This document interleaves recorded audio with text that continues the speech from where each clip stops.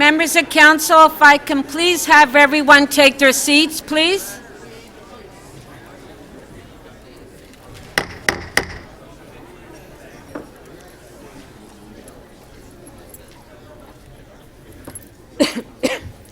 I will call this meeting to order.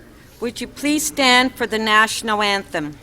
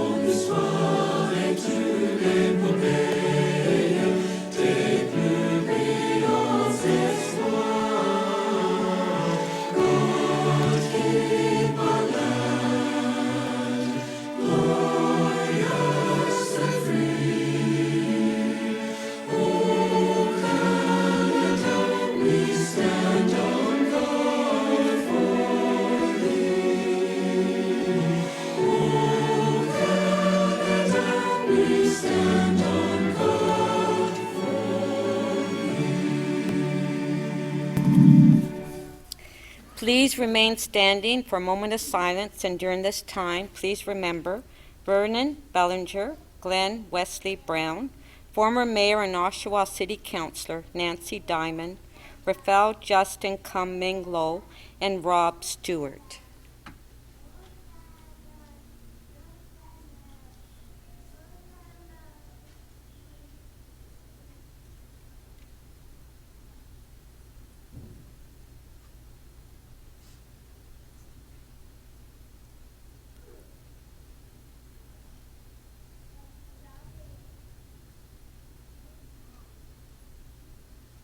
Thank you.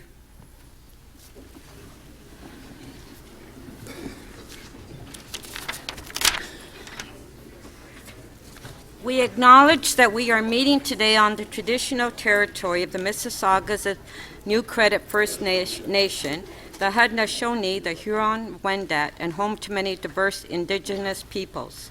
For the benefit of those who are connected to the internet, the city clerk has posted all of the agenda materials for today's meeting at www.toronto.ca/council. Mayor Tory, you have an announcement. Yes, thank you, Madam Speaker. There were three things I just wanted to mention, and I think in the case of all three, it's on behalf, I hope, of all of my colleagues. In fact, I'm sure it is. The first is to welcome our new colleague here today, Nathan Chan, who's been elected in a by-election just 2 days ago, and I'm sure you've barely had a chance to catch your breath after the election, but I'm sure it's also one of the most special days, I hope it is, in your life to be here, and we take great pride in the fact that you're here and that the democratic process has worked yet again, as we hope it will continue to work for many years to come. I've had the privilege of seeing two people come in here by way of by-election since I've been the mayor, and there isn't much ceremony attached to it. Here you are just sitting in your chair, but I don't think it takes away from what a special day it is for you and for the people that you represent. And I would say one more thing, and I think it's an important thing, that we really have our work cut out for us as a city council, as a civic democracy, a vibrant civic democracy, to make sure that our council is more representative of the people that we serve. And I think it's a day of great pride that you would be here today as a member of what is an incredibly important and contributing community to this city in so many different ways, and here you are now contributing as a member of City Council. So I think we all congratulate you on your election. We wish you well. I think it's a great day that you're coming in on the day when we're considering the budget, which is one of the most important days of the year in terms of the work that we do here on behalf of the people of Toronto. So welcome, congratulations, and we look forward to working with you.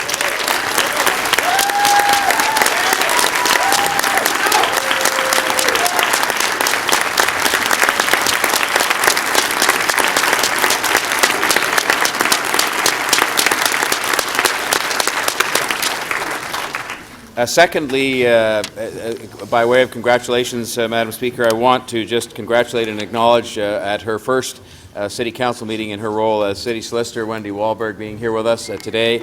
This was a popularly received appointment by us here when it came here and was mentioned at the last day. And I just want to say it's kind of like some days, I'm sure, the dog that caught the car. But yes, I had turned around earlier on, but she was not paying attention at the time. But please stand and just be acknowledged by us on the City Council.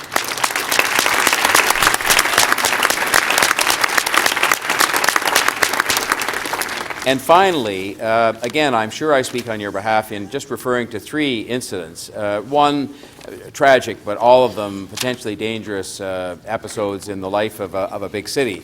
There was a very serious fire at Topper Linen in the last few days, certainly since we last met. There was, of course, the tragic fire that took a life at 291 George Street last week.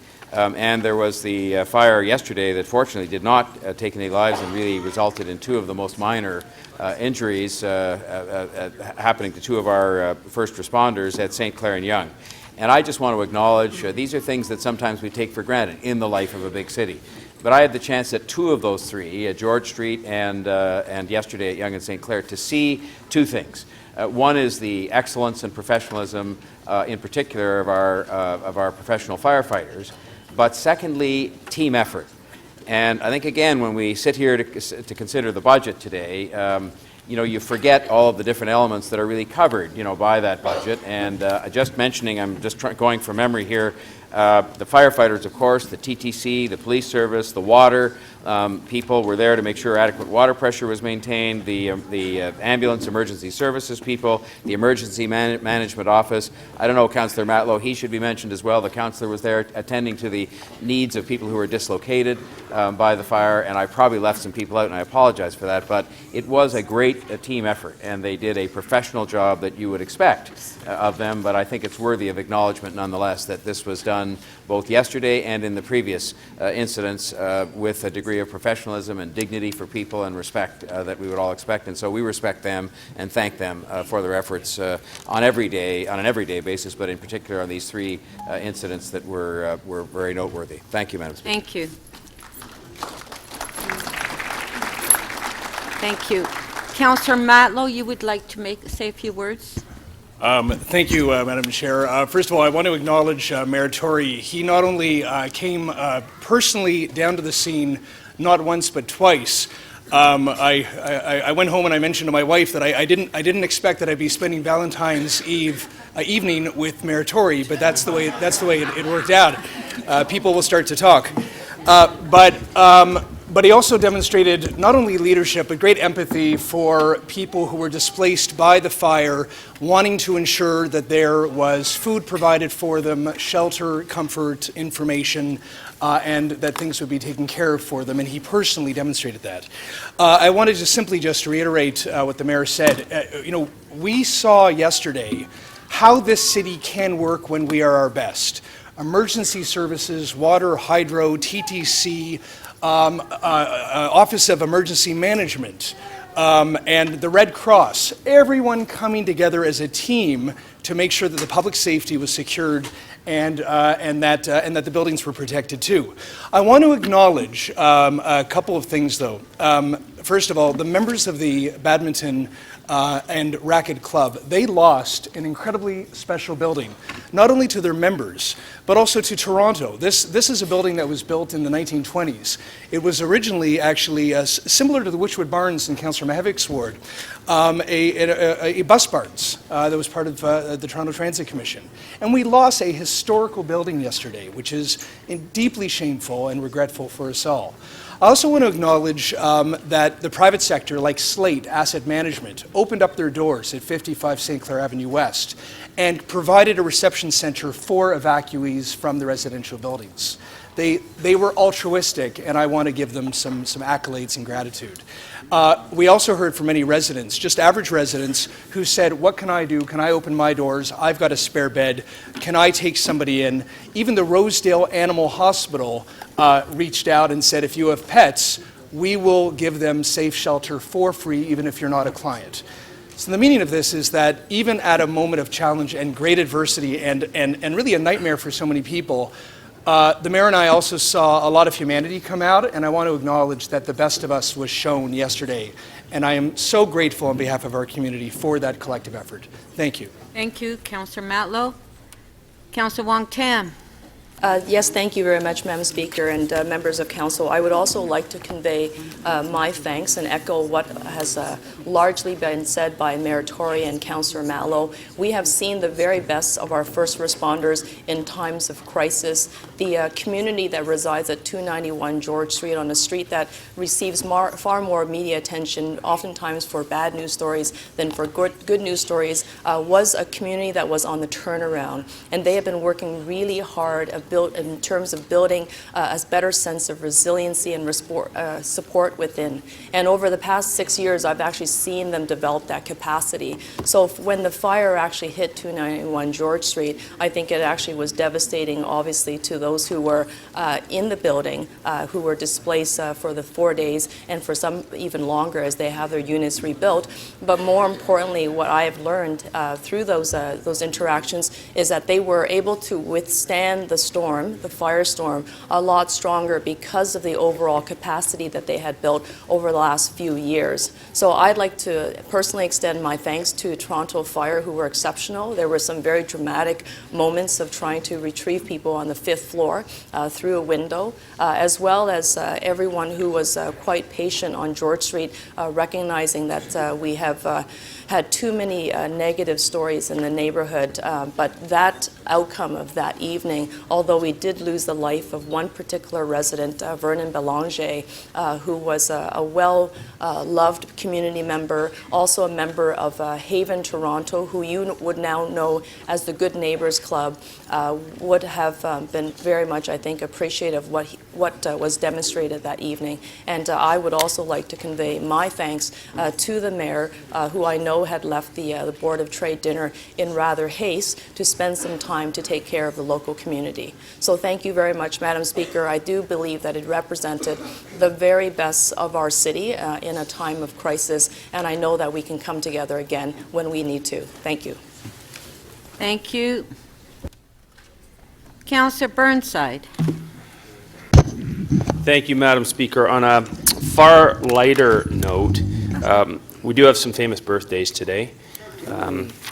Galileo, Charles Lindbergh, and Susan B. Anthony.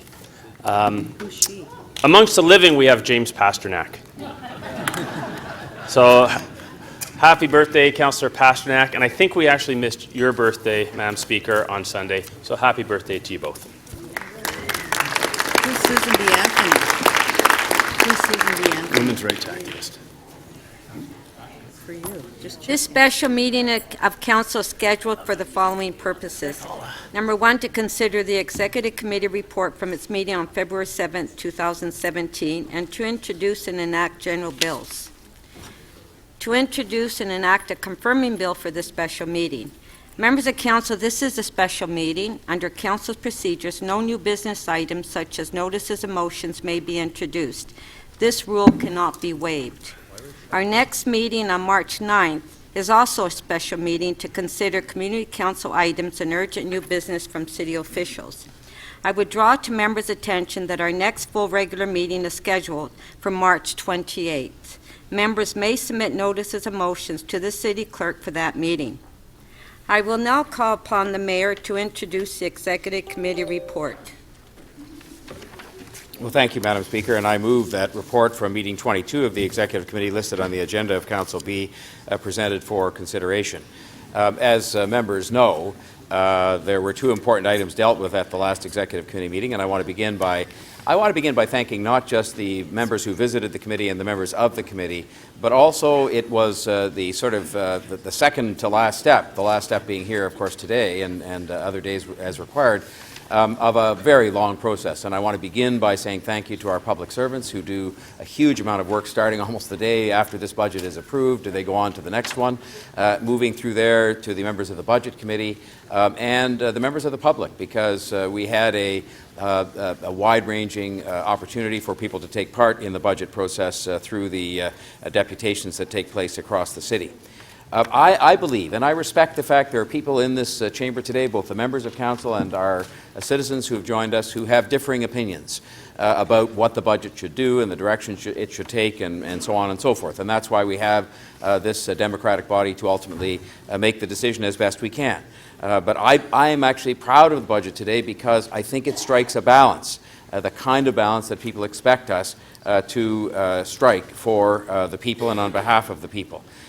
Dealing with the first item, it recommends that we limit property tax increases for this year to the rate of inflation. And I know this is something that is debated and will be debated, and that's a good thing, that we should do that.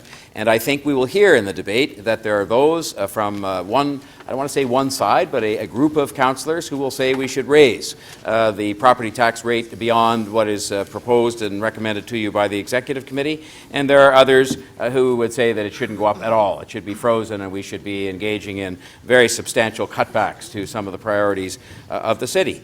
And I think that it tells me we may have ended up in just about the right place. A moderate increase in property taxes that will help people who struggle to pay these kinds of bills, this being one of the largest they'll face in the course of a given year, and also at the same time permit us to do what we're doing through this budget, which is to make significant investments in transit, in housing, in childcare. It's never, Madam Speaker, going to be enough to solve all of these problems in any one given year, no matter what we do. But I think we are moving forward and making significant progress. The second item, of course, we're going to consider are those budgets themselves. This is the second item that's on our agenda today. It's been a difficult budget year. I'm not sure I can remember, even in my days before I was here watching, when I last heard of an easy one. Public finances are tough these days because, on the one hand, those who are asked to pay are themselves struggling, and on the other hand, we do have, in a big city with lots of different demands, whether we're talking about emergency services, which we just were, or a host of other things, a lot of different needs. I am actually also proud of and gratified by the fact that we did ask. You can pick any number you want. The number, as you know, of 2.6% was picked based on a mathematical calculation as to what would have been required to totally close the budget gap on that account alone, just by way of efficiencies or spending reductions. And the list that came back, most of it was not accepted. And there are people who will be critical of that, quite frankly, and say you should have just taken the whole list and said all adopted, all accepted. Probably my friend to my right here will be getting up and saying that. But having said all that, the bottom line is that we carefully went through that list. And I say we in the sense it was done through deputations, it was done through considerations by councillors and others, and we came up with a very substantial dollar amount of things that were able to be changed out to the tune of, I think, $183 million. We're modernizing the government. That is something we absolutely positively have to do. And frankly, councils previous didn't allocate the resources or have the will necessarily to do this, but we're doing it now, and it is resulting in efficiencies and better customer service. The police budget. We're not all the way to where we need to be, but it is very remarkable, I think, especially given where we were 1 year ago today, that we have a police budget being presented as part of this overall budget, which is actually less in dollar terms than last year's. It hasn't happened in 11 years, if ever, and I think it is a step forward, and it is being done without sacrificing community safety. It is being done by more rationally allocating the scarce resources of police officers to do their job in a different way. We are investing $80 million more in public transit, and we'll discuss what that's all about, but the bottom line is it's $80 million more than we as a city invested in the public transit system last year. And we're investing $250 million as a city in repairing Toronto community housing units, bringing our total up to $1 billion. And I hope you took note, I hope on your behalf, that I spoke again yesterday and said we're up to $1 billion now. We have done our job, both as property taxpayers and as city councillors and as a city. And it is time for the other governments to join in partnership with us to get the rest of that job done so we don't have to close units. And it is something where they should be stepping up to take on their appropriate role in partnership with us. And I'm optimistic that the federal budget, which may come as early as next week, will perhaps have a glimmer of hope, or more than a glimmer of hope, in that regard. And so I expect, and I look forward to, and I welcome a spirited debate over this day and other days it takes us to get this done. But I think it is a budget subject to whatever tweaking goes on here here that we can be proud of, because it does act responsibly and it does make significant investments that move this city forward to being the strong, fair city that we want it to be now and in the future. Thank you, Madam Speaker. Thank you. All those in favor of the motion? Carried. Are there any declarations of interest? If you can put your name up, request to question staff. Councillor Mamalidi, do you have an interest? No. Okay. Mayor Tory? Yes, Madam Speaker, as I did at the Executive Committee and last year, as out of an abundance of caution, I would like to declare an interest with respect to the information and technology operating budget and the Toronto Police Service budget, the TTC budget, and the Toronto Community Housing budget, all part of what we're considering today, as it pertains specifically to funds allocated to the expansion and provision of telephone, wireless, internet, and television services, and that is because of my involvement with the Rogers family companies, which I've disclosed before. And secondly, with respect to an item that's in the communications budget having to do with news summary services provided by Canada Newswire, which is a part of the Rogers Communication group of companies. Again, for the same reason, my involvement in the Rogers family companies, I would declare an interest in the portion of the budget that deals with funds allocated for the provision of news summary services provided by Canada Newswire. Thank you. Councillor Pasternak. Thank you, Madam Speaker. I'd like to declare an interest in all line items related to Toronto Public Library, both operating and capital, as my wife, although on leave, technically still works for Toronto Public Library. I believe most of those items are on page 25 of the documents before us. Thank you. Councillor Kelly. Thank you, Speaker. I'd like to declare an interest in the operating budget of the Toronto Police Services. My wife is a civilian employee in the Court Services Division. Thank you. Councillor Crisanti. Thank you, Madam Speaker. I'd like to declare an interest on anything pertaining to the municipal land transfer tax. I'm not sure where it is in the budget, but I'm declaring an interest in that. Okay. Nature of the interest. Oh, I'm a member of the Toronto Real Estate Board. Thank you. Thank you. Are there any petitions at this time? If you can put your name up. Councillor Cressy.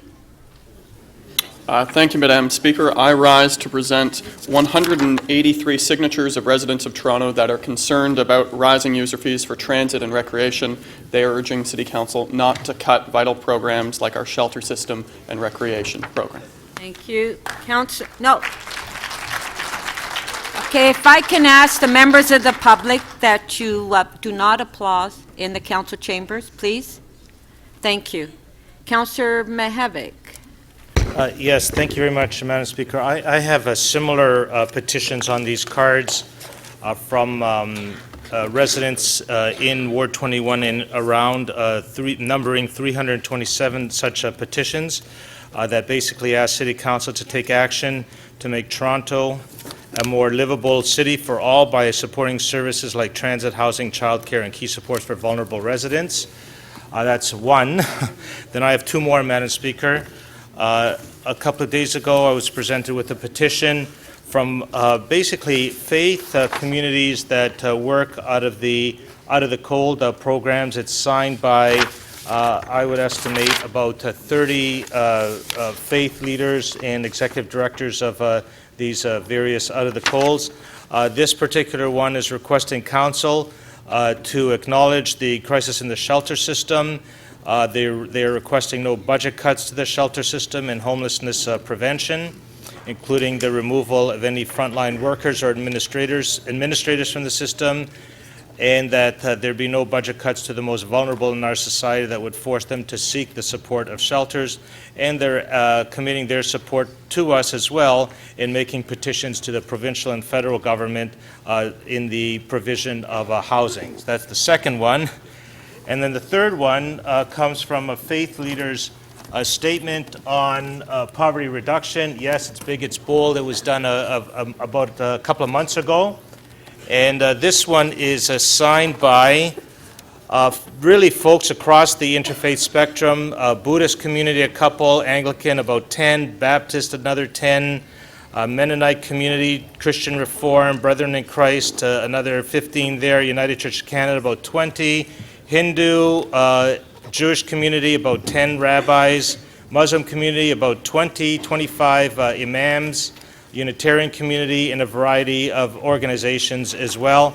And this particular one is asking that we basically work very hard in fulfilling the commitments that we have made around the poverty reduction strategy. I present these to Council for consideration. Thank you. Thank you. Councillor Wong Tam. Thank you very much, Madam Speaker. I also rise to present petitions signed by 431 individuals, residents of the city. They live in wards 10, 23, and 27, respectively, and of course there are 431 individuals. Madam Speaker, they have wanted me to express to members of council that Toronto is the most unequal city in Canada. 1 in 4 children live in poverty, and over the last 6 years, people have paid the price of continued TTC fare and program hikes and growing waiting lists for basic services and supports such as affordable housing, childcare, recreation, and long-term care facilities. And now that we are considering the 2017 budget, they believe that those further hikes, including TTC hikes and recreation program fees, cuts to transit routes as well as swimming programs, closing TCHC units, and reducing staffing levels at shelters, recreation centers, and long-term care facilities are rather unfair. They also say that Toronto can do much, much better. And they go further by adding that Toronto children and youth, adults, and seniors need and deserve a budget that makes transit, housing, childcare, recreation, and critical city services more affordable and accessible and not worse. And finally, Madam Speaker, they wanted to remind us that the second lowest property taxes in the GTHA are here in Toronto, and that we have a range of revenue tools before us, that we have the potential to make the investments to build the city that is supportive and inclusive of everyone. Thank you very much. Thank you. Councillor Doucette. Thank you very much, Madam Speaker. Good morning, everybody. I also rise today to present to you with 206 signed cards, petitions from residents, mostly across all of Etobicoke, York. And they're saying that the city is becoming unaffordable for people. We need a better transit, we need good jobs, and we need more affordable housing. So 206 petitions here from most of the wards in Etobicoke, York. Thank you. Thank you. Councillor Davis. Thank you, Speaker. I too rise to present petitions from wards 31, 35, 36, 37, also from the Commitment to Community Coalition campaign, calling on Council to invest in transit, good jobs, affordable housing, and other essential services in the City of Toronto.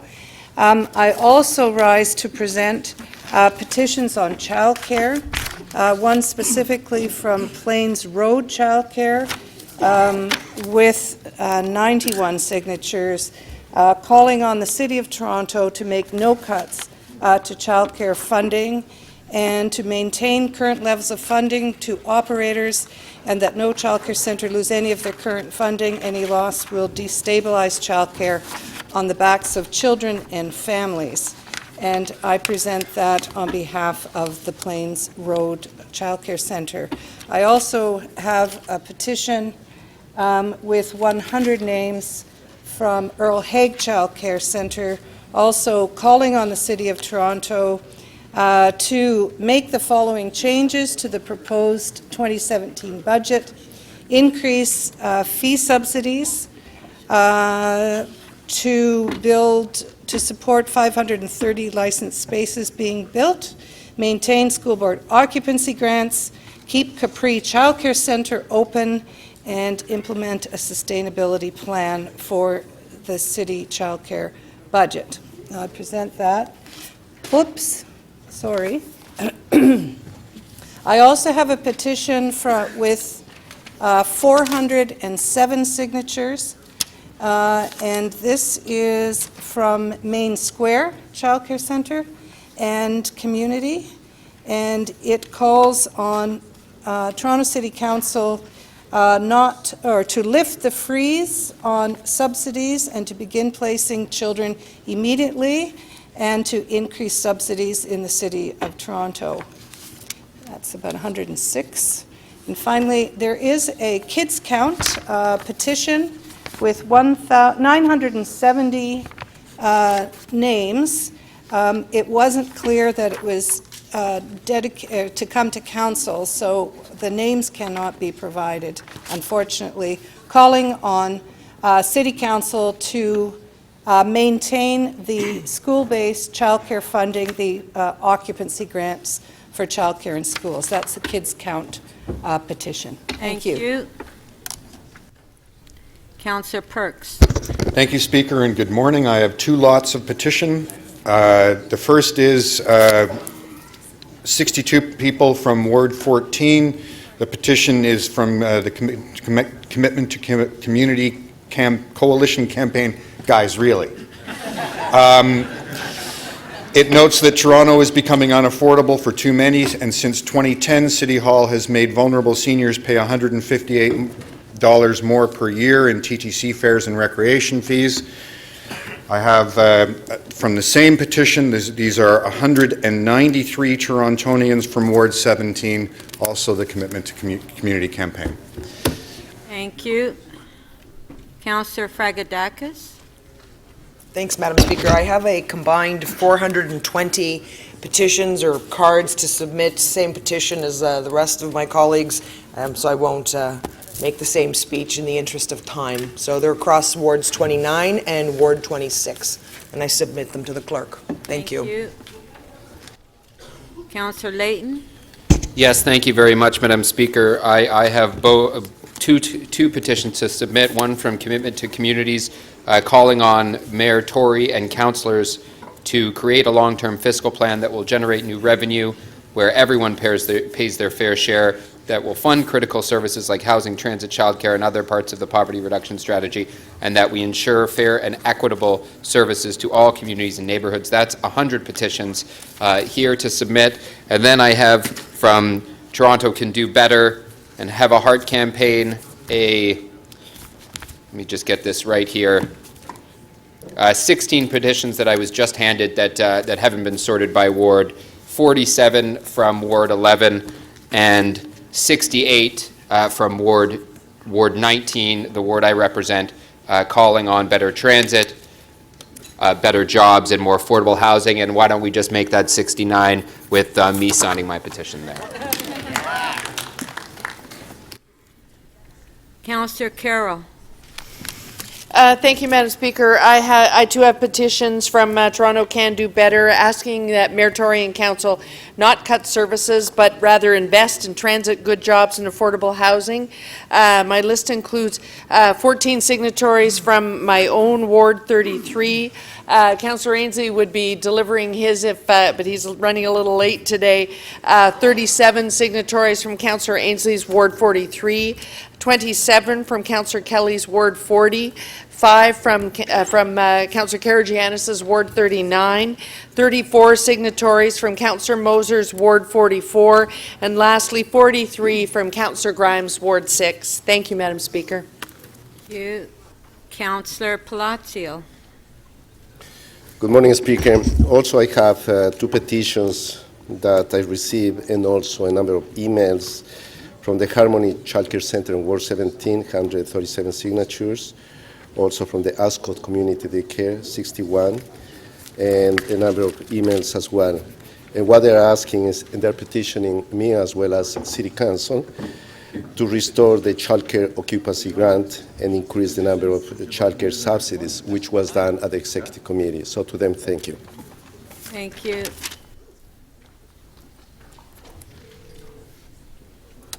Councillor Shan. Thank you, Madam Speaker. I'm pleased to be here and present the first petition. I'm happy that this is the first petition I'm presenting today on behalf of Commitment to Community Coalition, asking the Toronto to do better in terms of saving transit, good jobs, and affordable housing, but also to have investment into transit, good jobs, and affordable housing on behalf of Malvern and Morningside Heights in Ward 42. Thank you. Thank you.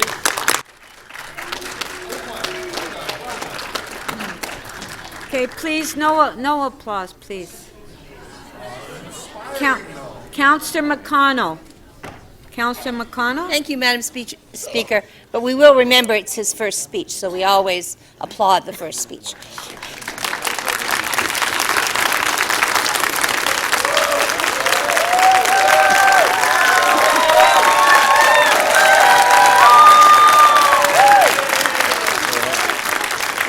And now, Madam Speaker, I'll listen to everything you say for the whole meeting.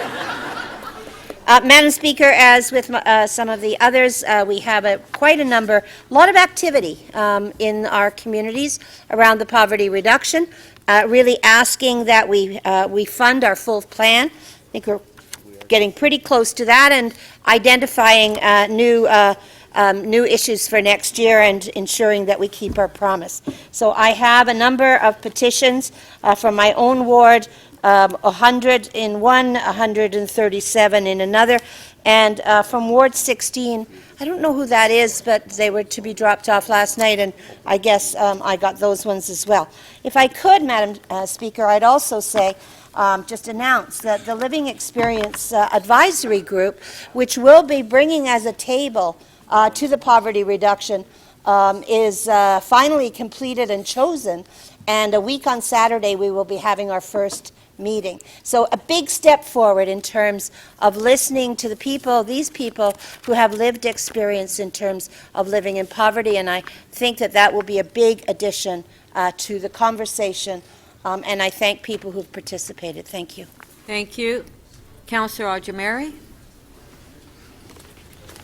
Thank you, Speaker. I have the petitions for Wards 7, 8, 9, and 12, along a similar vein as my colleagues have said, so I won't repeat. Thank you very much. Thank you.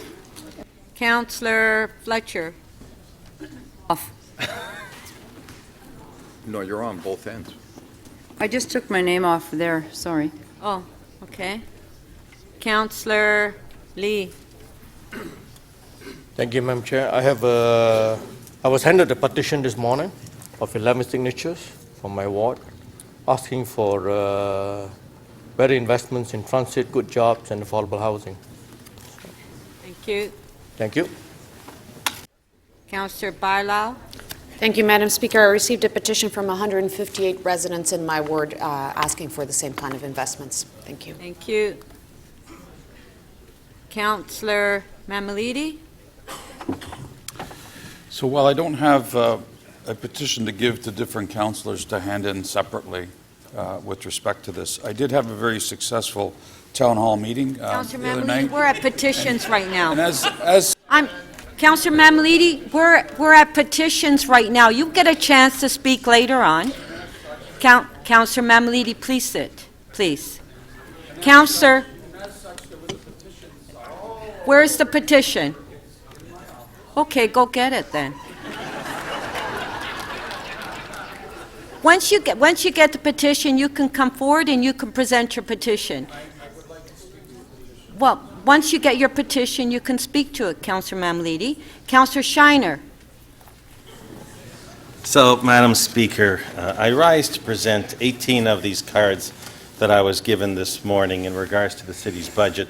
It's on behalf of the commitment to community. I think, as all of you know, I'm one of the biggest supporters here of affordable housing, affordable and subsidized child care, great transit service, and city building initiatives. But I note in the letter, unfortunately, some of the people that signed this might have signed it not quite understanding what it is, because it talks about cuts to service in this year's budget on transit routes, and it talks about the second lowest property taxes. And you'll see in the presentation today, as we did at Executive Committee, Councillor Shiner, do you have a petition? I did. I presented it. Oh, okay. Okay. I'm using it to editorialize as my colleagues have. But I'm talking about the petition itself because it also talks about the second lowest property taxes, which is not correct. We have the lowest tax rate, but as you'll see in the presentation, we have the highest property taxes. Thank you, in the Councillor GTA. Shiner. Thank you. Yeah. Councillor Shiner, Councillor Shiner, we're just here to present the petitions at this time. There will be opportunities later in the meeting to speak. A point of privilege, Councillor Shiner. If you're going to say that to myself, who's very short in it, you did not say that to any other member who stood up and editorialized on all the reasons why they were presenting their petition. So please be fair in what you deal with people, and I will follow the rules. But when you set a precedent to allow the others to speak, I deserve the same right. Councillor Shiner, the others read the petition. Yes, no, they did not. Yes. My Councillor McConnell didn't read it, and others, they not only did read the petition, they editorialized on it. And you can check your own tape. Thank you. Councillor Fletcher, you put your name back up? Yes, I just have to be clear. I'm going to be putting in 116 petitions from across the East End of Eastenders who love our city and our services. Are you requiring me to read the petition, Madam Speaker? You don't need to. Just present the petition. Am I able to address the petition, Madam Speaker? Read without reading it? You can read what's on the petition, what it says on the card, but not speak on it. Just read what you have before you on the card. I have It's in the not two past different rules. spoken when I've put in petitions, Speaker. Okay. Councillor Fletcher, do you want to read the card?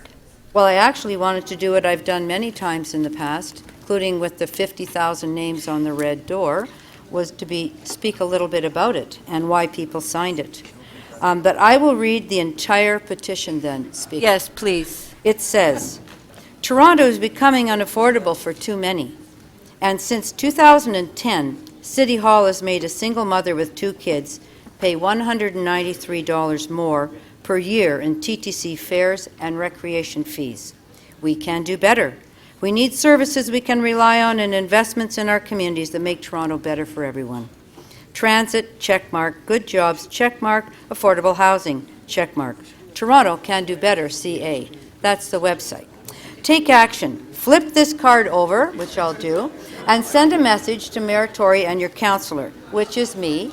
For the last 6 years, Torontonians have paid more in fares, fees, and cuts to services, and the 2017 budget makes it worse. Send a message to Mayor Tory and council, that's you, not to cut services and to invest in transit, checkmark, good jobs, checkmark, affordable housing, checkmark. Sign your name below or visit torontocandobetter.ca. Name, address, postal code, phone, email. Address, torontocandobetter.ca, a Commitment to Community Coalition campaign. Thank you. I would have had something else to say, Speaker, but thank you for allowing me to read the entire petition.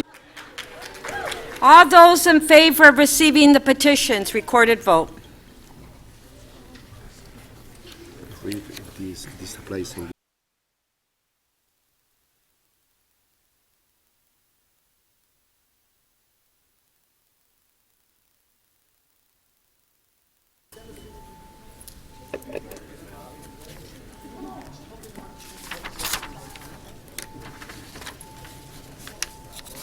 Councillor Kelly, please. Councillor Cressy, please. Councillor Crisanti, please. Deputy Mayor, please. Councillor...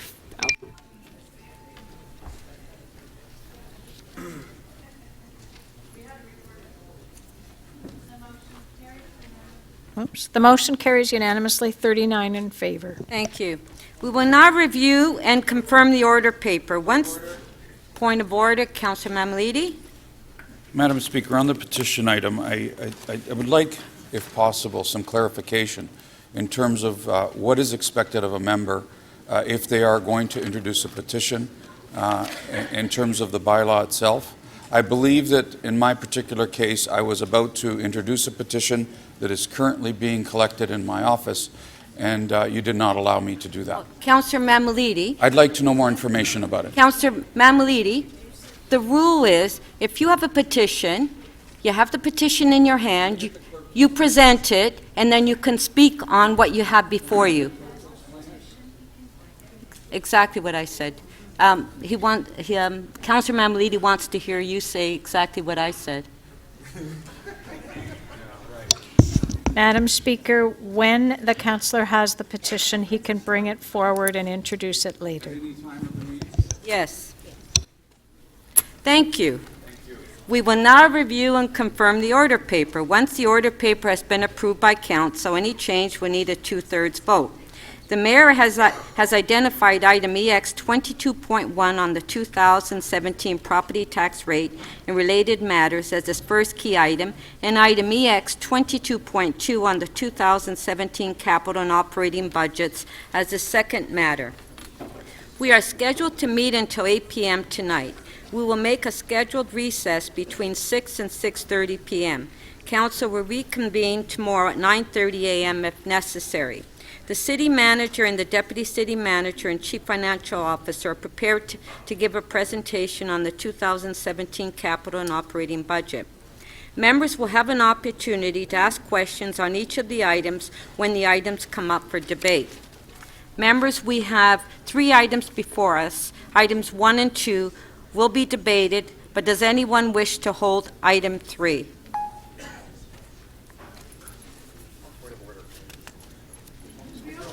Yes, Councillor Perks, point of order. Speaker, as I understand the procedure, this is the moment when I can ask if the mayor would be willing to consider the 2 key items together, and I would like to do so. Okay, so that question to the mayor. No, Madam Speaker. We will deal with them separately as we did last year, and I think that works for us in terms of how the council can consider these matters because they are separate, although they're separate matters. Point of order. Thank you. So before I get to you, does anybody want to hold item 3? Okay, Councillor Mammoliti is holding item number 3. Okay, Councillor Mammoliti? I would think that this would be the opportune time for me to ask the mayor and yourself, Madam Speaker, if we can actually reverse the second item to be the first item, given the fact that there may be some changes that I'd like to propose on the capital and operating, which might affect the property tax increase. What we're suggesting here is that the property tax increase be approved first, and then if we try to change it later, it'll be ruled out of order in terms of changing the property tax increase. So I'd like to reverse that if possible. Thank you. I believe that the mayor just commented to Councillor Perks. Well, it's a different request, Madam Yeah. Speaker, but respectfully, I would decline that. We've got these, I think, in the correct order and the order in which they were dealt with last year, and I think it is the right way to do it, so I'll leave it as it is and designate these as my priority items in that order. Thank you, Madam Speaker. Thank you. All those in favor of adopting the order paper? Recorded vote.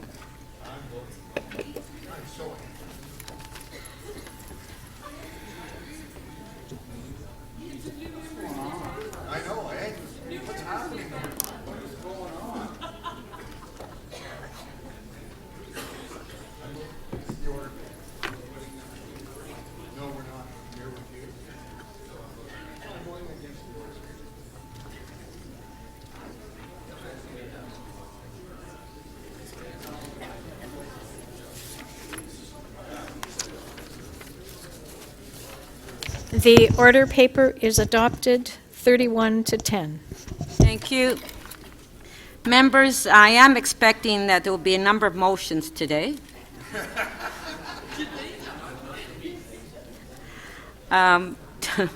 To ensure that members and the public understand the motions that are placed, members are reminded to work with the city clerk staff to prepare your motions. This will enable the clerk staff to display them.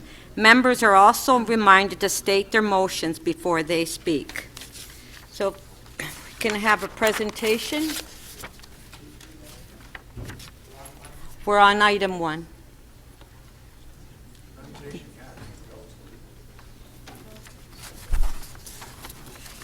I'll make this presentation as briefly and as expeditiously as I can, because I know that councillors are anxious to move to the main items.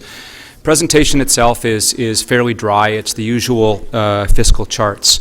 But before I start off, I do want to just comment briefly that, along with the mayor and a number of councillors, I was privileged to attend the Board of Trade annual meeting last Thursday night.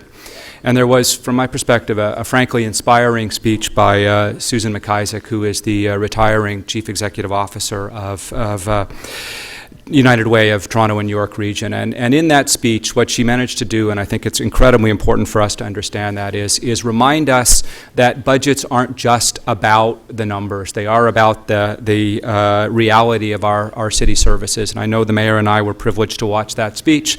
And that serves as a reminder that, at least to me, as I go through these, through the slides, it's not just the numbers. It's what we are actually doing as a community, and as those of us in this chamber who are privileged to occupy positions of civic leadership. If I can jump to directly to the fifth slide, please.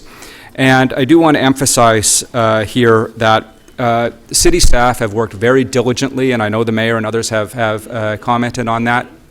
City staff have worked as diligently as possible in order to implement council policy directions stemming back from June in terms of looking for an overall savings objective of minus 2.6%. We've taken a very small c conservative approach to that, reflecting both council's direction in order to find savings, and of course council's direction to also respect the service levels that council has often also directed. That has been, in my view, very significant amount of work done. Significant savings and efficiencies were identified. I'll speak to that as we go through. And I feel very comfortable that staff have hit the appropriate mark, and I observe in passing that any incremental expense or any incremental tax changes are those recommended by Budget Committee and in turn by Executive Committee. So staff have taken a very, very small c conservative approach to the budget. And I do feel that staff, both in the city and respectfully I add in the agencies, have done their job. I think this has been an exceptionally challenging effort for management, and I do not believe that this is the time to send a negative signal to management. I think one of the challenges we have in the city is actually ensuring that management is sufficiently empowered, that we as civic leaders on the staff side are able to execute city's direction. Now, having accomplished that, I think exceptionally well, we need to be cautious about adding an arbitrary signal to that, and we need to be certain that we have and bring along and appropriately reward and manage the management cadre of the city. If I can go to page 6 as well and simply observe the overall outcomes in terms of Executive Committee recommendations. The overall fiscal footprint of the city, this is gross terms, is up by 4.4%. That includes substantial allocations from other jurisdictions and a variety of other elements. The net impact is 2.9%, and in terms of the property tax impact itself, so this is the blend between residential and commercial, it's 1.4%, which is of course reflecting a residential property tax at 2% or approximately the rate of inflation, and then the overall impact of that. So this is, with respect, a low tax budget, and I'll speak to that in a moment as well. I do want to talk about, on page 7, the overall expense recommendations coming from Budget Committee and Executive Committee to this council. And I want to emphasize a number of points. The first is that city divisions, as they have traditionally been, are not a source of significant pressure against the overall fiscal plan of the city. And that $6 million increase is a very small increase. It actually reflects add-backs to the preliminary budget from Budget Committee and Executive Committee. For all intents and purposes, it's neutral. The significant pressures come, as they very frequently do, from TTC and TCHC. That's not a critique of TTC and TCHC, but just as we try and get a handle on expense in the budget, as we consider the sources of pressure, as we consider future management strategies and risks we have in the budget, they are largely concentrated in the agencies. I won't dwell on the next slide, but it does show that that's a consistent pattern over a period of time. I do want to spend a moment on the Toronto Police Board, and I do want to echo something very, very important that the mayor did observe, which is that this is a a flat number year over year. That number will actually go down as the province catches up with a handful of grants that it's been late in approving, and that number will, on a net basis, actually turn to a negative. We are confident in that. That is a significant change in the orientation of City of Toronto budget making, with Toronto Police historically having been, along with the TTC and others, a significant source of pressure. That is reversed, and we feel confident that as a result of the police transformation, that positive trend, my view, will continue going forward. There are two other significant sources of pressure I want to draw attention to. The first is the current from capital on the bottom. That's a 35% increase.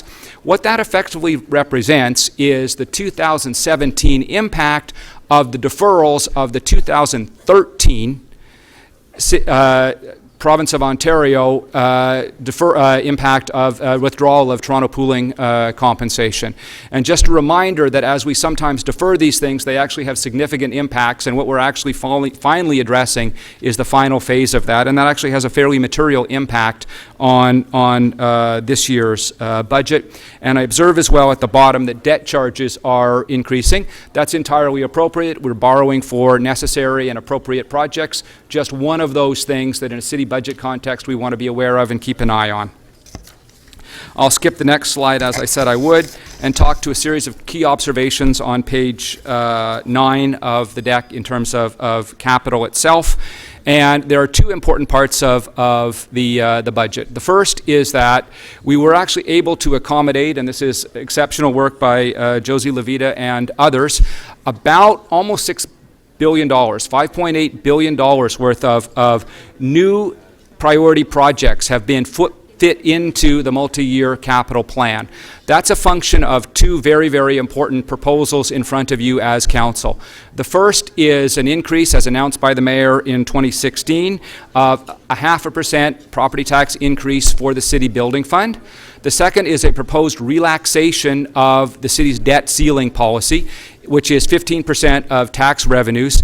What this is not to exceed that over the period of time of the capital plan, but to allow it to go ahead of rise it marginally above the 15% in a given year, but then come back down so that it averages 15%. So those two things provides a fairly powerful mechanism that allows for a significant increase overall and putting a number of important council priorities into the funded list. I'll speak to this as well, but in the preliminary budget we had offered council the option of using road tolls to provide some very powerful incremental room, and I'll speak to that in a moment, but that is no longer available to us. I want to speak to the next slide very briefly, slide 10, which is Executive Committee recommendations with respect to revenues. And I find this is best explained by the following slide, page 11. And if I could spend just a moment on this. Working from the far right-hand side of the slide, there is a TTC fare increase that generates approximately $29 million. In percentage terms, that is modest. That is only slightly above the rate of inflation. Overall city user fees and other city revenues also rise very modestly, $46 million in total, about 2% in terms of that actual raise, so consistent with inflation. Property tax, as we've already indicated, the blended rate of property tax rises by 1.4%. So that, along with the land transfer tax I'll speak to in just a moment, are effectively the policy changes recommended to this council from Budget Committee and Executive Committee. There are also some other things. We have a couple of areas of significant growth that are effectively over the transom, not a function of policy. The assessment adds approximately, rises naturally by 1.5%. That generates $60 million on the property tax side. We are to the good by an incremental $67 million from the federal government and from the province. Again, a positive element, not reflecting a policy decision by the city.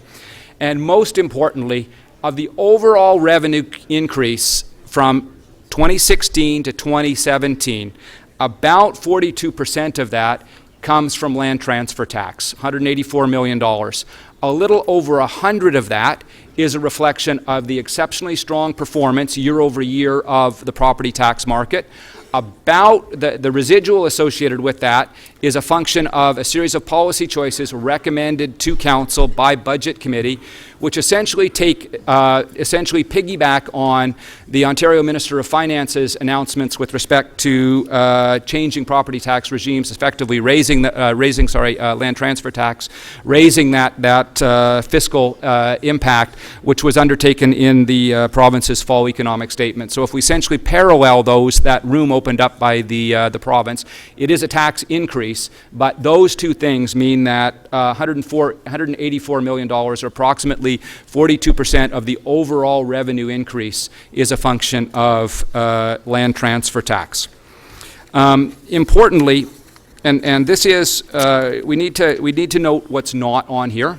And of course, what's not on here is any potential change in terms of road tolls going forward. And in effect, what's happened from the provincial decision is that we are in a position where, as a city, we've basically had a long-standing, consistent policy with respect to property tax. We've been able to ride a real estate boom and a subsequent policy change by the province in order to secure very, very significant increases in land transfer tax. We are now in a situation where, if we want to make incremental progress against either the capital overhang or in terms of any particular change in service levels or an increase in service investments, we will need to revisit some of these tools. We will be in a position in which we need to revisit some of those measures, and I'll speak briefly to that. On page 12 as well, if I may. Importantly, there was approximately $730 million worth of pressures at the start. We've been able to address those through a variety of mechanisms. Very significant is the $190 million, or about a quarter of the effort here, is on the expense side. And I think that's by and large achieved without impacts on services. That's again reflection of very, very significant effort by city staff, by Budget Committee, and by agencies. MLTTT growth, again, very significant share of that, and you can see the rest of the pie. That's the overall picture, bridging from the original pressures down to where we are right now. This last, I'll speak for just a moment on slide 13 as well, and it is important to emphasize that as these numbers are adjusted for inflation, population growth, any other measure, there really is an overwhelming consistency to the city's budget over a period of time. And it is simply not correct to say that city expenses are out of control or city tax revenues are climbing or are less affordable than they have been. The reality is the city budget is consistent with what it has been over a period of time, and the reality is that almost all of that has been achieved while respecting the existing service levels set out by the city. So this is not a budget that demonstrates significant increases in the size of government, nor is a budget that relies on cutbacks. It is neutral all the way around for all intents and purposes, and those are kind of, I think, core statistical realities that we need to keep in mind throughout the ensuing budget debate. Looking forward is an important aspect of this, and while the budget does present only 1 year of numbers, and that is something that we need to work towards addressing on a going forward basis, we do need to think a little bit about where the city is on a going forward situation, and there are three broad areas of risk. The first is that decision outcomes are largely driven by agencies, and those are Toronto Community Housing and TTC. That's not a concern about those agencies, that's just simply a reality that oftentimes those pressures are dealt with outside of the direct control of this council, and our budget process often accommodates them. So council needs to be aware of those risks and may wish to, in its future budget making exercises, provide very clear direction to those agencies with respect to the expectations associated with that. We also have a very high reliance on presumed decisions by other governments, and we are expecting increases, and that is an integral part of our plan going forward, and they may or may not materialize.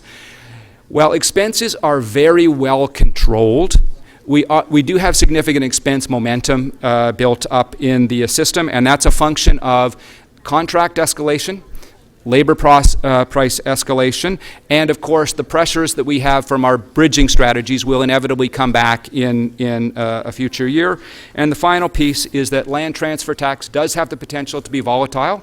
It can be volatile on the upside, it can be volatile on the downside, but we are increasingly dependent on a revenue source that is cyclical and has demonstrated strong cyclical behavior in the past, and we need to think about that and take that seriously as decision makers on a going forward basis. So as we think about that, and for my final slide, we need to realize that we will need to, over time, begin to adjust. And we may need to, over time, adjust things that Council has not yet been willing to adjust. And at this point, Council has not been willing to change service models. It has not been willing to lower services, nor has it been willing to change service models in terms of privatization or other measures. So cost pressures continue to escalate as a function of that. We will need to consider very realistically over a period of time, if we are going to make progress against the capital overhang, how we will replace the tolls. How we will replace our future expectations, and tolls would have given us a very significant, stable source of revenue that would have allowed us to borrow significantly and pay down approximately $6 billion on a modest toll associated with working down our capital project overhang. And finally, to the extent that we are able to work with the province and the federal government, to the extent that they do provide us with incremental resources, they oftentimes come with matching requirements. That is something we, of course, need to resist, but we do need to reflect that some of those capital projects may come with matching or incremental requirements, and we obviously need to think about the impact of financing those. I appreciate your attention and look forward to the conversation. Thank you. Okay, questions to staff on EX 22.1, which is the 2017 property tax rates. Councillor Cressy. Thank you, Madam Speaker. To our CFO, a couple very brief questions on the property tax rate. Could you clarify for Council, since amalgamation, how many times has Council approved a property tax rate below the rate of inflation? So I just happened to have that information here, and we checked, and at or below inflation, 15 out of the last 19 years. So out of 19 years since amalgamation, at or below the rate of inflation, 15 times. Basically. So when adjusted to inflation, have property taxes in the City of Toronto gone down rather than up since amalgamation? Yes, they have. They have gone down. Down, yes.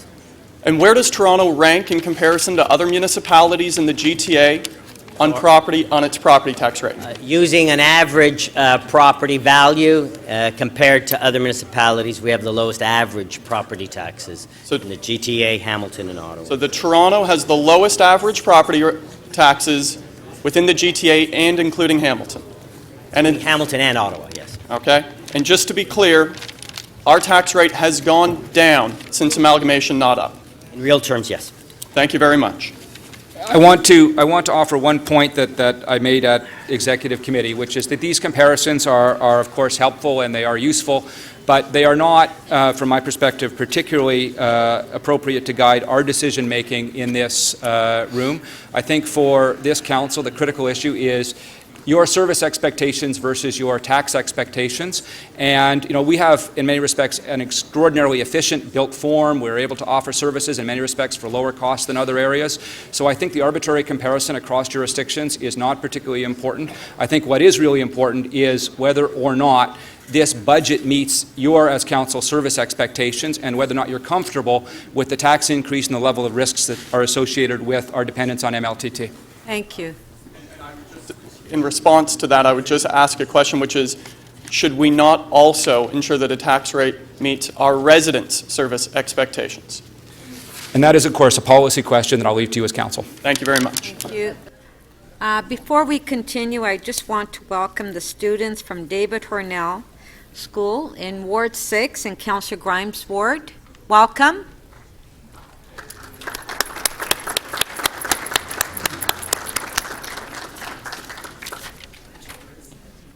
Councillor Fragadakis.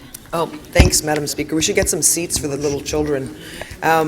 So my first question is in regards to an op-ed piece today in the Star that advised that mayor and council could ask the average homeowner to pay an additional $8 a month in property tax in 2017, allowing the city to fund childcare subsidies for up to 1,000 more children, rent supplements for 2,000 more families, and affordable rental housing for 500 additional families, all big steps towards addressing the unacceptably long wait lists for these supports. And I'm wondering, Mr. City Manager, if that's true, would an additional $8 a month average tax increase buy all of that?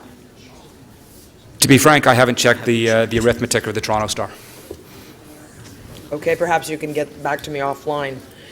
In the long-term revenue strategy that you're working on, are you looking at ways for those to strengthen property tax deferral and other programs designed to make our property tax system somewhat fairer and more progressive? One of the characteristics of property tax is that unlike some of the other taxes we rely on, there are actually measures that are very important that allow you to mitigate, as council, if you make this decision, to mitigate any impacts. And that certainly is something that has been and continues to be used for seniors and others who own their home and may have hardship in terms of meeting property tax, whether that is flat, negative, or an increase. Okay, great. With a blended average of 1.39% this year, we will have a 2% residential increase, correct? That is correct, yes. Okay.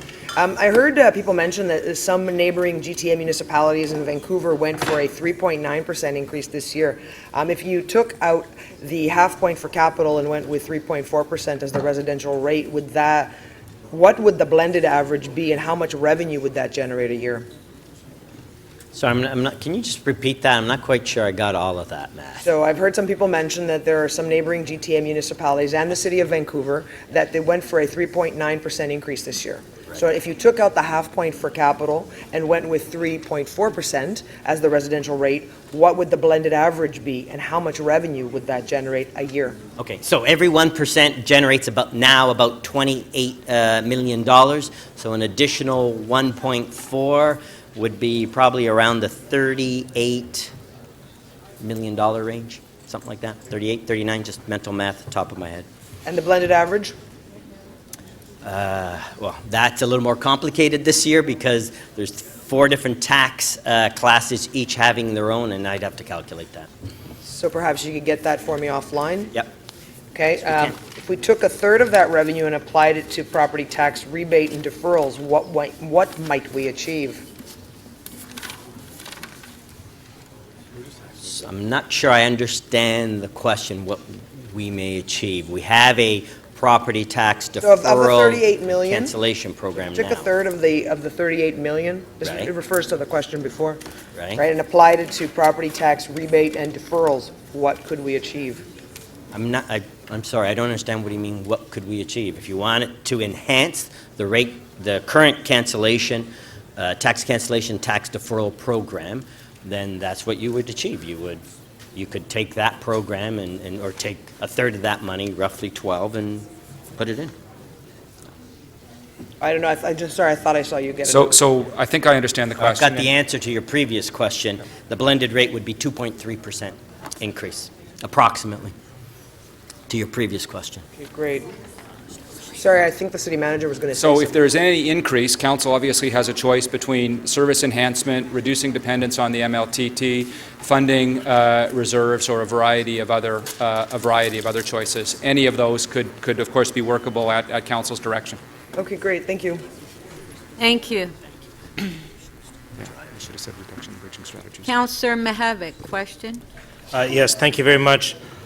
How long do we need to, are we obliged by the province to continue to separate the rate, the provincial, well, the commercial rate, the multi-res rate, and the single-family residential rate? How many more years of this, frankly, pain? So we expect to be sort of caught in those protected property classes till at least 2020.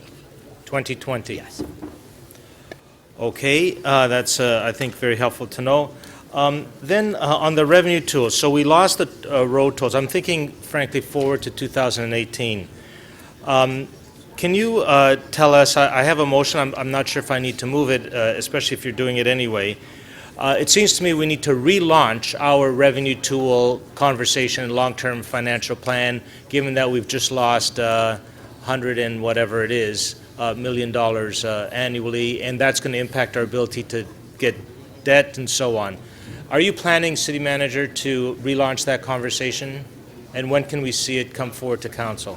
So with the Deputy City Manager, CFO, the other Deputy City Managers, we are working through the mechanics of a long-term plan. That will need to look at revenue from a variety of perspectives, including understanding the nature of property tax, our concerns about some of the regressive nature of that property tax, including the disproportionate impacts it may have on residential tenants and multi-residential tenants and a variety of things like that. When is that So we coming will bring to that us? forward. When? We are targeting June. June. So will we be able to say, okay, we didn't get the road toll, I guess we might need to look at, I don't know, the alcohol tax or something of the sort, given that we can't go A, we got to go to B, a B list. So obviously, there'll be two parts of it. We'll be looking at the expense side, and there'll be a mix of options being made available to Council in terms of attacking expense or managing expense, pushing down the level of expense growth, and on the other side, obviously, we'll look at ways of raising revenues. So bottom line in clear, simple English, are we going to have options presented to Council that will allow us to make different kinds of choices, given that the tolls are finished? Yes. For now. But okay. I cannot give you options that you do not legally have right now or that the province has already turned down. I can talk about how we might campaign for those, but I cannot obviously present a new suite of measures. Right. We've Okay. exhausted those at this point. Fair enough. So I don't need a motion to that effect. Lastly, I have a question on the methodology of calculating the inflation rate. The mayor is committed to an inflation rate increase and has pushed that for this term. And I'm wondering, and frankly, it's out there in the public domain. Other mayors have also had the same idea.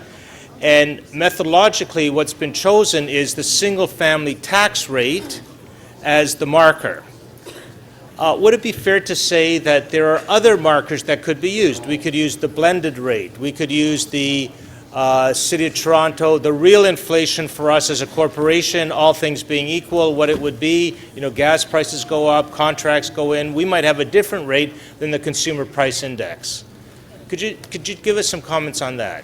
Sure. Through you, Madam Speaker. The marker that Council wants to use is really a policy decision of this Council. It's what's the benchmark and how does it want to measure itself in increases in property tax revenues. And as the Councillor said, you are correct. There's a number of ways of doing it. Traditionally, what we have, or what Council has chosen to look at, is the previous year's inflation rate and apply it to residential taxes. To residential taxes. So a report request asking for us to maybe stick with that system, maybe say, okay, the inflation rate will be calculated on a real inflation rate for us as a corporation, might be a helpful conversation for 2018 and beyond. So that we're really looking at a real inflation, so that we as a corporation can really understand, like, what are the dynamics driving our budget, what's our real inflation rate, before we do all the pluses and minuses. That would be a helpful conversation. Through you, Council, through you, Madam Speaker. So some municipalities are doing that kind of work. I understand Calgary is trying to develop a municipal CPI kind of construct. That's something that we could look at in the future. Great. Thank you very much. Thank you. Councillor Carroll, questions to staff? My questions, we're still on the rate item, and my questions are primarily on property tax, but I wanted to ask the city manager to refresh my memory first. In the previous year's budget, asking questions about revenue tools, I always ask the questions about sales tax. Correct me if I'm wrong. What you told us was your intelligence, your instinct, having spent a long time in the province, was there wasn't going to be an appetite to give us any new revenue tool permissions based on the fact that the pressure in the rest of Ontario was going to be on them, given our property tax rates being low by any measure. So there are a number of kind of frankly, complicated calculations associated with that. Part of it is policy and political. Part of it is the challenges, the technical challenges in creating a property tax on a regional or city-specific basis. And part of it has just frankly been the posture of the province, which has not been overwhelmingly supportive of allowing us to use the revenue tools that we thought we had, let alone incremental measures. Right. So now, when we come to the rate calculation that you have before us, it's based on the mayor's mandate and certainly supported by a majority of council that we stay at inflation. So what I want to get at is what that means every year. To keep the property tax rate at inflation never really matches up. It's indicated when we look at the blended impacts on slide 6, again at revenue outcomes.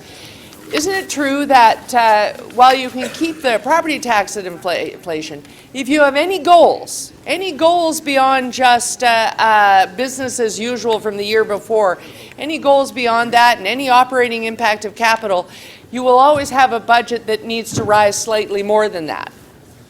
Unless you're willing to substantially change or alter the service models, and I know we're talking about the revenue side, but at this point, Council has not been willing to alter or leave lines of business, particularly reallocate programs, tends to add programs incrementally. So in that case, yes, those two measures will consistently yield, as they have, a gap between what Council has directed and what Council has funded. And so when we make that rate calculation that we see, no matter how we redistribute it through the bands, isn't it true that we are asking you always, in order to meet that target, we are asking you to turn around and come back to us months later with a reduction target of far more?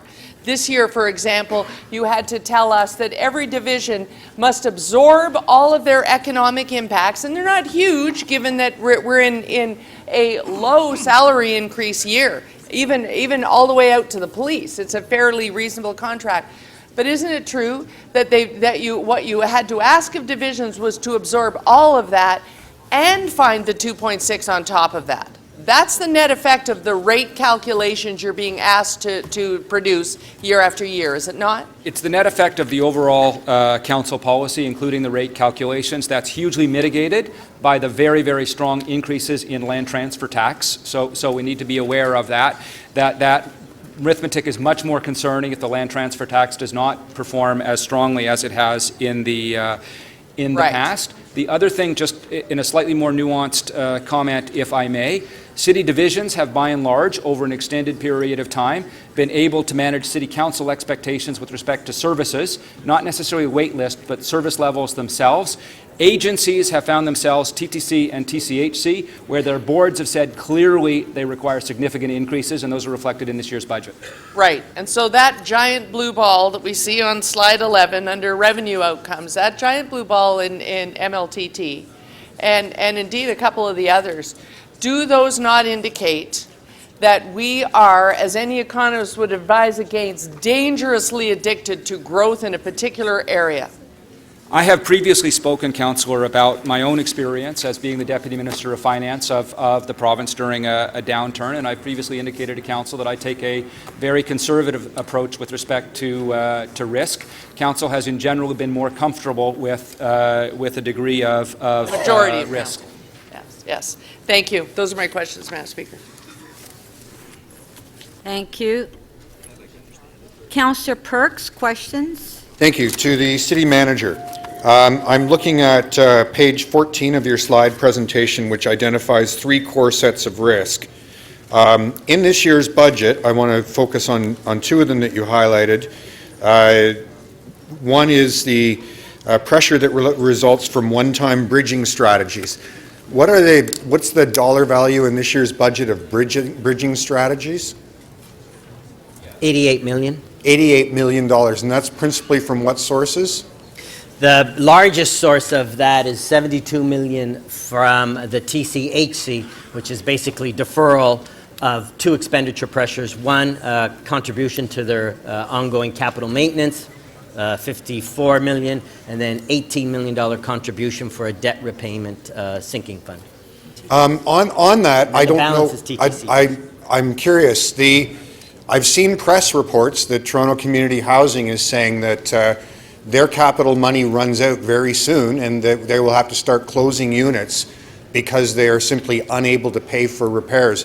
That's 2018, if I recall correctly? So we're okay for 2017. Right.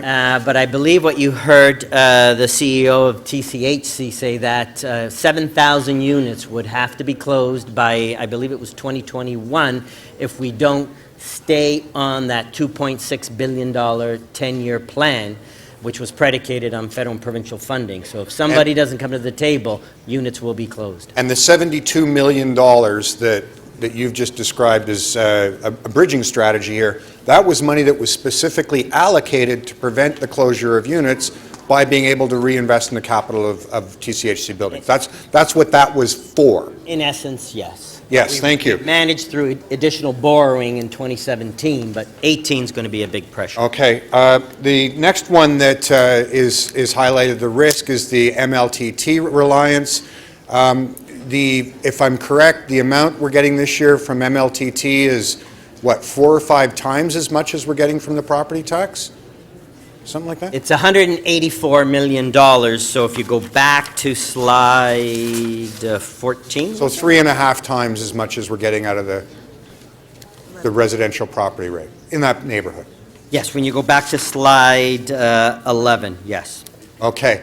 So between the fact that we're not contributing to the capital account that would make sure that we're not closing housing units starting next year, and the fact that we are relying to an enormous extent on the continued boom in the real estate market, would you say that this year's budget, for those two reasons, increases the amount of risk we have of running into severe problems in the near term over the amount of risk we had in last year's budget? I think as, through you, Madam Speaker, as Peter, as the city manager said, there is this increasing reliance on the real estate market. And as we, increase $184 million in MLTT revenues, that does increase your exposure and then consequently your risk of any downturn or even a flattening of those revenue sources to try to meet 2018 pressures. So I would say... So if I wanted to decrease the amount of risk that we're going to run into either some kind of fiscal crisis because of a change in the real estate market or because we were suddenly going to be faced with an extreme capital need that we haven't prepared for at Toronto Community Housing, increasing the property tax base would be a strategy for reducing that risk. Is that correct? That would be one of the tools available to council, but that's a policy decision. Thank you very much. Thank you. Councillor Davis, questions? Thank you, Speaker. Just to be clear, is accurate excuse me, I just want to have an accurate amount for what the average home in Toronto will see in terms of a tax increase. I saw $96 in your first presentation, and then I've heard $90. Could you just confirm? Through you, Madam Chair, so slide 44 of the deck that we handed out is $90. Okay, $90. All right. $90 per year. Yes, that's correct. Okay, thank you. This report highlights there were a number of policy changes that the provincial government has introduced that change what we can do here in Toronto, and I know that you're going to be reporting back on business tax capping and on the vacant unit rebate, but you have recommended some changes in this budget that reflect that additional flexibility. One of them is to increase the commercial tax increase at 1/2 the rate of residential. We also have the ability to increase at 1/2 the rate of residential instead of 1/3, which is what we have been doing on the industrial side as well. How much, if we introduced 1/2 the tax rate increase, how much money would be generated on the industrial side? Through you, Madam Speaker, that's about $460,000 a year. So 460. Thank you very much.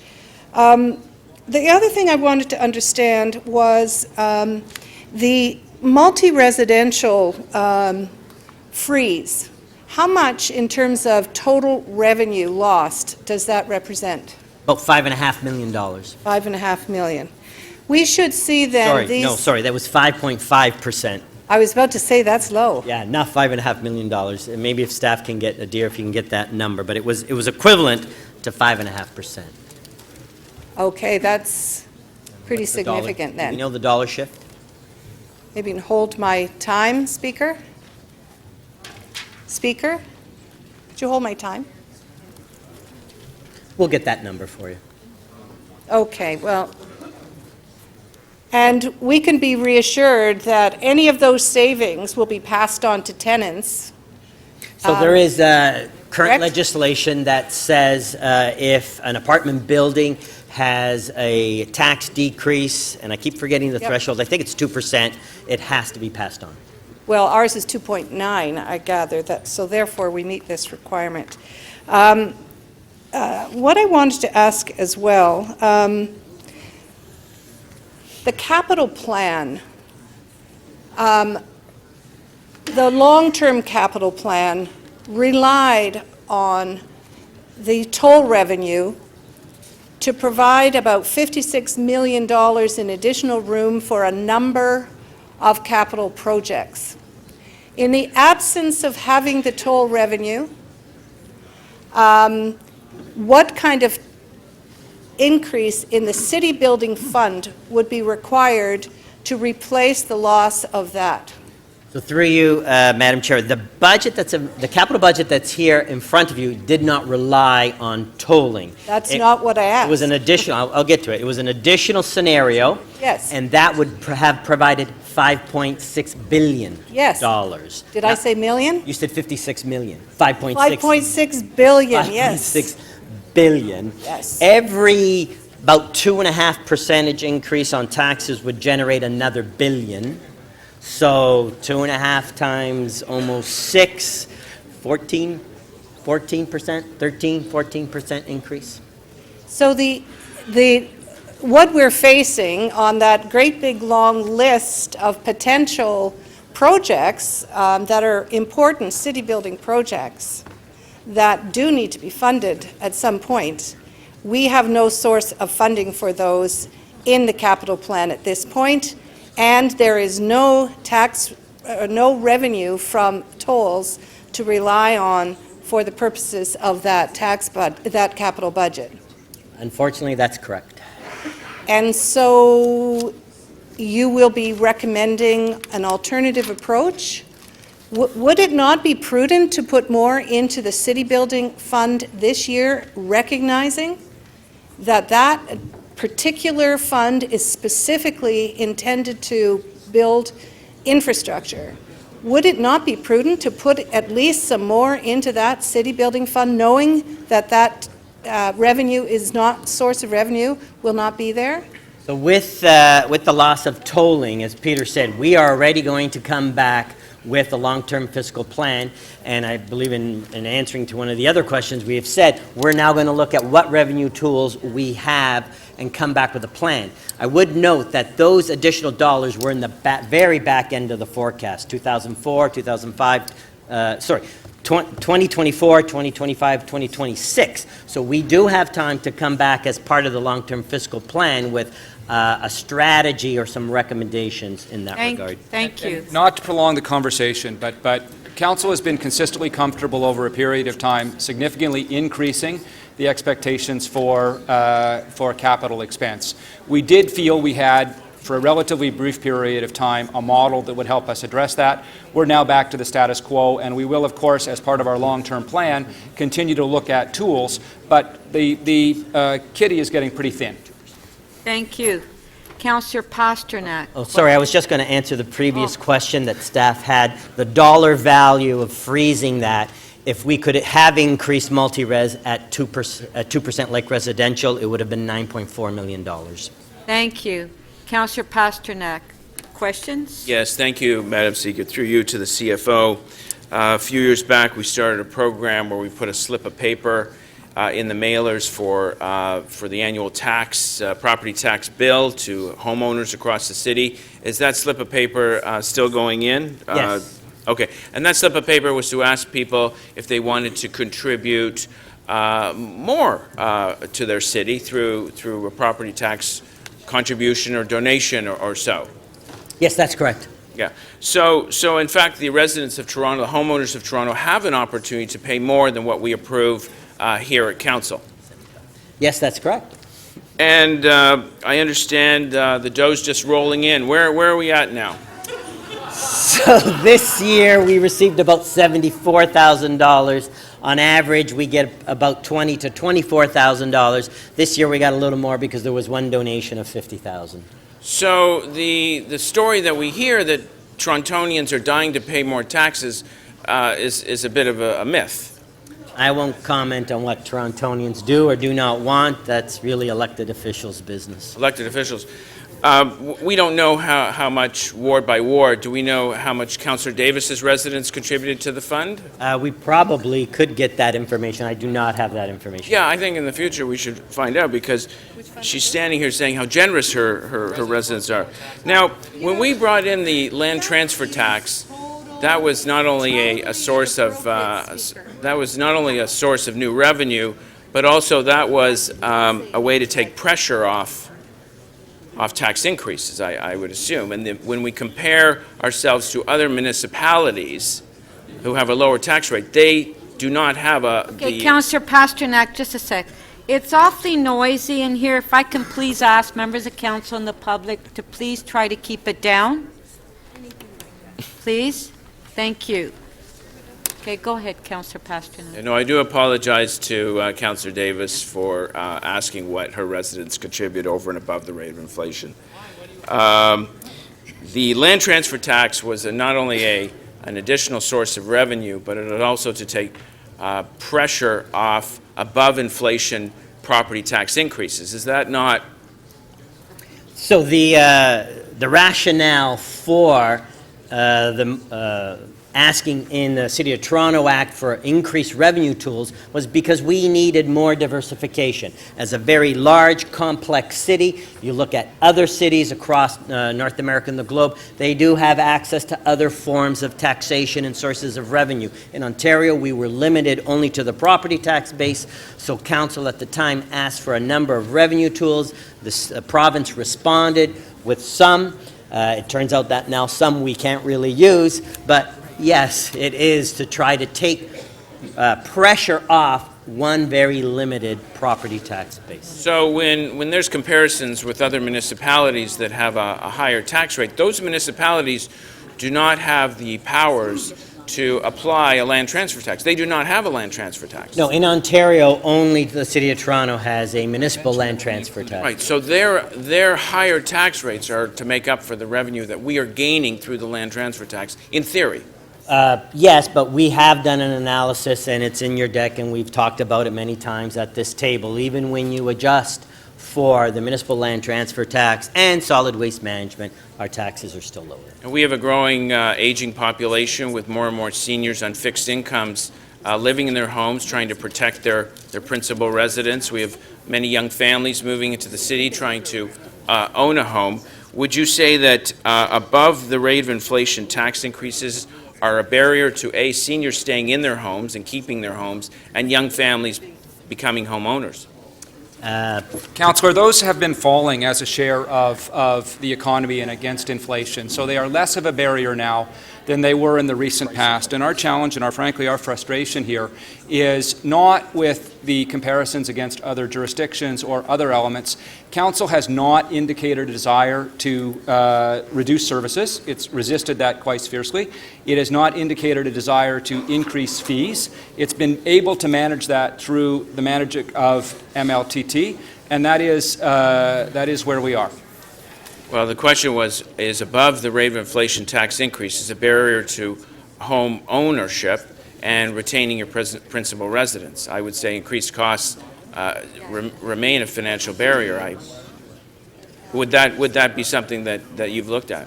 Yes, we have, and we do acknowledge, and we acknowledged in early responses to earlier questions, that those barriers need to be considered against what they were in the recent past. And overall, when we adjust for inflation, when we adjust for any reasonable measure, property taxes are down relative to what they have been in the past. That is something that City Council has been and stood proudly on. So the city, from a property tax perspective, is more affordable than it has been in the past. Okay, that was your last question. Thank you.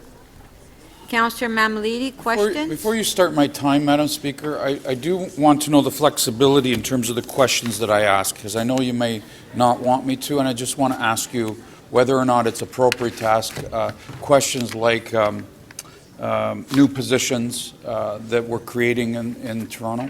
Well, right now... It's all reflective of the property tax. That's why I'm asking. Yeah. It's reflected on the property tax increase? We're at EX 22.1 now, which is the property tax rate. So Right, you can and ask- it's being increased for a reason, right? And much of it is increased because of the expenditures that we're planning, right? So can I ask the questions about those expenditures with respect to the rates? People need to know why their property taxes are going up. Well, it was part of the presentation. Will you allow me but- the flexibility to ask those questions in 5 minutes? Yeah, it's part of the presentation. All right, so you will. So why don't I start your time? All right. Okay. Then my first question is, we're asking in this budget for a number of different new temporary positions to be established. Clerk's Department, Public Health, that's 17 new positions. Planning Department, 9 new positions. Facility Real Estate, 6 positions. Development Department, 17 new positions. Legal, 13.5 new positions. And then temporary in Child Services, another 4 positions. Why do we need these positions to be another expense and driving up our Through you, property taxes? Through you, Madam Speaker, like many municipalities, we face pressures and demands for better service or improved service or meeting service levels, so we literally have to shrink and grow at the same time. On net, the City of Toronto this year will actually be reducing by 348 positions. Yes, there are some reinvestments in some areas that require additional service or additional resources, but on net, those reductions more than offset by a big number the increases. So much so that on the base, we're actually shrinking by almost 520 positions. Well, how many positions did we intake last year? I mean, we added a whole slew. I believe those new positions added up to be about 44, 45 new middle managers. Am I right about that or no? I do not have that number in front of me in terms of how much was management. Staff can check for the 216 Can we get budget. that, please? Can we get those numbers? Well, they can get that number for I'd later appreciate on when we do the operating. I'd also like to know. I asked that question. And the reason I ask this is because I've asked staff through email and nobody's responded to me. We bought a couple of ping pong tables for about $10,000. Councillor Mammoliti, you're getting into the operating and capital, but right now we're just at the rate. So can you just keep your questions to I'd asked earlier. the tax rate, which is the presentation that the city manager made? That was my question, is that because because we want to spend this money, we're asking for a tax increase. So I think that the taxpayer should have an explanation as to why we're paying $10,000 for ping pong tables. The city manager, when he made his presentation, which you have the presentation on your desk, right? Just the clarification as to why we're spending So, $10,000. city manager I can get one explained- for $400 at Canadian Tire. Okay, the city manager explained when he made his presentation the reason for the tax rate. So ask questions on that, please, Councillor Mammoliti. So, okay, does the tax rate include the expenditures that we want to spend for ping pong tables? Oh, Councillor Mammoliti, that... The operating budget and the resulting tax rate contains all expenditures of an ongoing nature to support the recreation and culture program. So when we get to the why is it operating so budget, you expensive? can ask those questions, Councillor Mammoliti. Why is it so expensive for our property tax payer on a $10,000? Is it Why is it? So I'm actually happy to answer the Okay. question. And Why is it? And Okay, Councillor Mammoliti, please, on the tax rate only, those are the Tax questions. rates are going up Yep. because of these Councillor expenditures. Mammoliti, we're not at the operating, but you can ask those questions later. But I did raise, and I'm happy to answer the question in broad terms. The focus on expense control has been very, very substantial through this budget. The people who report to me were actually able to deliver in all respects savings that either consistent with policy directions from the city, met the 2.6 or provided options to achieve the minus 2.6. That job will never be done, frankly and honestly. We will need to continue to look for savings, look for efficiencies. We take that with extreme seriousness find as a out. city. And Councillor, if you have areas which frankly I am unaware of, and I'm surprised that you have not received answers to those, if you have areas of specific concern, that will be novel, because Hey, can you frankly, find out- what I hear from councillors, including many of you, is a persistent suggestions for increased expenditure. Hardly ever do I hear examples of decreased expenditure. So So if can you you find find- there are specific examples, I encourage you to Can bring you them to find my out- Can you just find attention. out why we're paying so much for? And frankly, we will act on them with extreme diligence, as we have consistently over a period of time. That was your last question. Councillor Burnside. Questions to the tax rate. Thank you. Thank you. I do understand. Yeah, the thank concept. you. Thank you. Through you to the CFO, primarily about the tax, well, actually about the tax rate. If you wanted to deliver the same services in all municipalities, would it not make sense that municipalities with higher priced properties on average would have a lower tax rate than municipalities with lower priced properties? As a straight mathematical function of tax rate, yes, but we were Thank you. showing average taxes for average valued properties with. Well, no, each don't worry, I'm coming to municipality. that, but I just want to get through my questions. Thank you. What are Toronto's property values average compared to other GTA municipalities? So this year's average is $587,000. I don't have the increase, I don't have the average value, ours compared to others, but I know that we're no longer the highest. We were at one time the highest in the GTA, but we are no longer the highest average. Well, you may have King Township, but I'm talking about Yeah. when the real estate people came in, they showed about a 40% difference in the average value between Toronto and other municipalities. Those were new sales, but when you look at what the average valued property pays in taxes within each municipality, the average is the average. It really doesn't matter that our average is higher or lower than King Township, respectfully. Okay, so when answering Councillor Cressy's question about property tax rate, did you include the MLTT, the solid waste, and I know there's a slide on it, and the difference in property values compared to other municipalities? So the answer to the first question, yes, we have provided on slide 105 and 106 a municipal comparison that on 105, just taxes, including solid waste management and MLTT, and then on slide 106, we've also included water charges. And again, with respect to the average, it doesn't matter that our average value is higher or lower versus another municipality. This is comparing the average within each municipality. It's actually a median, but it's close enough. Okay, and then in terms of, what percentage of properties in Toronto are condominiums? 40%. What's the percentage in other municipalities? I don't have that number. We don't have access to that information, but I would, absolutely agree, because the point that you're getting at, is this number higher in Toronto than the rest of the GTA? Yeah, probably. Right. And so the average condominium price, by your own data, is $369,000, which is substantially lower than the average home prices, correct? $379,000 and 40% of all our properties are condominiums, and that's what makes up the composition of our tax base. Right. So our tax base is different than other municipalities' tax base, correct? Sure. Thank you. So if you are looking at averages, when you have a 40% of your tax base is from a lower valued properties compared to your higher valued properties, that whole average comes down. It brings the average down, correct? So the average taxes paid would be disproportionately low compared to municipalities with fewer condominiums. It's still the average, though. That's what I'm getting at. It's still the average, yes. If you have more lower-priced homes, then your average is going to be lower. But what does that average property pay?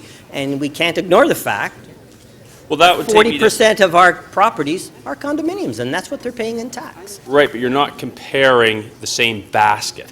When you actually compare your basket, you're looking at if you want to compare two-story homes, you compare two-story homes. What's that person paying across jurisdictions? If you want to compare average taxes on particular home types, fine, but we haven't done that analysis. What we were looking at, what is the average residential value in each municipality, and what do they pay in taxes? If you want to look at what a single-family home pays here versus in other municipalities, we can do that analysis. I don't have those numbers. When you're judging the tax burden on an individual, would you not look at that same class of home across? I would look at what every property pays, not just one particular property class. I think as well that, and I do find this challenging, I do in many respects regret the emphasis that has been placed on these comparative charts over a period of time, because they reflect two things. They reflect some confusion about tax rate versus averages and a variety of other things. The composition of the taxpayers is also very different.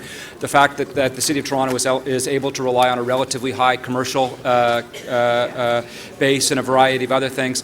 But I think of most importantly from my perspective is that there are also very different service mixes, and the City of Toronto does have to cover a variety of services that other jurisdictions do not. We, for example, provide a very high level of subsidy, not a high level of subsidy, wrong way, but we carry some of the cost of the TTC, we carry some of the costs of social housing and other things that are not borne to the same extent by other municipalities. So it's a combination of both the taxpayer but also the unique service burdens associated with the city. Absolutely. Can I have one last question? That was your last question. Sorry. Sorry. Okay. Councillor Palacio. Thank you, Speaker. I'm going to continue with the line of questioning of Councillor Burnside, and the first one is with regards to the market value assessment.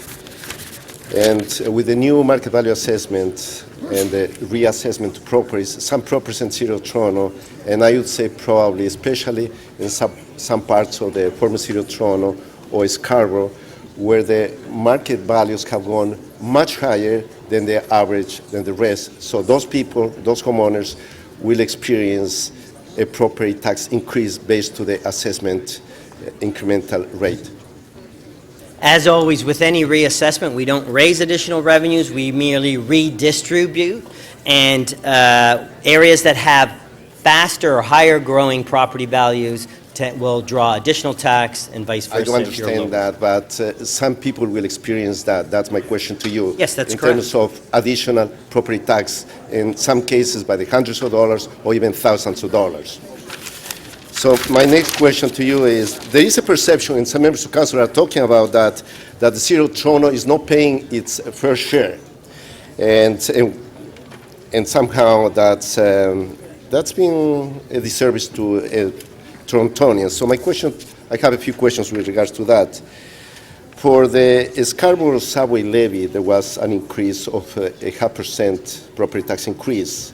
That was for how many years? 3 years. 3 years, and that would be... Actually, 1.6%. So that would be 1.6%. Yes. Now, another 0.5% levy has been implemented by council, and that's for transit, for housing. When that's fully implemented, what would be the total increase within those 5 years? So the impact of the proposed city building fund approved in this budget is 0.5 point, and that's $14. And the plan would be to do that. Percentage. It's 0.5 point. So that would be 2.5%. 2.5% over 5 years, $14. So plus 1.6% for the subway. Yes, that's already included in the base. So all of that's about 4.1% increase. That's correct. Thank you. Now, there are other aspects in terms of Other increases with the Toronto Water rate increase, the reduction of the waste rebates, increase in user fees, increase in other charges like for recovery costs, the property tax increase that's been proposed at 2%. And so it would be fair to say that living in the city of Toronto is much more expensive than other municipalities across the GTA or other regions. No, I would not say that. I don't have the information to You would say No, I would not say that. Look, that living in Toronto is much cheaper than living in Ajax. you're talking about the cost of municipal services. Is cost of living, literally speaking. Yes, when the cost, people with the have to price pay of property housing, yes. taxes. But if you're talking about the cost of... No, I'm talking sorry about if I the real- misunderstood your question. The cost of municipal services, we have shown, are very competitive in the city of Toronto. But in terms of affordability for people, the real people who have to pay property taxes, charges, and all of these.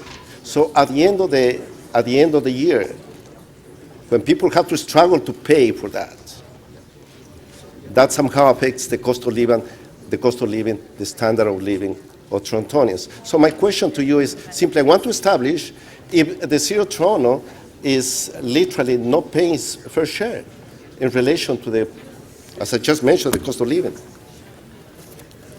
I have never said that. Okay. I will leave what is fair Okay, that's. in council's hands. Let me change the tone to something else in terms of the municipal or the MLTT, and that's on page 11 of your presentation. What's the forecasted MLTT growth for 2017, the total amount? We have pegged the base budget of the MLTT at 2016 actuals, so we have $716 million in the budget. Okay, it seems that there is a tremendous appetite that to further increase the MLTT rate. What's your advice on that, especially if the housing market goes flat? I'm just trying to be practical in terms of moving forward, because that's one of the strong revenues that we have. In the revenue tools report that we brought to council as part of the long-term fiscal plan, there was an option there at council's discretion to harmonize the current municipal tax rates for the MLTT with the provincial ones, and those have been included in this budget, and that raises about $77 million. 77, harmonizing of the rates only. We also have made an increase of our first-time home buyers, which actually cost about $9 million. That was your last question. The question was, Yeah. if the market goes flat, then what? What are the... Well, yes, So I think we should parse the question, and it's an appropriate question, but the answer is twofold. If the market stays flat, we're actually completely fine. If the market stays flat, then it performs exactly as it did in the last year. We're fine. This year's budget, though, benefits not from a flat market. It benefits from an enormous expansion in the market and a significant impact. We're able to balance the 2017 budget relative to 2016 on two factors that were not in existence when we planned 2016. A very substantial $100 million increase in the base of the tax, and then a $70-odd million tax increase associated with those. If there are factors that either this council rejects the tax increase proposed by Budget Committee and Executive Committee, or if the housing market, the real estate market, performs less strongly, and in fact either price or volume terms, there is no safety net at this point in time. And we would be challenged in order to meet those, and council has historically been reluctant to lower service levels at budget time, let alone in year. We would be challenged in terms of those. So that would combine potentially with some of the other factors that we've identified, including the deferrals. Okay, thank you. Councillor Holliday, questions? Thank you, Speaker. Through you to the City Manager, I wondered if you could provide any practical advice or suggestion. And I take your point about the risk associated with the municipal land transfer tax. I think the briefing note said that the volume of transactions is going down, the price is going up, but it is a volatile source of income because it relies on so many external factors. And I'll put to you that we have a range of services in the city. We have things that people might call core or traditional or things that are required in legislation. Simple things like looking after parks, snow plowing, paving roads. And we have this large spectrum, and you go down to the other end of the spectrum where it's things that are established based on council policy decisions or discretionary spends or things that we thought was a good idea. Something like funding daycare seats fully by the city as opposed to a facility in the province, or the student nutrition program. And I guess my question is, do you have any advice on how we could architect or change our policies or methods to ensure that the services that are at the discretionary end are revisited when there's volatility in those income sources, and the core services are closely aligned and associated with those fixed, stable revenue sources like a property tax? So I think it's important to observe, and I very much appreciate the question. And council has traditionally been reluctant to reduce the level of services over a period of time. We can, of course, look at those services that are optional relative to legislation and a variety of other things. In many respects, and I think the earlier core services reviews and other things indicated that there's actually, frankly, not that much that is truly optional from a legal or broader perspective, but we can obviously look at that. We can obviously look at service levels, but I would observe that there has been a substantial reluctance by council to even accept from time to time the relatively modest proposals put forward by city staff in good faith that we feel as city staff respect service levels. There's a conversation about actually, overriding that and potentially increasing those. So frankly, it's not that easy to offer advice with respect to your question about how we might relatively easily and painlessly reduce the fiscal footprint of the city. There has been an enormous tendency, and it's essentially static over a period of time.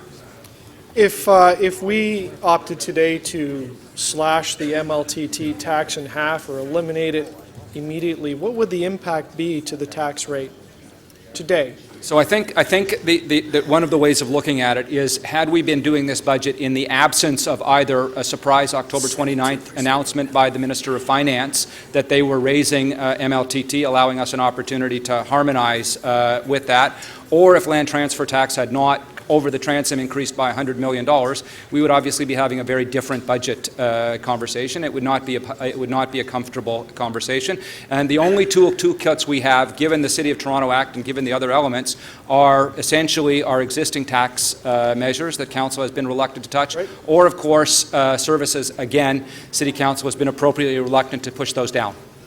If I asked you to phase out the municipal land transfer tax over 15 years, what would be the percentage increase year over year on the average property taxpayer? Through you, Madam Chair. So right now, to replace $716 million with the tax levy, that's over a 25% tax increase. 25. So let's say I said over 25 years, simple math, 1%. Okay, thank you. That's very, very helpful. Thank you. Councillor Thompson, questions? Thank you very much, Speaker. Through you to the city manager, what was the property tax rate of 2016?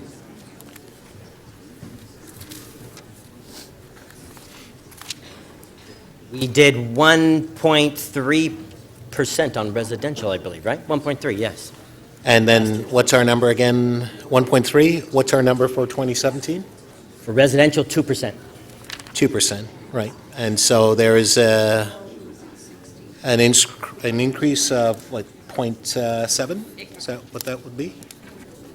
I mean, this year's increase is 0.7 higher than last year's increase. Right. And so the determination with respect to arriving at the rates, how do we do that? How's the rates arrived at? It's a function of our assessment base and the growth in that, plus the expenditure plans, the budget that's approved by council. Right. And so I would submit to you that there is a fundamental I guess, based on the question that's being asked by members of council, there are those who are, and about the rates, there are those who are saying we should have higher rates, and those who are saying that the rates that are being proposed is appropriate. Is that your sense of the questioning that's coming to you? Councillor Thompson, hold on, I'm going to put your time on hold. I agree, it's loud. Okay, members of council and the public, please, and staff, it's awfully noisy in the council chambers.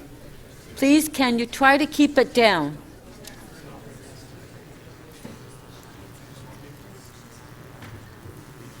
Thank you. Through you, Madam Chair, that's the sense I'm getting. Right, okay. And so, with respect to the rate that's being proposed, that we're hopefully going to approve here today, what is the impact on the level of services that are being offered or being proposed for the 2017 budget?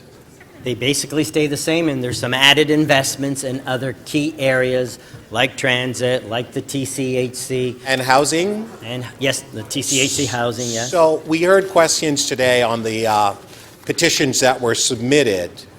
Would I be correct then that the rate that's being proposed actually has a positive impact on those very things that people are applauding here today with respect to transit, housing, and also their jobs?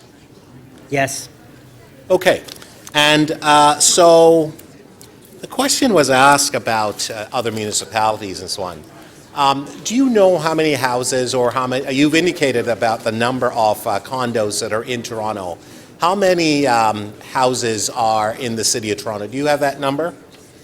It makes up about 38% of our properties, 288,000 single detached units. Right. So I draw your attention to slide 39. Slide 39, multi-residential. How many multi-residential properties, that is apartment units, exist in the city of Toronto? Is it a 60-40 split, do you think? I'd have to get that. How many multi-res properties All right, so my point, I don't have though, that off the top of my my point head, sorry. that I'm trying to get at, would there be a, sorry, do you have an answer? We have 5,000 multi-residential properties. Right. That's And- not units. No, okay, that's fine. Okay, so in the budget documents that you're presenting us today, slide 39, multi-residential residents, it says 0.00 on this particular slide. It says for commercial it's 1%, industrial at 0.67, residential property is 2%. Can you help me to understand the rationale with respect to the zero on the multi-residential, what that impact means? Does that mean that people will see a reduction in their property taxes if you live in a multi-residential? So many will see an actual reduction. Yes. There was a new regulation brought in through the province that no property tax increases are allowed to be transmitted to multi-residential apartments. So the whole class as a whole has to have the same amount of taxes as it did this year versus last year. And that would mean that many will experience a tax decrease. And just my last question, what is the rate of inflation at this point? 2%. 2%, which is the taxes that we're actually looking at. Yes, it is. is. Okay, thank you. Thank you. Councillor Campbell. Thank you, Madam Speaker. To Mr. Rossini, on slide 105, again, and I know the city manager doesn't like to look at these changes because, of course, we have different services. We have, we have the TTC, we have a subway. Mississauga doesn't have a subway, All right, however, you've put the average MLTT rate at $3.96. That's based on how many households? No, so how it is done is taking that money and putting it on the tax levy, and then what that would translate into a tax increase. What's the denominator? How many households? We have 752,000 residential units. So if you have $653 million from the land transfer tax, and you divide that by 396. Yes, but what you're missing is not the entire 716 would go on the residential tax base. We have a commercial tax base, we have an industrial tax base, it gets shared. And so we've done a proper That's tax the number. calculation. So, do we have demographic data on the profiles of our taxpayers? Yes, we do. Planning has lots of data. We have some information. So do we know, would we have a percentage as to how many are seniors on fixed incomes? So I would leave someone who is a specialist in census data to answer that question. Would the answer, we probably do if we need it. So we probably do have that information if necessary. Yes, I don't have it. So at we my would know the impact. If as many are calling for an increase in property taxes, we would be able to ascertain fairly quickly what that impact would be.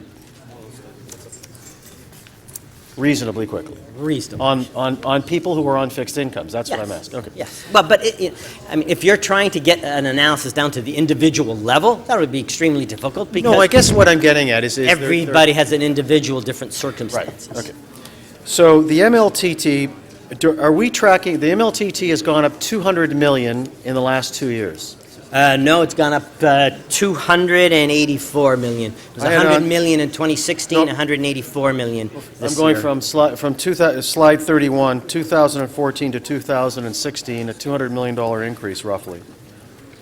I'm going budget to budget. Okay. We had a $100 million increase. It's slide 30 something. 'Cause I was just looking at it.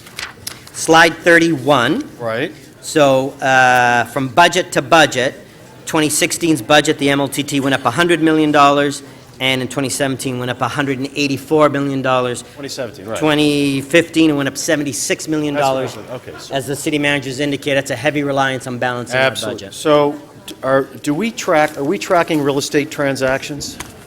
Yeah, so what we get... My understanding, I've heard recently that transactions are slipping. No, actually, January's totals were up about 13% in January 2017 over January 2016. I just saw that data. Sorry, Councillor Campbell, I'm going to put your time on hold. It is getting awfully noisy in the council chambers. To the public, to members of council, staff. Okay, thank you, Madam Speaker.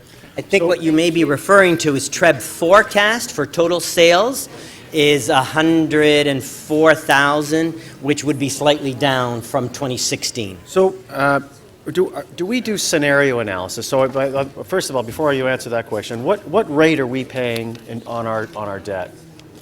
Well, it varies. It varies, but it's generally what? So right now, if we went out on a 30-year issue, because I was looking at it this morning, it would be 3.75%.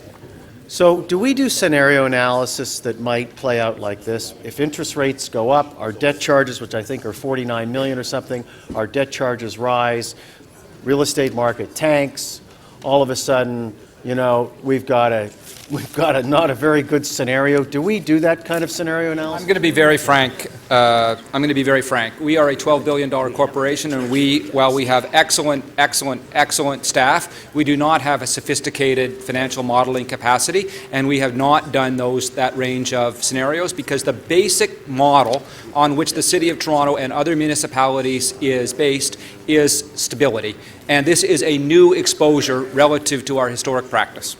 So is it possible that we might have to adjust in year were a change like that to occur?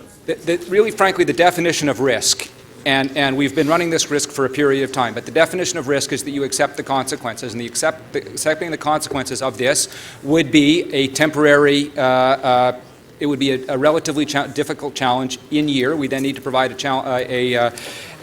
policy that fixes that in the course of the subsequent fiscal year. It brings us back to balance if that were to happen. And in the unlikely scenario, we would have a water landing. It would be a challenging element, and the only two elements that are available to it are the existing revenue suite, unless the province or somebody else were to grant us new tools, and the existing expense management. Thank you. Councillor Kelly, questions? Thank you, Speaker. To the city manager, if the tax rate is approved, that's, I think, 2%, the headlines in the traditional media will read 2% increase, and most single-family homeowners will think that their taxes have automatically increased by 2%. But I thought we have a system that says if if the increase in value of your property is less than, I don't know, the average or the median, you actually get a reduction. Is that correct? So the tax rate, through you, Madam Speaker, the tax rate paid by all residential properties, whether you're a condo or a single-family home, is the same, and that tax rate effectively will increase 2% because of the budget. What you're referring to, Councillor, is what happens to individual properties because of the reassessment. If your property is increasing faster than the citywide average, you will tend to get a tax increase because of the reassessment. If your property is increasing at a rate lower than the average, you will get a tax decrease, and the residential average market value change is in 2017 is 7%. So there are a number of homeowners out there that will actually see a tax decrease. Yes, that's correct. And do we have a percentage of the homeowners that could Dear, experience? I do believe we have that number. I don't know if we have it right in front of us. Percentage of residential properties that will experience a CVA increase and a CVA decrease. We can get that information.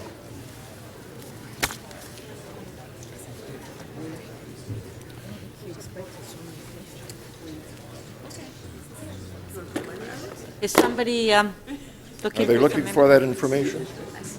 Dear, are you looking for that? Yeah, we're looking for that. Do they have a rough We'll estimate? get that back. Okay, I'll put the time, your time on I don't hold. want to guess. Okay.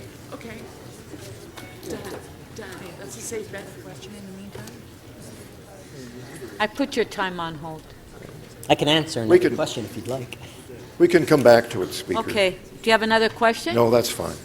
Oh, okay. That's why. Councillor Perruzza, questions on the tax rate? Thank you very much, Speaker. Speaker, I've just been listening to everybody. Everybody keeps saying 2%, 2%, 2% by way of a property tax increase for the residential sector. But on page 8 of your report, the top row, it says that the residential property tax increase is actually going to be 3.29%. Is that in fact the case? Sorry, if you're referring to page 8 is our total taxes. So while our residential tax rate would increase by 2% in 2017, as pointed out on slide 30-something, hang on, I'll get that. It's actually 39, it's 1. So I got the slide, I got the report, and on both pages it says 3.29% tax percent increase Right. for the residential sector. Right, so I'll do- anything below 7 units, Yes. residential, is 3.29%, So let me explain on slide No, 40. no, I understand how we get there. I just want to dispel the fallacy that it's Counselor- 2%. Councillor Perruzza, your question. That's the question.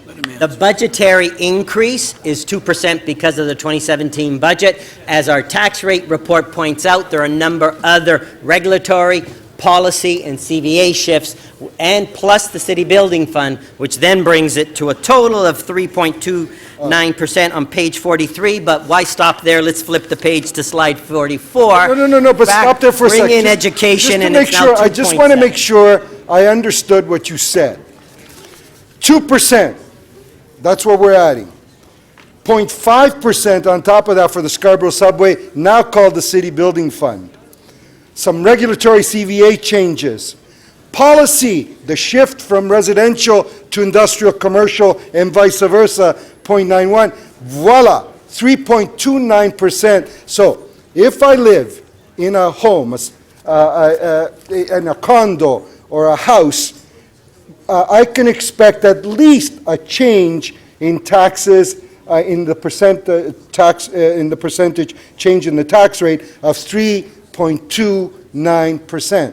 It says so in your report. Yes, on Councilor Perruzza, what is your question That's to the question. staff? I just want confirmation that I got it right. Get slide 44. Through you, Madam Chair, yes, on the municipal side, 3.2%.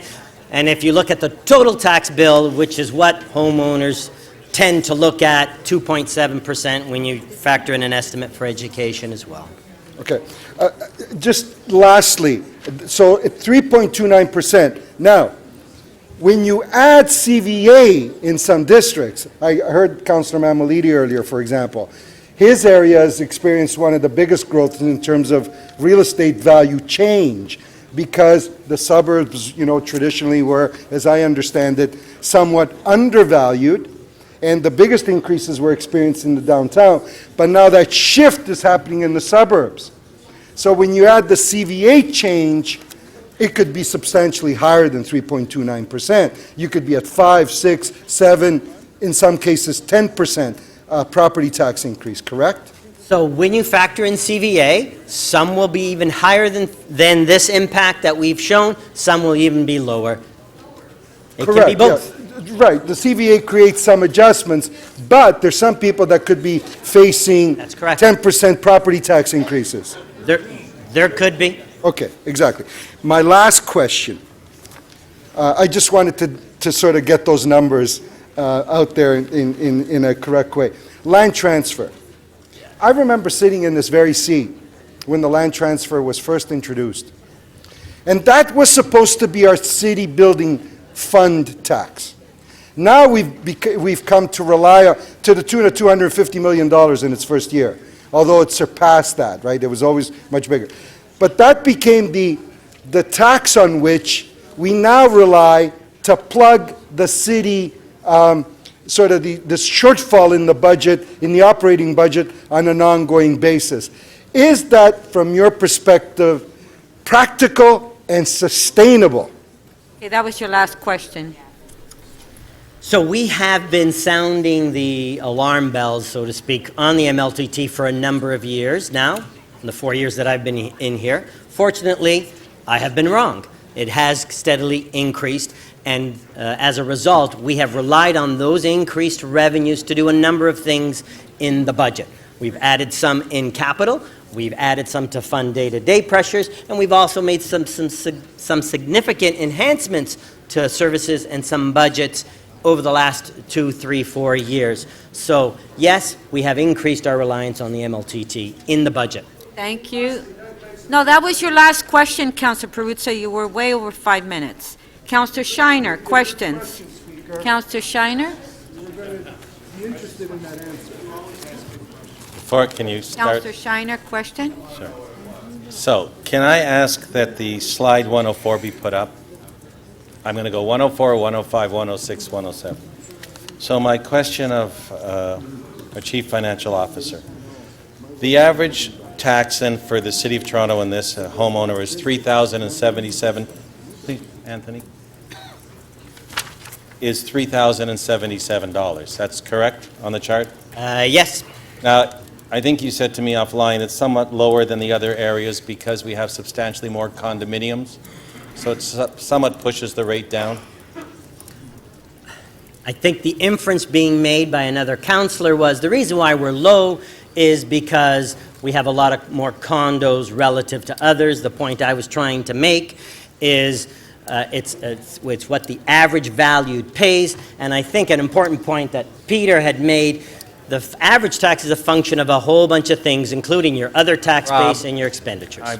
Please, if you can give them to me shorter than longer. I'm the politician, so I usually extend them. Come on, man. I love you, Rob, but I love you too. I'm just trying to get my through family, this. though. So it's now I go to page 105. No answer.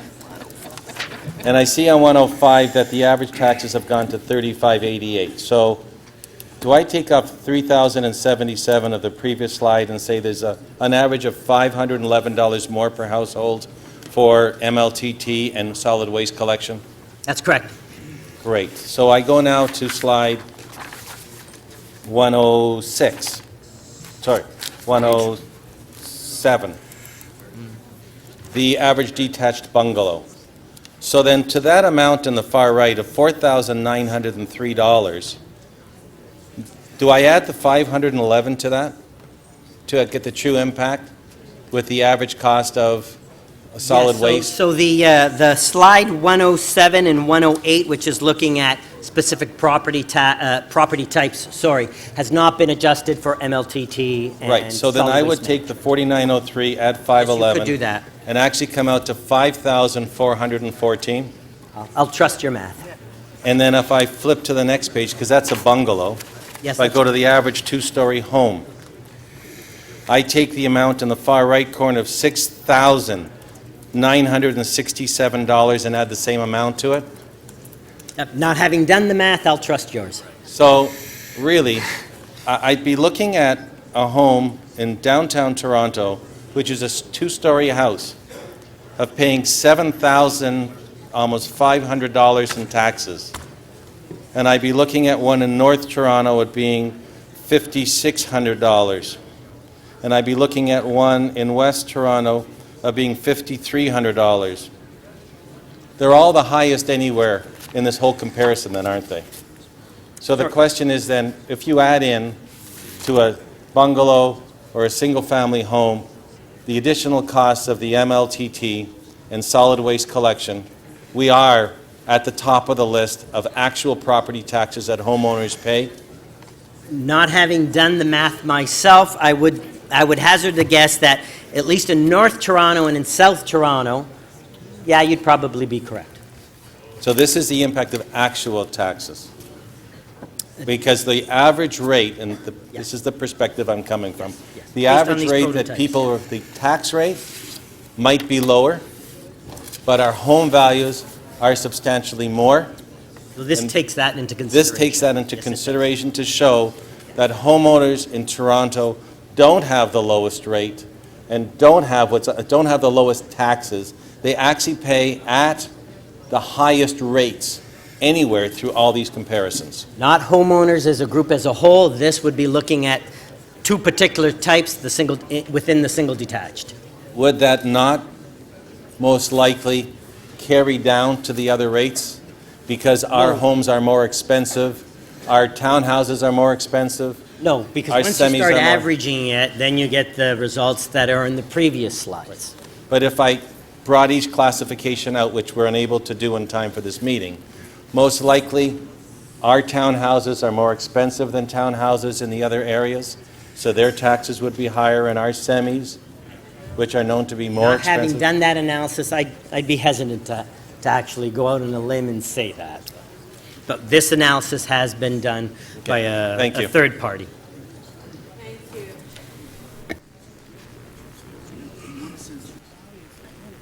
Councillor Fletcher, questions? Thank you.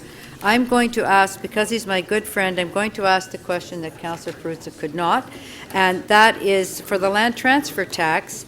How much does the province of Ontario collect in the City of Toronto? What's that amount? Unfortunately, Councillor, through you, Madam Chair, I don't have that number. You get that number? In the past, it would be slightly more than what we would have collected, because in a couple spots, they had higher Not rates. get that number, or you don't have that? I don't know if I can get that today, but You can get that number? Yes, It'll be eventually I can. available, so thank you. I'll get that. First question is the 2.6% reduction. Just remind me, how much was that worth in reduction? so if Dollar everybody had met that guideline, 106 million, I believe? If they'd all met it, and what was it in actuality? Guideline was 106. Pardon me? So that was the number that was Yes. met? Yes. And then how much was added back in through the Budget Committee and Executive in dollars? So 30 million, I believe, at Budget Committee on a gross basis, and a couple million at exec, so say 32 million. 32 million? Yes. And what was the value of the enhancements that were entered into? So Part of the 30? 74 million if you include the TCHC, 42 million if you don't include the TCHC city divisions only.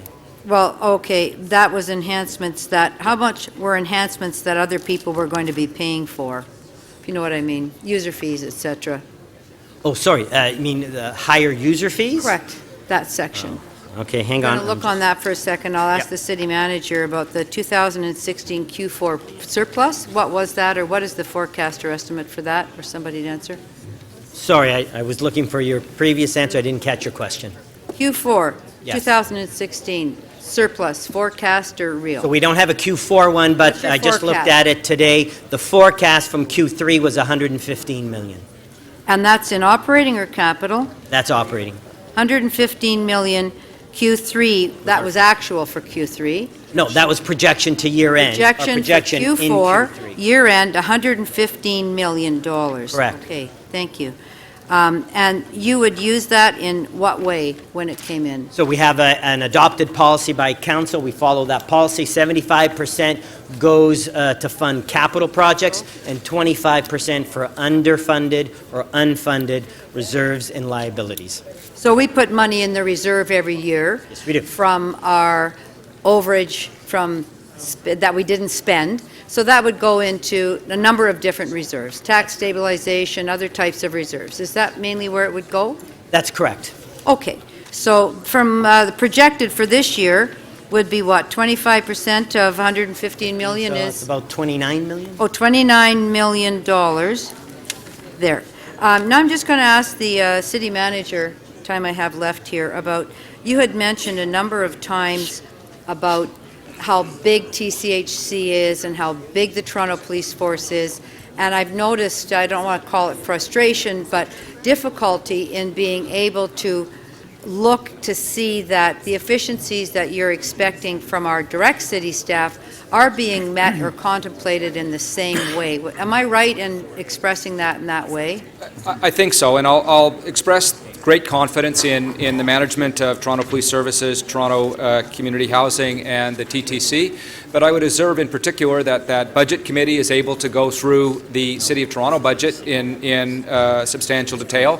That is not an exercise that is maintained on behalf of Council by Budget Committee for those decisions. They are by and large delegated to the boards. The other thing that's very important is that those organizations have built up very significant pressures that we're now beginning to meet. I understand. Those are risks. I'm not asking about the pressures. I'm also asking about in direct city staff, you have city managers and 3 different managers and your budget staff that can go directly with that staff. That same process doesn't exist with the large agencies. That's correct. And there is on page 7 of the handout or your slide deck from today shows the Toronto Police Services, including the board fees, 2016, 1,007, 17 forecast 1,007, and you had indicated that those are not yet the real numbers, that they will be lower. How much lower forecast is that number? We're expecting some grants, updating grants from the province. I believe it's $8 Worth? or so million, but we'll check. That's in there. What are Oh, they sorry, that's worth? in there now. That was your last question. That's in there Yeah. now. That wasn't indicated earlier. My mistake. I apologize. Thank you. Thank you. Sorry, Madam Speaker, to answer your first question, what was the user fee increase in 2017 budget? It's $22 million plus $29 million in TTC fares for a total of 51. Thank you. Councillor Crisanti, questions? Thank you, Madam Speaker. I think I want to bring clarity in terms of what the effective tax rate is that the average residential property will pay. And the discussion has been, as Councillor Perruzza very clearly identified, that around the 2%, correct? That's the effective tax rate? Yes? Through you, Madam Speaker, that is the average tax increase because of the budget. Because of the budget. Budget only. So that's on slide 39. When I flip over to slide 40, there's 2 charts on slide 40. One that says 3.29%. Yes. Another one that says 2.42%. Can you explain both of these rates, Yes. please, and Yes. what it means to the homeowner in terms of what they pay? Right. So the 3.29% on the left is what is going to happen along the lines of Councillor Perruzza's line of questioning, is the total tax impact of 3 things that are happening. Basically, the budget, 2%, the city building fund, 0.5 point, plus all the policy, regulatory, and CVA changes. That's 3.2%, 3.29%. Total taxes is the 2.42%, because commercial, industrial, and multi-res, which form a significant part of our tax base, have increases which are much lower. So to my budget, to our budget, the total tax increase is 2.42%. So one is total taxes, one is just residential taxes. All right, thank you, but what does that mean to the average homeowner? So to the average homeowner, the best thing to look at would be slide 44. Slide 44 says that 3.29% for municipal taxes is $90 on average, plus we factored in about a 1% increase for education, so the total is about a $100 increase, 2.7% for the average homeowner residential taxes in the City of Toronto. Total taxes, all in, municipal and education. All right, so the total tax increase to the average homeowner effectively is 2.7%. That's correct. Not the 2%, not the 2.4, or the 3.29. That's correct. You see the 3.29 on that page. Right. Municipal line, 3.29. Education, we're estimating about 1%. That's just draft because we don't have the education tax rates yet. That's what happened last year. Total all in 2.7. Good. Thank you for that clarification. Thank you, Madam Speaker. Thank you. Councillor Layton? Thank you very much, Madam Speaker. I'd like to ask some questions about the bridging strategy. Last year, you're just deciding who's going to do it? Oh, you pulled the short straw. I'm so sorry. I'm so sorry. We were debating whether that question should be asked in the next part, but that's okay. I have a question specific to the city manager after this. But on the bridging strategy, how much are we depending on this year in the bridging strategy? 88 million. 88 that is million. slide. I can't find. Oh, sorry, 89 million. Slide 30. 89 million. And what was last year's bridging strategy? So last year we were at 38 million, but that did not include TCHC and both the debenture and the capital. This year, over the last couple of years, we've been bringing the TCHC in closer. So last year's 38 is not comparable to this year's 89 because you would need to add the 72 million. Because of the 72. So that's roughly 110 in 2016. Correct. So it is down on a comparable apples-to-apples basis. On a comparable basis. Can we assume that 86 million is going to appear as a pressure next year? Yes. Yeah, and what's the strategy to cover it next year? As on slide 31, no, not 31. I'm trying to think. I'm trying to find the forecast slide. Oh, sorry, there it is. Slide 46.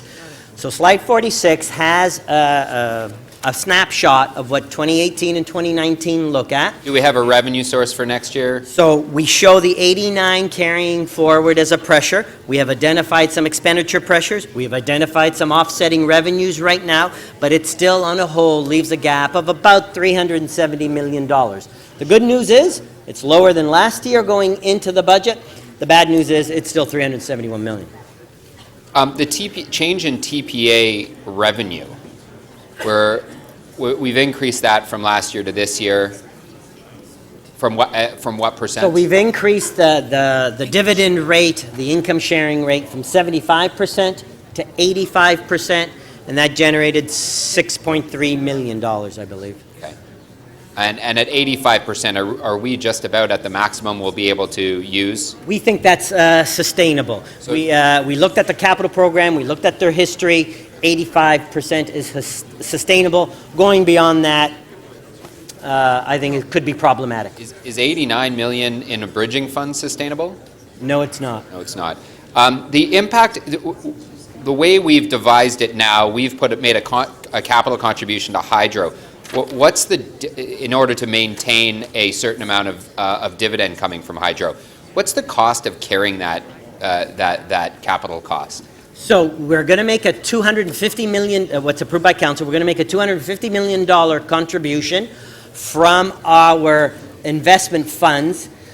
That will cost us about $5 million in lost investment earnings, but it will generate an additional $15 million in Toronto Hydro dividends. So in net, we're up $10 million. So, but there's not there won't be a cost for us carrying that on an annual basis? No. Okay, good. Did I get this correctly on the slide that there's 56 million at 1.4% tax increase and a 2% tax increase for user fees and other revenue for the city that would generate 46 million, but then in addition, the 2.3% increase to transit, that we're not double counting there? No, and those are set out on slide 11. Okay, on slide 11. So if we assume that it's a user fee that we have at the TTC, then in fact user fees and other revenues would be 4.3% of... Right, on slide 11 you see user fees and other city revenues have been grouped. It's 46 million. 22 million of that is user fees. Of that 46. Okay, so then the number... 22 million is user fees, so the number with user fees and transit is 51. Let's see, 51 million? 51, yes. 51 million. That's what we're increasing in user fees in this budget. Thank you. To the city manager, just very quickly, on the bridging strategy at executive, you said that we'd be better off taking on the problem, our budget problem head on, and that this could potentially bite us in the future. I'll quote that. I'll do my little air quotes there. Bite us at some point. What would be another approach to us addressing, or your preferred approach to addressing the 100 million or 80 million in the bridging strategy? That was your last question? It is a question. It's an important question, and one I appreciate. The majority of that actually relates to Toronto community housing. And again, I'll be frank, I will say that I'm not sure that I actually understand the full origins or application of those pressures. Those are pressures against our one-third, one-third, one-third plan that does not have the added benefit of having support from other jurisdictions and has not worked out the way we planned it. So my preference, frankly, would be to go back, have the honest and direct dialogue with Toronto Community Housing, understand what the actual shortfall is, understanding how that relates to capital, operating, our bridging strategies, and understand what that true fiscal implication is on a going forward basis. It may be a larger number than what is contained in the presentation. It may in fact be a smaller number. I am quite uncomfortable with that overall package and our budget. I do not feel that we as a city staff have a good handle on that relationship or on the fiscal implications going forward. Thank you. Councillor DiGiorgio. Thank you, Madam Speaker. Mr. Rossini, mine is somewhat of a hypothetical situation that I'm going to ask you questions about. Let's assume we have an economic downturn and forget about the land transfer tax for a moment. Assume we just had a property tax base, the normal traditional property tax base, and we experience an economic downturn. What typically happens to the tax increases that we experience normal in a downturn? So, through you, Madam Speaker, two things. The tax base itself, the property assessment tax base, is very much insulated, not 100%, but pretty much insulated and does not go up or down. It doesn't have wide swings in revenues like sales taxes or income taxes or corporate taxes. So it's fairly stable even through economic downturns. Right.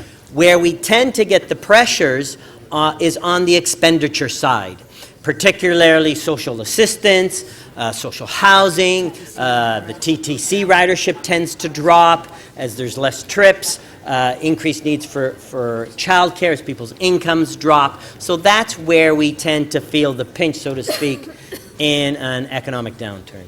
Okay, so in the context of the land transfer tax and some of the questions that I heard earlier, some people think that maybe there's an over-reliance on the land transfer tax and maybe we should be shifting some of the burden of the land transfer tax onto the property tax base.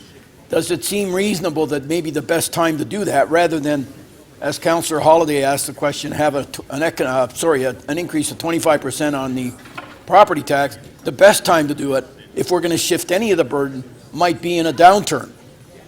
because the impact. Well, through you, Madam Speaker, in a downturn, you will be forced to do that because we have to maintain balanced budgets. Right. And I'm just thinking that might occur. I'm thinking it might actually occur. And we should acknowledge that this is a highly speculative conversation, and we don't actually have a good understanding, because the basis of municipal finance is essentially, as Rob said, revenue sources that you either have direct control over, user fees, or a property tax base that's insulated.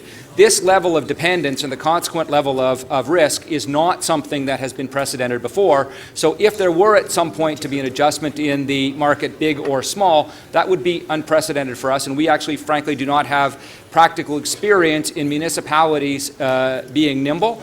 Senior governments have much experience. They, generally speaking, fall into deficit. Even if they deny they will fall into deficit, because they have a very hard time in the heat of the moment matching expenditures and revenue. That option's not available to the city. Yep. Thank you. Thank you. Councillor Perruzza, you want to make an announcement at this time? I do, Madam Speaker. I would like to simply draw to the attention of the council a fine group of young people that is visiting us here today. They come from many parts of the city of Toronto, many of them from the Jane Finch community, some of them from Weston, some of them from Scarborough. They come from all over, and they participate in what's called the Roots Cultural Foundation, a future leaders program. And these young people are put through a very, very rigorous program, essay writing and so on. So I would like to welcome here today. They're led by Mrs. Pamela Clark, wife of the creator of the program, Winston Clark, who is a pharmacist in my neighborhood, but far more than a pharmacist. He is a mentor of young people and has been doing so for many, many years. And I would like the council to simply recognize and welcome this fine group of young people to the chamber here today. And lastly, may I add to that, Speaker, is that we're having a reception in Committee Room 1, and all the members of council are welcome to meet and greet with these young people at the break at 12:30. Thank you very much. Thank you. Councillor Aljamari, questions? Yes, thank you. What programs do we have in place to help our residents remain in their homes, those residents who find it particularly challenging, who may live on fixed incomes, the disabled, etc.? Through you, Madam Chair. So we have a number of programs. We have a tax deferral and a tax cancellation program for low-income seniors and disabled persons. And we also have similar programs on the water rate side as well, run out of Toronto water budget. And can you confirm the figures for this year? Due to what I'm understanding from many councillors around this room is that due to the high rate of increase for the property values in Toronto, the price of the home has far outpaced anything that could be termed affordable. Have we kept pace with that? I would say yes, because we do adjust the property value threshold every year or every 2 years, and with this reassessment, we have increased it to, it was $850,000 last year. We've increased it, to $850,000, and it will eventually go to $975,000 by the end of this assessment cycle. So for 2019 and 2020, it'll be $975. For 2017 and 2018, it'll be $850 as we phase in the assessed values. And the amount of household income that would be equivalent to our forgiveness program, how much is that? So for the deferral programs, they are $50,000. And for the tax cancellation programs, if you recall, Council a couple years ago adopted automatic indexation, and they will be at $39,400 for 2017. $39,400 for a household income. Yeah, 39. For a home valued at $850,000 or less. Correct. And then, when the home in 2019 is valued at $975,000, it will be how much? Well, that number, 39,400, will get indexed every year based on the Toronto CPI, and that council has already approved.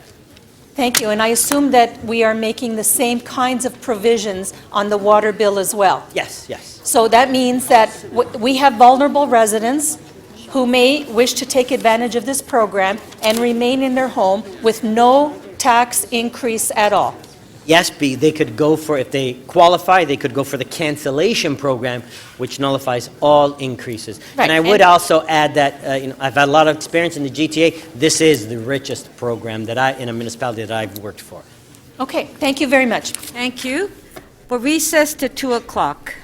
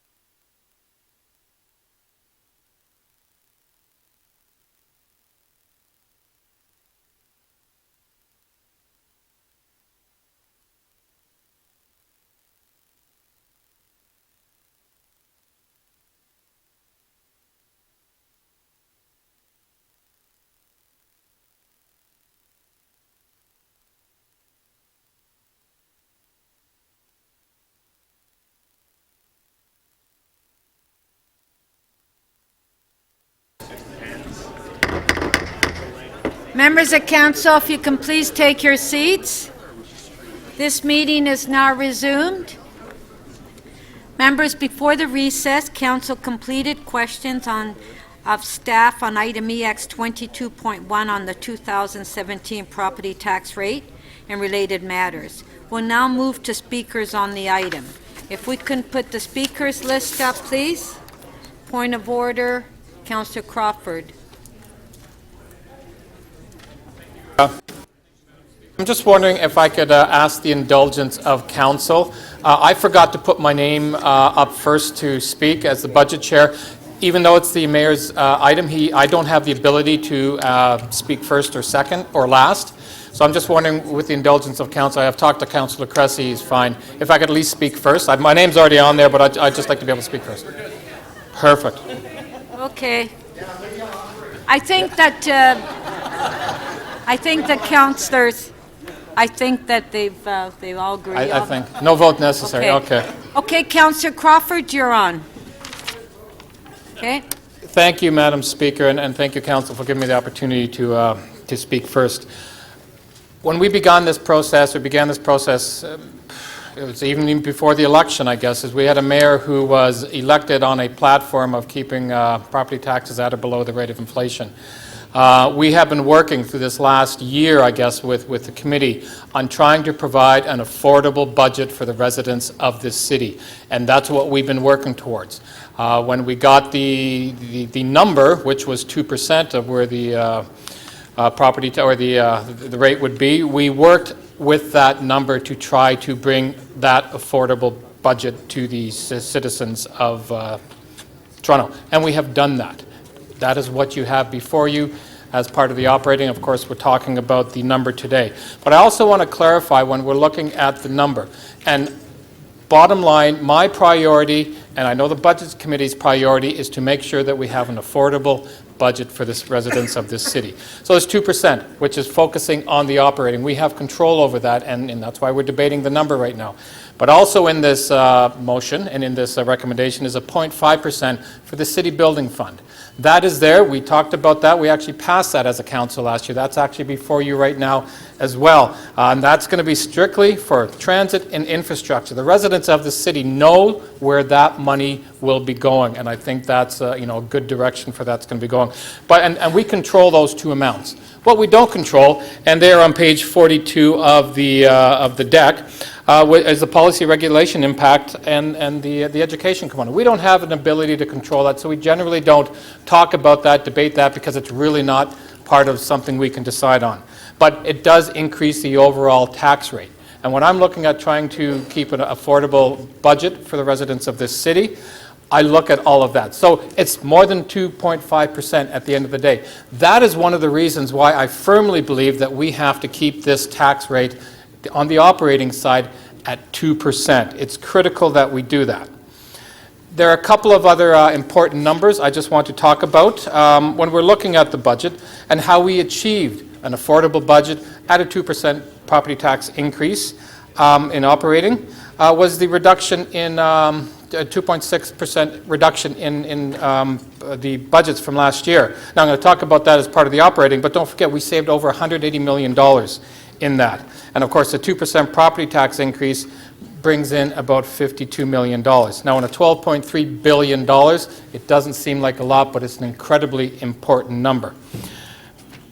What we have achieved with that budget, or with this budget, is before us. And I was part of the former administration, and we kept, or the administration and the mayor wanted to keep taxes as low as possible. That was also evident in the last administration. What was interesting, to be able to achieve the low property tax increases, there are incredibly major and serious service cuts. TTC is probably the best example of the kind of cuts to achieve that 2% property tax increase. A couple years ahead, you look at what you have before us. The same thing, 2% property tax increase on the operating. But look at, and that's a good thing from my perspective, and we're going to debate that, but look at what we've achieved in continuing to keep property taxes low. We're spending $80 million more in the TTC. We have new childcare subsidies.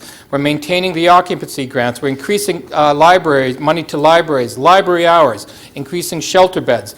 We're actually adding $5.8 billion more into our capital to deal with our backlog. All of this while at the same time keeping property taxes low. And to me, that is the way we should be moving forward on the numbers of the 2%. I understand that there will always be the desire to want more. And I'm sure there's going to be a motion or a couple of motions coming up to increase property tax rates. I will not be supporting that, because with what we have done with just the 2% and the kind of investments that we're doing across the city, we need to continue that. And I'll be talking a bit more about that as part of the operating. It's critical that we continue to focus on our fiscal responsibility. We can maintain the 2% property tax increase fairly easily while at the same time investing an incredible amount in the city. It's quite obvious that we've done a lot in this operating budget, and I think everyone will agree in this room when we see the votes, and they will all agree that there are a lot we have done for the priorities of the city, and we can continue to accomplish that at a 2% property tax increase. Thank you very much, Councillor Crawford.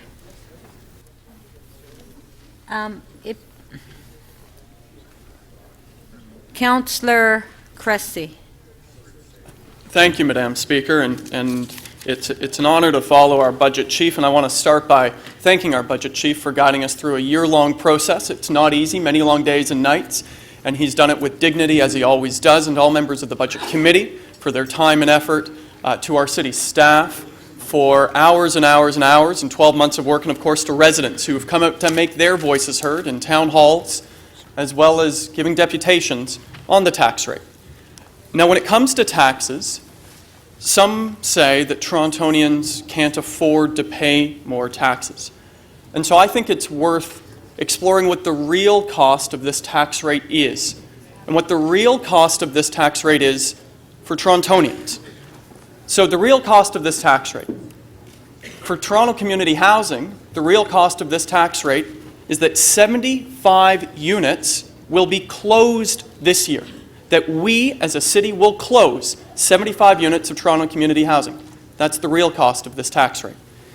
For our shelter system, the real cost of this tax rate is that $1 million will be cut from the Shelter Support and Housing Administration budget, and people, vulnerable residents of our city, will not be able to access the same level of service when they're in shelter beds.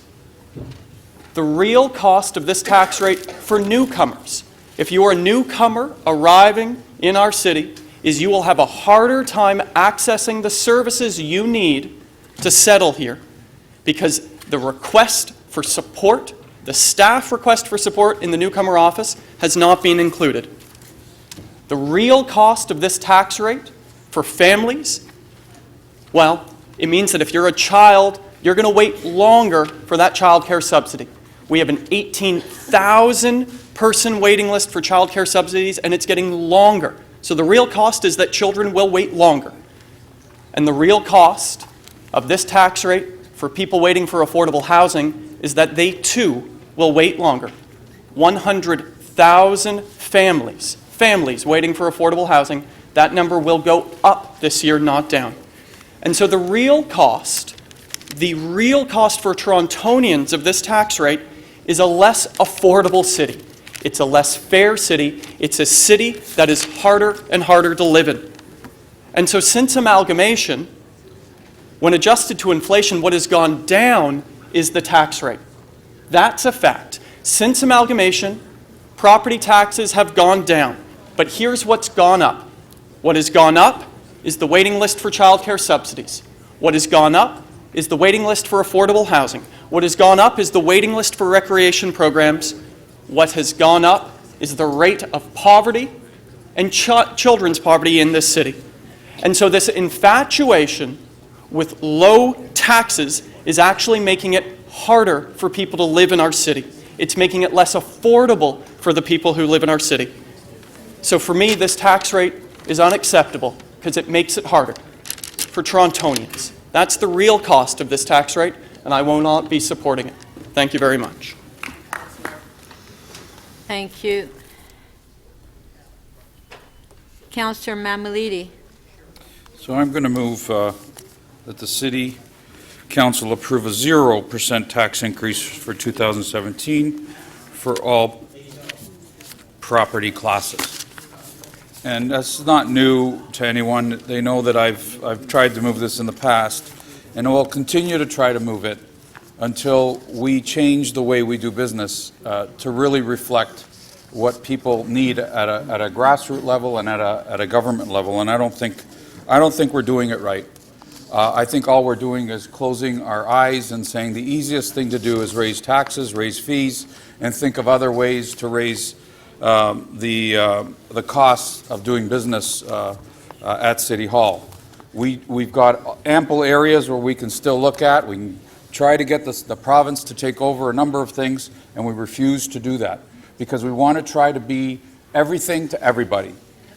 And so I want to just say, I had a very successful meeting the other night, and for those of you that didn't show up, it's too bad, because there was about 750 people there, all wanting to say something about this particular budget. And you know, just for the people at home, council is joking about this right now. The councillors that may be yours are actually joking about the meeting we had the other night. But at the end of the day, the message that seems to be getting out here is a message that it's an inflation budget. The property taxes are going up to inflation, when in reality that's not the case. And I just want to act for a second as a homeowner who is ready to open up the tax bill.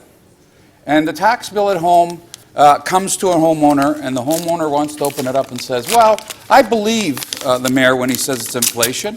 I believe council when they say, well, it's 2%. At the end of the day, the first person that opens up that particular tax will see actually close to 5% increase in their property taxes. Okay, and I'll get that to you in a minute in terms of how it works out, because at the end of the day, it was admitted by even staff earlier that 3.9% is really the property tax increase that people are going to see with all of the added items. And then when you factor in the rest of it, whether it's garbage, whether it's water rates, it's at 5%. And when your constituents open this up and you're telling them it's an inflation of 2% increase, they're going to laugh in everybody's face, and they're going to be disgusted to know that we had an opportunity to change that today and we didn't. The second scenario is for the suburbs. And while we try to hide our head in the sand with respect to this, this is the second taxpayer that's going to experience a whopping what the hell is going on here when they open up the bill. And they're going to open up the bill in the suburbs, and they're going to see a 13% increase. How do you break it down? The 5 that I just spoke about and CVA. How many of you have talked about CVA at the budget deliberations, or have talked about CVA and how that impacts the suburbs this year in the tax bill? How many of you have actually asked for an explanation from staff or the mayor or anyone else that, with respect to CVA? I'd be willing that 0 of you have. None of you have. Because at the end of the day, it's easy to forget, isn't it? Well, we made the decision 20 years ago, but do you think the taxpayer is going to remember that after all these tax increases over the years?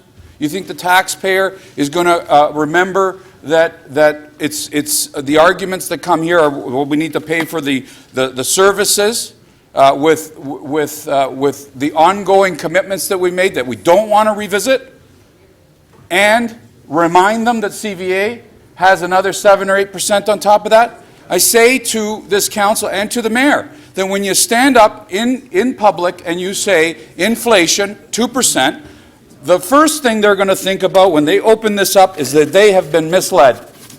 The public has been misled on this budget. And they are going to be furious. Kid you not. Kid you not.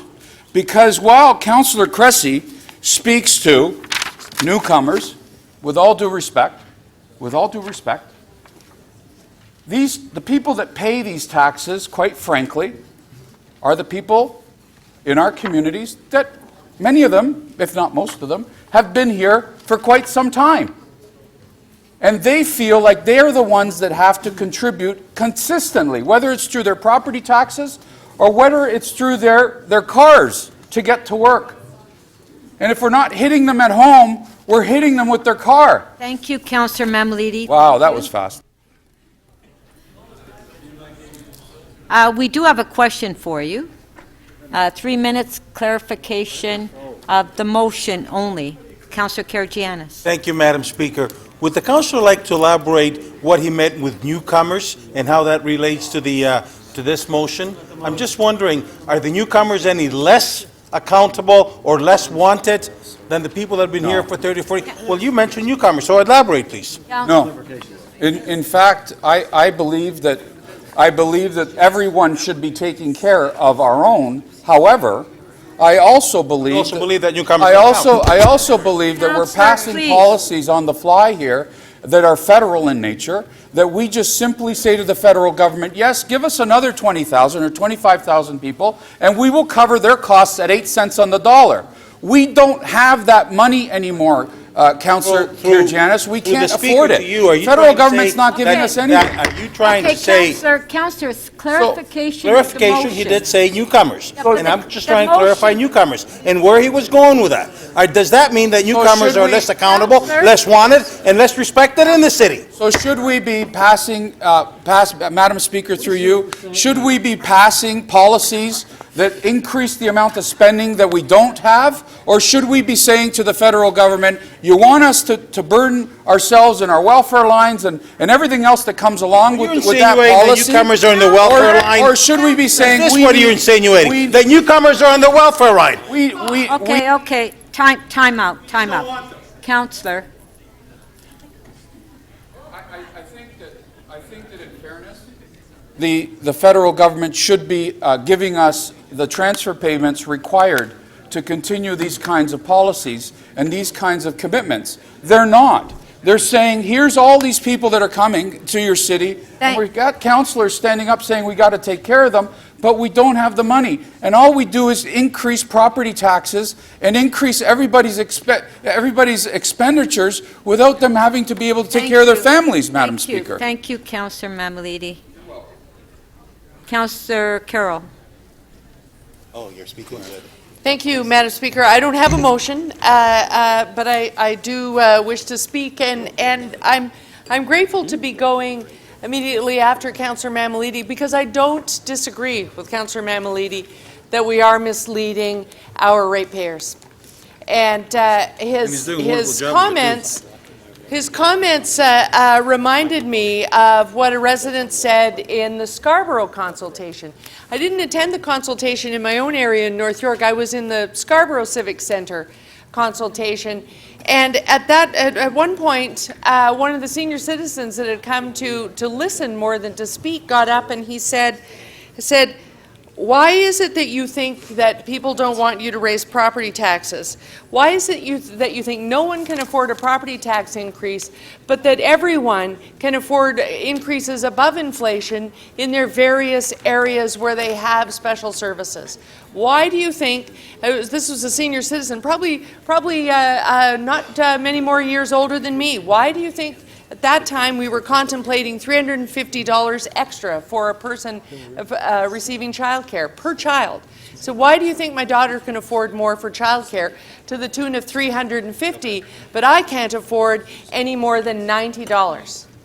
$90 is the full increase, including the CVA impact, the employment to residential shift, and the inflationary, and the city building fund.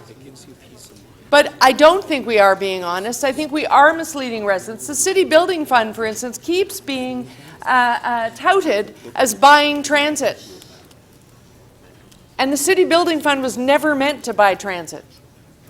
It's going to service our debt, yes, but there's a slide right here in the presentation. We're going to double the debt. We're going to double the debt issued in this city over the next decade, and that city building fund is just going to service the debt. That's all it's meant to do. So, yes, you're right, Councillor Mamalidi, we should not be misleading residents. But residents are starting to try to lead us to a conclusion. They would rather see it in one equitable place. The GTA mayors are starting to say, why don't you be honest about what it costs to run a city? We've had to be honest about how it costs to run a megacity for a long time. That's why our rates are coming out higher than yours. This is the only city in North America that isn't well above, in the core city, what it is out in the exurbs.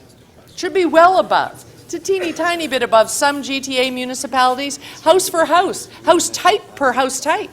We're still below Mississauga. That makes no sense. So is it any wonder, it's in the presentation, Councillor Burnside, is it any wonder that we hear Mayor Crombie and others saying to us, saying to our Premier, why are you dealing with them when we've been more courageous? And so the residents that came to presentation after presentation in Scarborough, in North York, and in the City of Toronto said, what's the number? What do you need? Is it 150? Is it 250?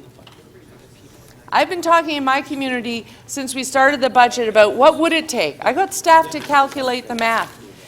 My residents didn't want to pay $1,000 a year to ride a toll road. $1,000 a year.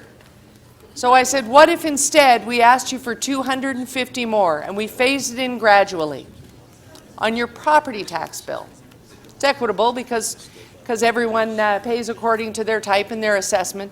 But what if instead of $1,000 a year starting in 2024, we started next year to phase you in over 4 years, a bump up over and above our normal efficiency hunt. We continue to do our accountability exercises and our budget process, but we bump up that $250. I got applause, because what happens if you do that without buying any new technology, without the cost of implementing and collecting, we end up with $250 million more dollars a year to spend.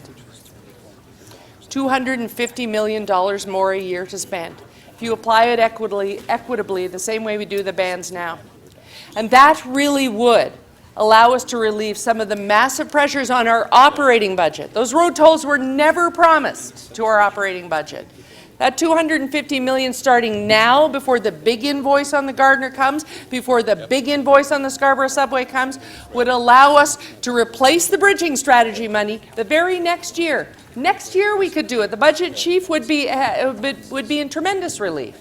And then we begin to rebuild the reserves that will buy that capital, not just service its debt, but buy that capital. And residents are telling us they're willing to pay that small amount. Thank you. Councillor Pasternak.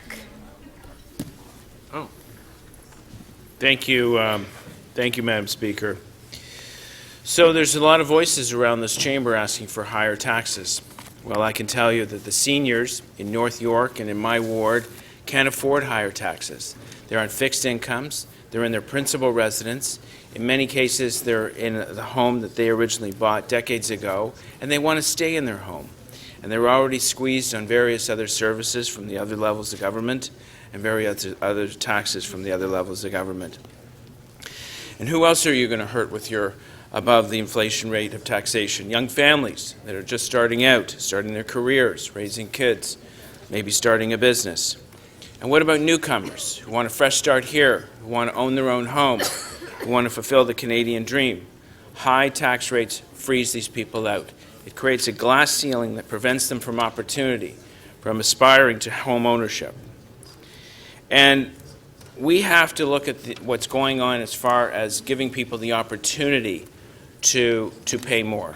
In every tax bill that goes out, mailed to residents and homeowners across the city, an opportunity is given for them to pay more.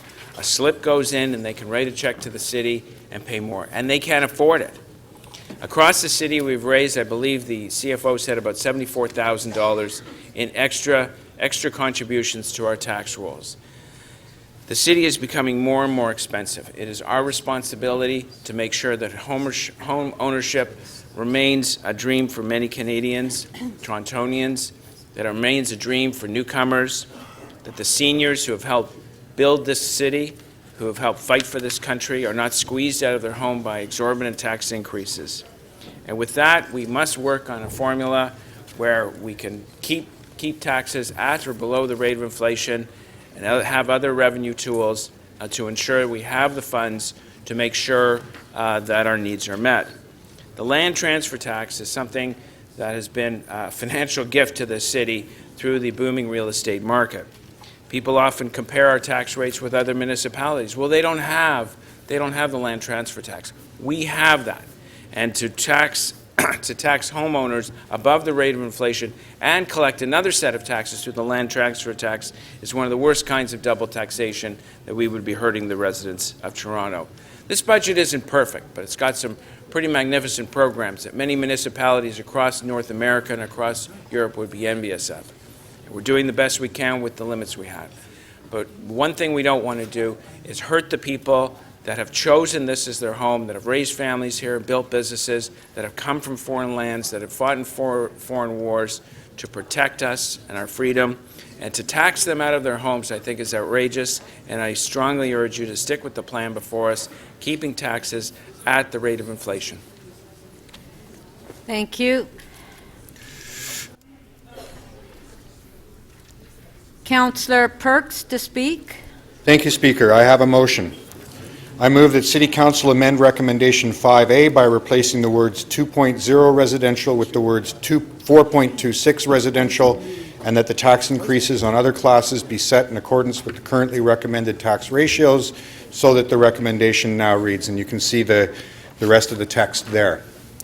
I'd like to take as my point of departure for describing why I'm doing this something that Councillor Pasternak said. Councillor Pasternak said we should be very concerned with the impact of the budget that we're passing on low-income seniors in the City of Toronto. He's absolutely right. The lowest income seniors in the City of Toronto are those seniors who live in Toronto community housing. There are about 28,000 units in Toronto community housing that are seniors. All of them have less wealth and lower incomes generally than the seniors that Councillor Pasternak is concerned about. Further, if you are a truly low-income senior who owns your home, we forgive your tax increase. So this will cost $0. $0, the proposal I'm putting here, for low-income seniors who own their own home. It will cost $0 to low-income seniors who are tenants either in Toronto community housing or in private market. Remember, in this budget, no tax increase affects tenants. In other words, what I'm proposing is that we ask those people in the City of Toronto who have the most wealth to put more money back into the system. And the reason I want to do that is so that we can afford the programs that help the people who truly are struggling to live in the City of Toronto, so that we can reverse the cuts that we're making in the shelter system, so that we can actually do something about what the city manager identified as the single biggest risk in the budget that we're about to approve, which is the risk of not putting money into Toronto community housing. I want you all to remember, starting in 2018 and finishing in 2021, Toronto community housing will close 7,000 units and declare another 14 as likely uninhabitable if we pass this budget and stay on this track. That's about people who can't even afford a home. So if you're concerned about affordability, you should be asking those of us who have some wealth, who have some ability to pay, to contribute to those who do not. That's the first thing to bear in mind. The second thing to bear in mind is that the cost we're actually asking people to pay is not a huge burden. If you support my motion, you are adding $62.50 to the cost of living in Toronto over a year for someone who owns a home that's worth more than $500,000. That's not even one trip a month, round trip on the TTC. Telling me that someone who has a $500,000 house cannot pitch in less than the cost of one round trip a month on the TTC so that we can put money back into making sure we don't close Toronto community housing units? If you're serious about affordability, if that's something more than a soundbite or a press conference or a way of spinning to you, you will support asking those Torontonians who've had some success to support those who are struggling. If you care about affordability, you will care about the people who are really having trouble affording to live in Toronto. And let's be clear, that tax rate applies differently to you depending on the value of your home. If you're in a $250,000 if you're in a $250,000 condominium unit, you don't pay $6,250 if you support my motion. You pay $3,125. If your house is worth $2 million, you're paying $125. So this is actually asking Torontonians to pay according to how much wealth they have to support the programs and the people who really can't afford to live in Toronto. If you use the word affordability, if you mean the word affordability, you'll support this motion.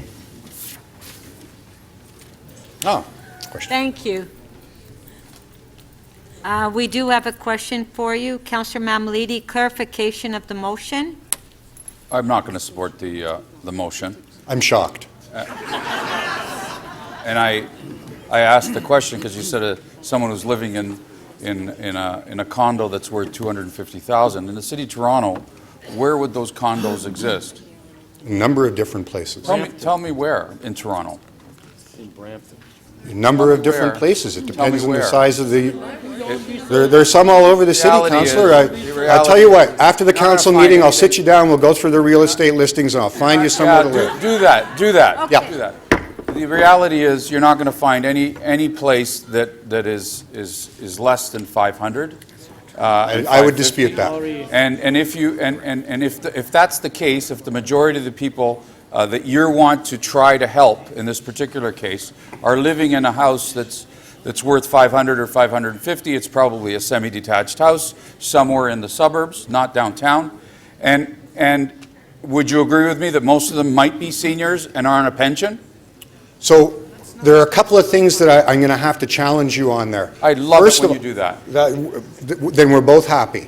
The fact of the matter is that the average price for a home in the City of Toronto is in the $500,000 range. It's a little bit more than $500,000.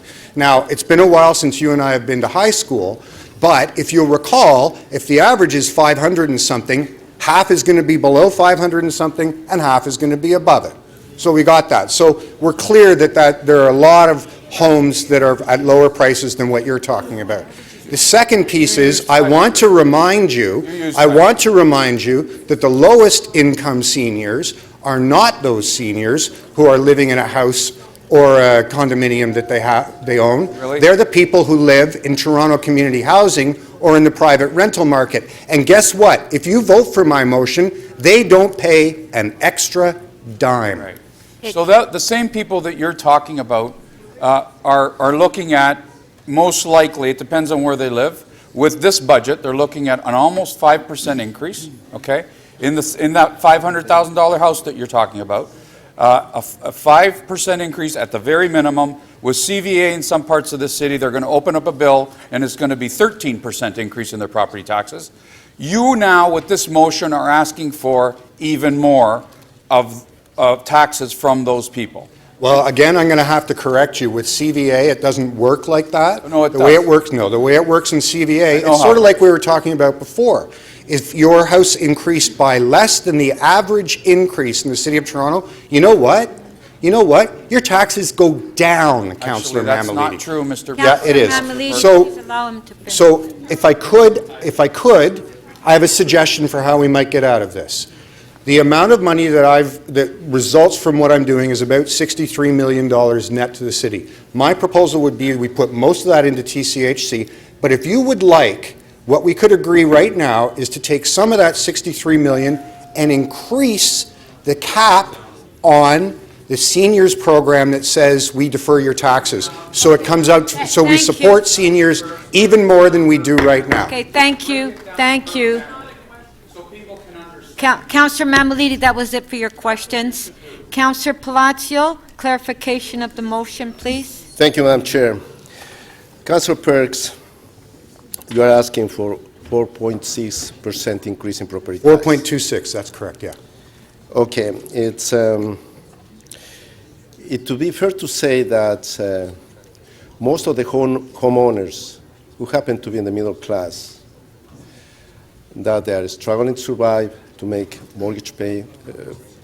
with mortgage payments, childcare, and all the charges that we have as it relates to other rates, the reduction on wage rebates and so on. Are you telling us that somehow these people are sitting on a cash on a amount of cash there? Councillor Palacio, please, just a clarification Madam Chair. of the motion. So the question to you is, you're assuming that people are rich, totally rich, in terms of equity, and their mortgage having paid. Is that what you're assuming? No, absolutely not, Councillor, but I do thank you for your question.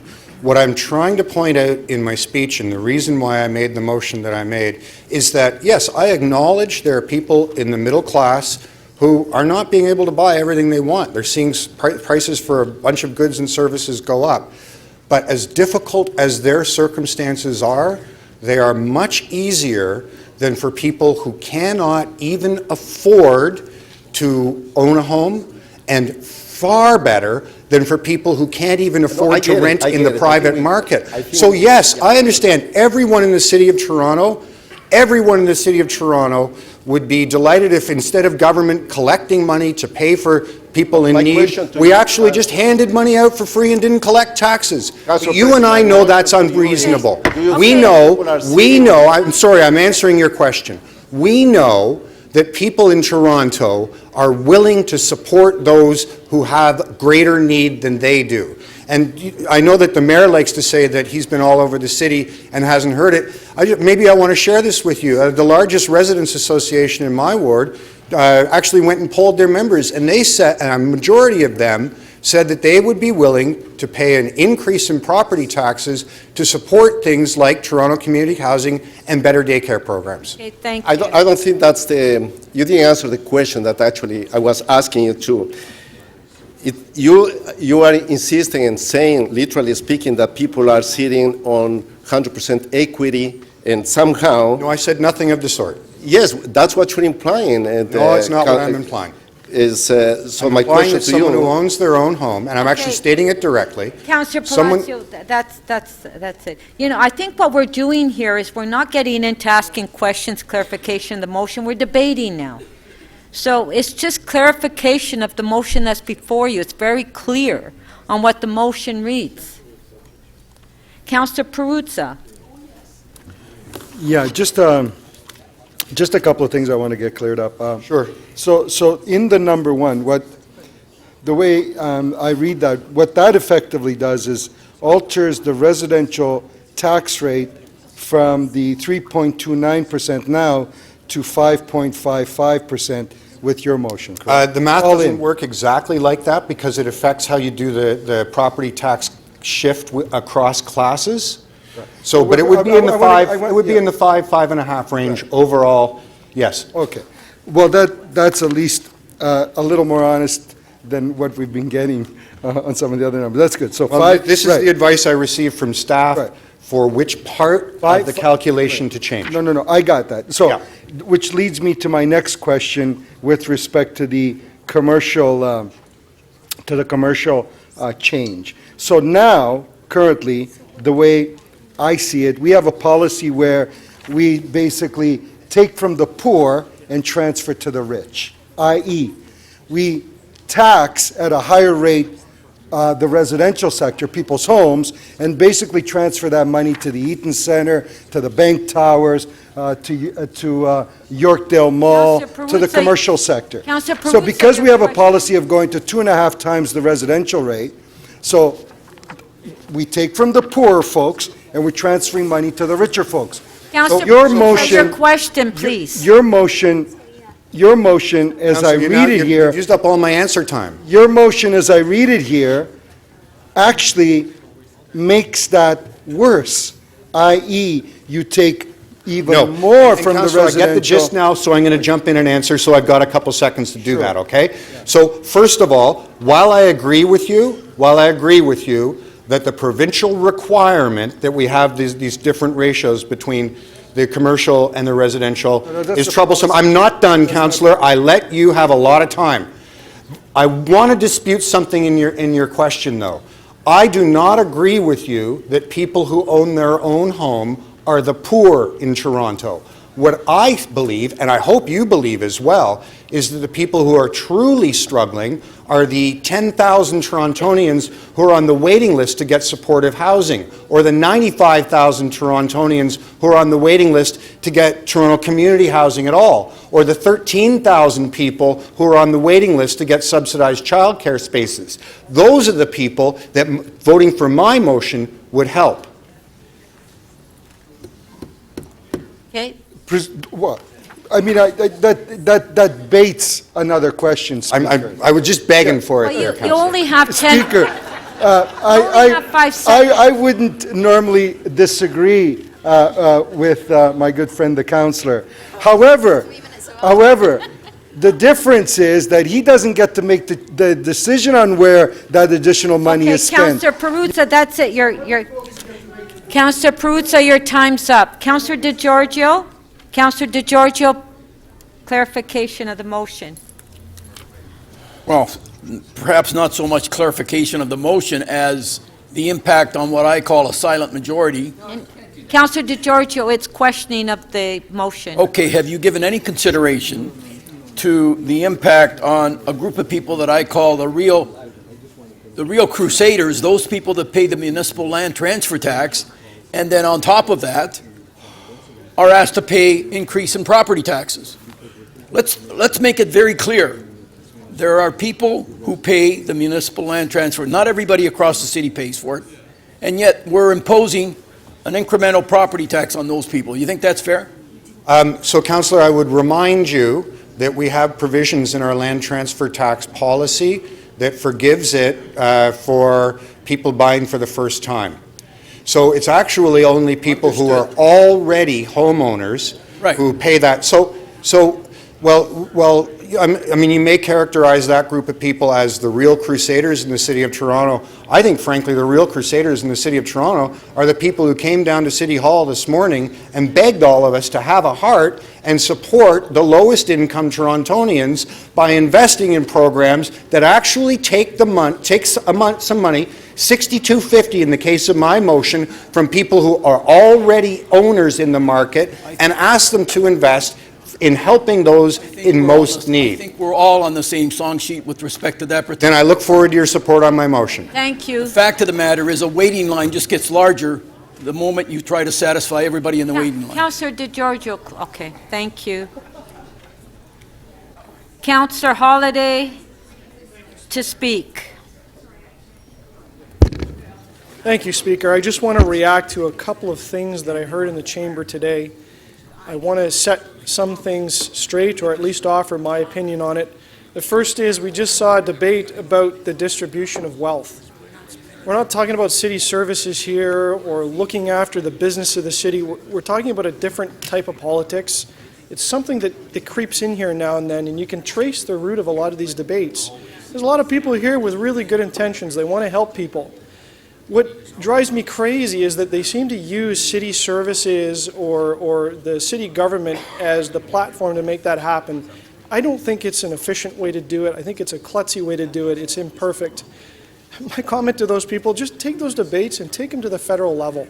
Just leave us here to deal with looking after city services and looking after the responsibilities that the citizens of Toronto expect from us. Plow our roads, cut the grass in the park, pick up the garbage, run some rec programs. We all know what they are. The second thing I wanted to talk about was this notion that we don't pay enough taxes around here. I don't know about you, but I open the different bills that come to my house, including the tax bill. I look at an astronomical electricity bill. I can't even fathom if I ever had to go and try to rebuy the house that I live in because the price is so high. This city is very, very expensive to live in. And I really don't want to be a contributor to all of those rising costs. And my only suggestion to my colleagues on council is to just exercise some restraint when it comes to this budget. We can be part of the solution or we can be part of the problem. a budget in line with inflation is something that I think most people will accept, and most people understand that the city's costs to deliver services are rising, and so therefore the bill that they pay has to rise as well. But I'll put it this way, the municipal land transfer tax is simply deferred property tax. It's something that builds up over time, and then you pay it all of a sudden when there's a transaction. Maybe that transaction is later in your life when you're looking to retire and downsize and go somewhere else, or you have a change in the family and you need to move into a different type of a household, and you pay those deferred taxes. I heard it from city staff. If we were to cancel that MLTT, we'd have to jump property taxes 25%. So if you look at those bar charts that everyone seems to zoom in on, oh, look, there's Toronto down on the left side there where our taxes are really low. You know what? Add the 25% that's kind of hidden in the MLTT, and all of a sudden we aren't so inexpensive. And I'm not saying we have to be the highest, and I'm not saying we have to be the bottom, but I'm saying we have to read this in the context of all the other things we as citizens have to contend with. And those are massive mortgage payments, massive costs to move about this city, both in time and in cost either on transit or fuel or the cost of a vehicle, groceries, utilities, they're all going up. Please, think about this budget carefully. This is something that's in our control. Let's do the right thing and make things easier for Torontonians, not harder. Thank you. Thank you. Councillor Kelly to speak. Thank you, Speaker. Speaker, having sat beside two former chairs of the Budget Committee, Councillors Carroll and Delgrand, I've learned firsthand about the amount of work that goes into the budgeting process and the controversies that characterize that process. So I want to preface my remarks by congratulating Chair Crawford and members of the committee and staff for putting together a budget that should be featured on America's Got Talent. It is a remarkable accomplishment. And Speaker, I think everyone understands that this type of process, however admirable in its composition and outcome, is unsustainable. We cannot continue to go forward on the basis of the revenue streams that are presently available to us. One of the problems in today's fiscal system, Speaker, is that while we attempt to plan strategically in the city, we can only act tactically because we've got to go to the other two orders of government and plead our case. And generally speaking, they select the portions that fit the schedule, their schedule of the day. And we can't continue. This magnificent city of ours, Speaker, can't move successfully into an urban 21st century based on that old fiscal situation that was created in the mid-19th century. What we need with our two other partners, provincially and federally, is a rethink of our fiscal relationship. And it's got to be a rethink that allows this city not to think strategically, because we try to do that, but to act strategically. And to do that, we need sustainable, identifiable streams of revenue that will accomplish our goal. And it's important, Speaker, to strengthen the city on a strategic basis, because there's a principle called subsidiarity. And subsidiarity is a principle that says that the money and the decision-making should be placed as close to the problem, the challenge, or the opportunity. And today, Speaker, all three come together in an urban environment. And we cannot prolong a serious debate here in council and out there in the media on this particular matter. Finally, Speaker, to react to the ping pong issue that was raised by Councillor Mammoliti. The employees that of the future in this city are going to be millennials. And if you want to see how the workplace in the private sector is adapting to a millennial workforce, you would realize that the workplace of the future for City Hall ain't going to look the way it looks right now. And so, Speaker, if we want the best of the next generation, we better be prepared to create an exciting work environment for them, one that stimulates ideas, rewards performance, and at the same time gives them a feeling that they're having some degree of fun. Thank you. Thank you. That was a great speech, Norma. Councillor Wong Tam. Thank you very much, Madam Speaker. I wanted to share an interesting conversation I had with my ward cousin, Councillor Matlow. We oftentimes joke about how we have very different populations that we serve. I'm a downtown and midtown councillor, so I get to represent those who live in very large homes, stately mansions. $2 million is not unusual for the value of a home.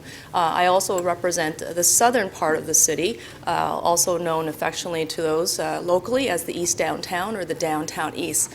And Councillor Matlow and I were actually sharing and comparing notes about our experience this past week with the fire. And so you will know that there was a fire in the midtown of the city. And the residents there, with capacity and opportunities and options to them, were able to make some pretty quick accommodations.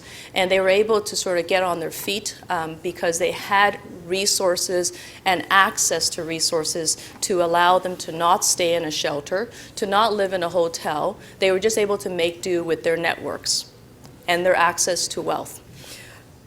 On the downtown east side, when we experienced the fire, we had the displacement of 130 residents as well, just very similar to what happened in Midtown. The experience was completely different. We had tenants that are vulnerable. Their TCHC home, as modest as those accommodations are, was really their only place of sanctuary and refuge. And when they lost that, it was actually very, very troubling. They were not able to pick up the phone and call a friend or a family member to take them in. They relied upon the city, and they relied upon TCHC and the good people of Red Cross and the Office of Emergency Management. Now, if we were not there to provide that level of support to help them in their most desperate time of need, we would have 132 additional residents, if we were not able to get them back into their home, that are going to be in our shelters. But we couldn't possibly keep them in the shelters because the shelter capacity is sitting at 94%. So the tale here is about who do we help and why do we need to do this work. Absolutely, nobody ever wants to pay more than they have to. But when I speak to the residents in my communities, and I represent 14 very diverse residential neighborhoods across the downtown, midtown community, what I'm hearing from the more affluent communities is that for a couple $100 more in property taxes, they would actually be prepared and willing to pay simply because they know that it's going to help their neighbors living right beside them. And I've been hearing this throughout our conversations with the local area business owners, as well as local homeowners, as well as tenants. And it has a lot to do with the fact that we live so close together that we don't get to avoid abject poverty because we're actually stepping over people in the downtown communities, marching up and down Bay Street, getting to work. And this has become so glaringly obvious that you would actually have to be walking through the city with your nose into the sky to avoid some of the social blight that is now happening. Yesterday, we had multi-faith leaders come to to City Hall, and they had a very pressing message for us. And I regret there wasn't more media to help portray their story, because that message was so compelling. And they said to us that the Out of the Code program is tapped. You couldn't possibly get more people into the program.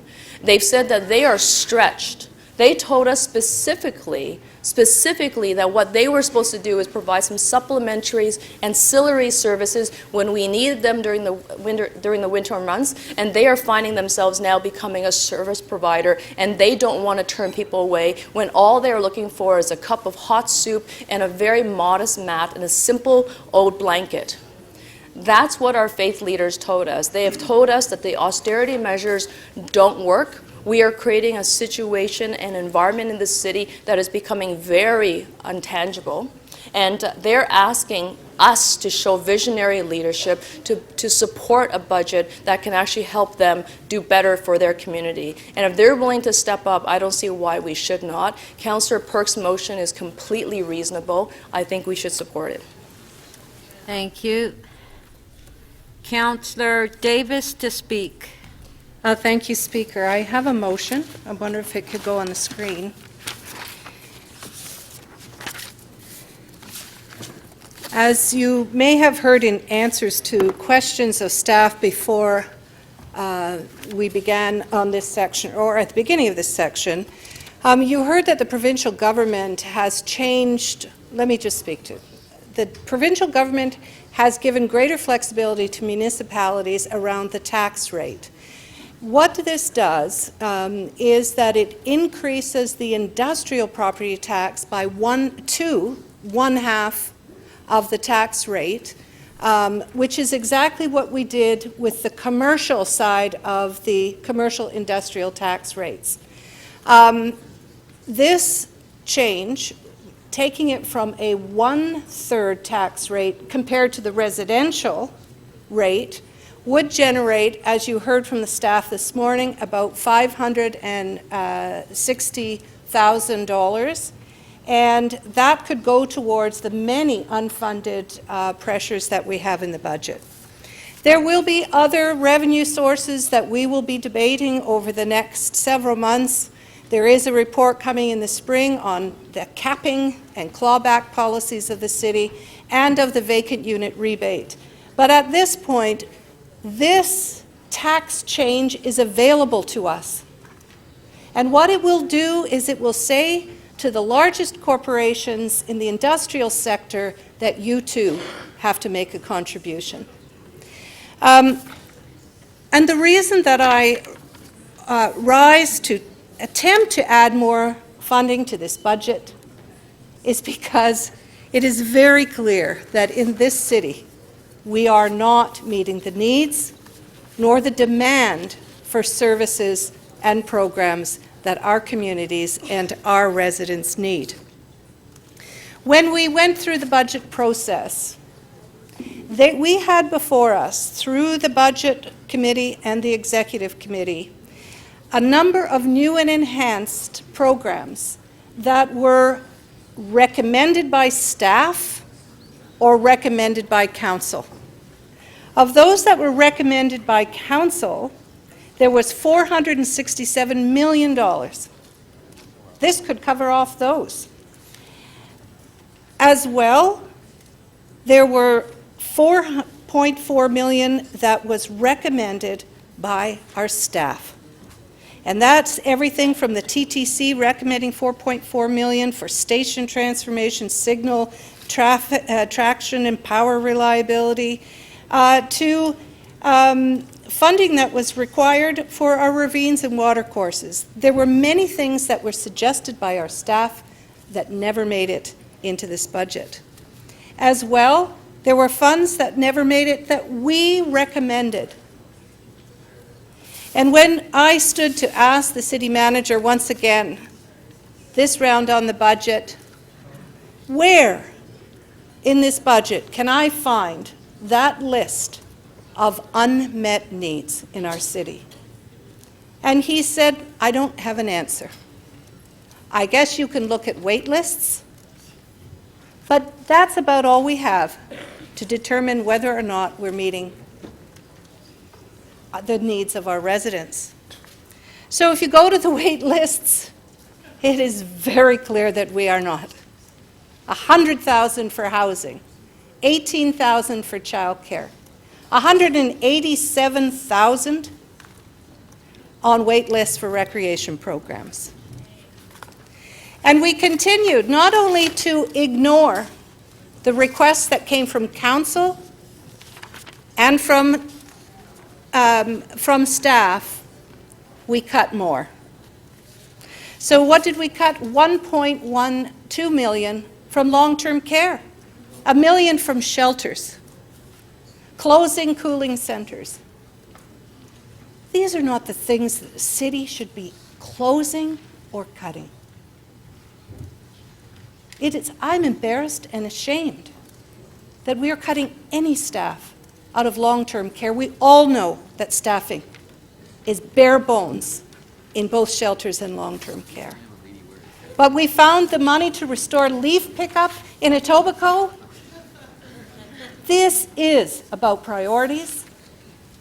And what this small change in our tax rate for the industrial class will do is provide us some additional funding to address these unmet needs. We do have a question for you, Councillor Burnside, clarification of the motion. Thank you. By making that amendment, where would that put us vis-a-vis other GTA municipalities on that industrial rate? Would we still be, were we uncompetitive, competitive? Well, we are continuing to close the gap. And we have achieved significant reductions in that rate. And if you look at the revenue generated that's in this report from the industrial sector, it is significantly, it is quite low compared to the other classes, particularly large commercial. My question was, are we lower or higher than the other GTA municipalities? We still remain higher, but we are very close. You heard the city managers say that we're very close to achieving that. And in fact, the business class rates we will be looking at in the spring when a report comes back on capping and clawing as well. So I wasn't around when the decision to try to close that gap was made. Could you elaborate as to why that decision was made? Because there is a difference in the commercial industrial rates between the GTA and the city. I acknowledge that. Okay, thank you. However, what we've done today in this budget is that we've said to the commercial tax class, all our small businesses, you pay 1/2 of the residential rate, and we, I think, should say the same thing to the industrial class. Thank you. Thank you. Councillor Mammoliti, clarification of the motion. So you think that the industrial area should do the same thing? That we are suggesting in this budget that our commercial rates would be going up? Same thing? What I'm suggesting is that in order to achieve a greater fairness, even between the industrial and commercial sector, that we treat them the same. And that we've now been given the ability by the provincial government to increase rates in the commercial and industrial sector at 1/2 of the residential rate. I think that we're spreading the burden amongst those who have the ability to pay. So the mom and pop shops in the commercial area are the ones that are going to end up paying the rents that are going to go up once the taxation is through. And even the industrial pockets, of which we're heavily and incredibly trying to save in this city because we're losing them to other parts of the GTA. Do you have a clarification of my motion? So my, you want to do that to commercial properties, or we're doing it to commercial properties. You want to do it to industrial properties. The roof tax alone in some of the more bigger industrial pockets like mine have these companies having to I'm pay not sure if he's another actually $200,000 to answering the $300,000 on how much rain hits their roof. Councillor How much Mammoliti, do you think that clarification of the these motion. companies can actually survive with tax increases like this? We're getting ridiculous. And when they close shop, we're going to be trying to scurry to find out where the jobs are going to come Councillor from. Mammoliti, do you have Talk a question? about that, not just increasing taxes. Talk about the Okay, jobs. thank you, Councillor Mammoliti. Your time's up. Councillor Layton? Thank you very much. It's a question to the mover. Councillor Layton, clarification of the motion. Yes, thank you. In 2016, there was a tax ratio between commercial, residential, and industrial residential. Are you? It What was that one ratio? for the last, I don't know how many years, at least 10, if not 12. We have been increasing taxes on the commercial and industrial sector at 1/3 the rate that we charge to the residential sector. So the changes from the provincial government give municipalities the ability to move to a rate that is 1/2 of the residential rate. The Budget Committee recommended 1/2 on the on the commercial sector, and this would bring the industrial sector to the same rate at half the residential rate. I hope that's clear. So if I could just clarify, for the last decade, we've treated the ratio between commercial and industrial the same thing. This would be the first year we treat both of them differently. Yes. And was there a policy written on this? Did we make a council decision saying, why don't we make the ratio different for commercial than industrial? No, and in fact, when this report came to the Executive Committee, we didn't have 1 second of time to ask questions. There was no offer of questions or speaking on this matter, so we didn't get a chance, actually, to speak to staff or question them about this report. So for a decade, we treated industrial and commercial as the same, and now without discussion with the community, we're making a call on commercial but not on industrial. Yes. Okay, thank you. Thank you.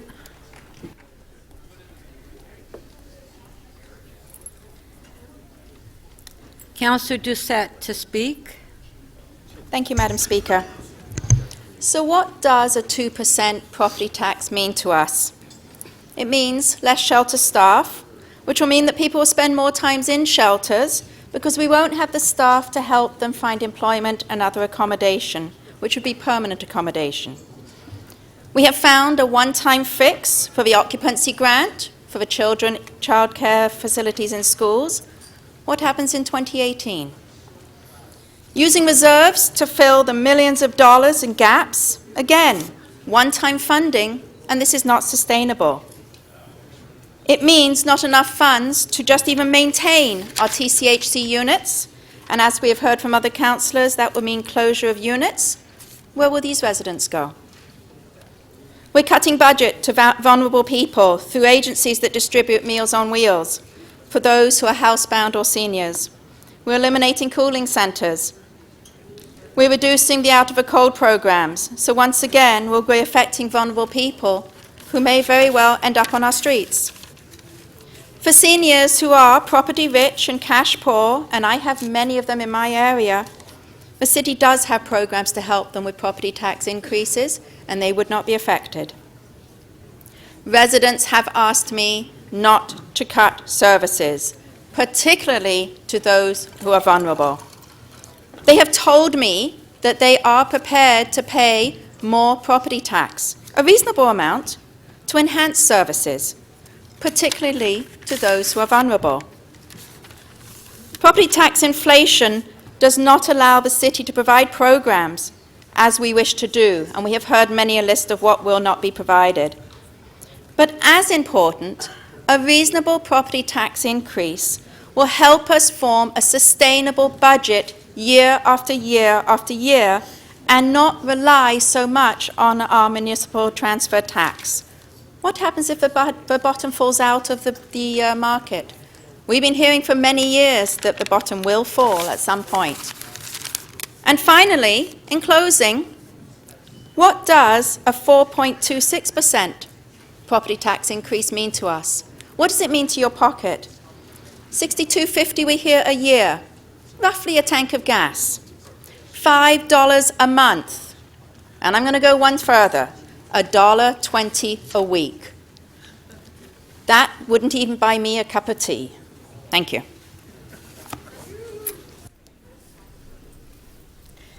Councillor Palacio to speak. Thank you, Madam Speaker. I'm rising to speak in support of the 2% property tax increase. I think that the increase is reasonable and holds the line on property tax to the rate of inflation. And that ensures that the City of Toronto will continue to deliver programs and services that makes the city functional and livable. Now, the proposed budget is making wise investments in terms of transit, childcare, and housing. It is clear that some members of council, they would like to see the property tax increase to go beyond what's been proposed, and insisting that Toronto is not paying its fair share.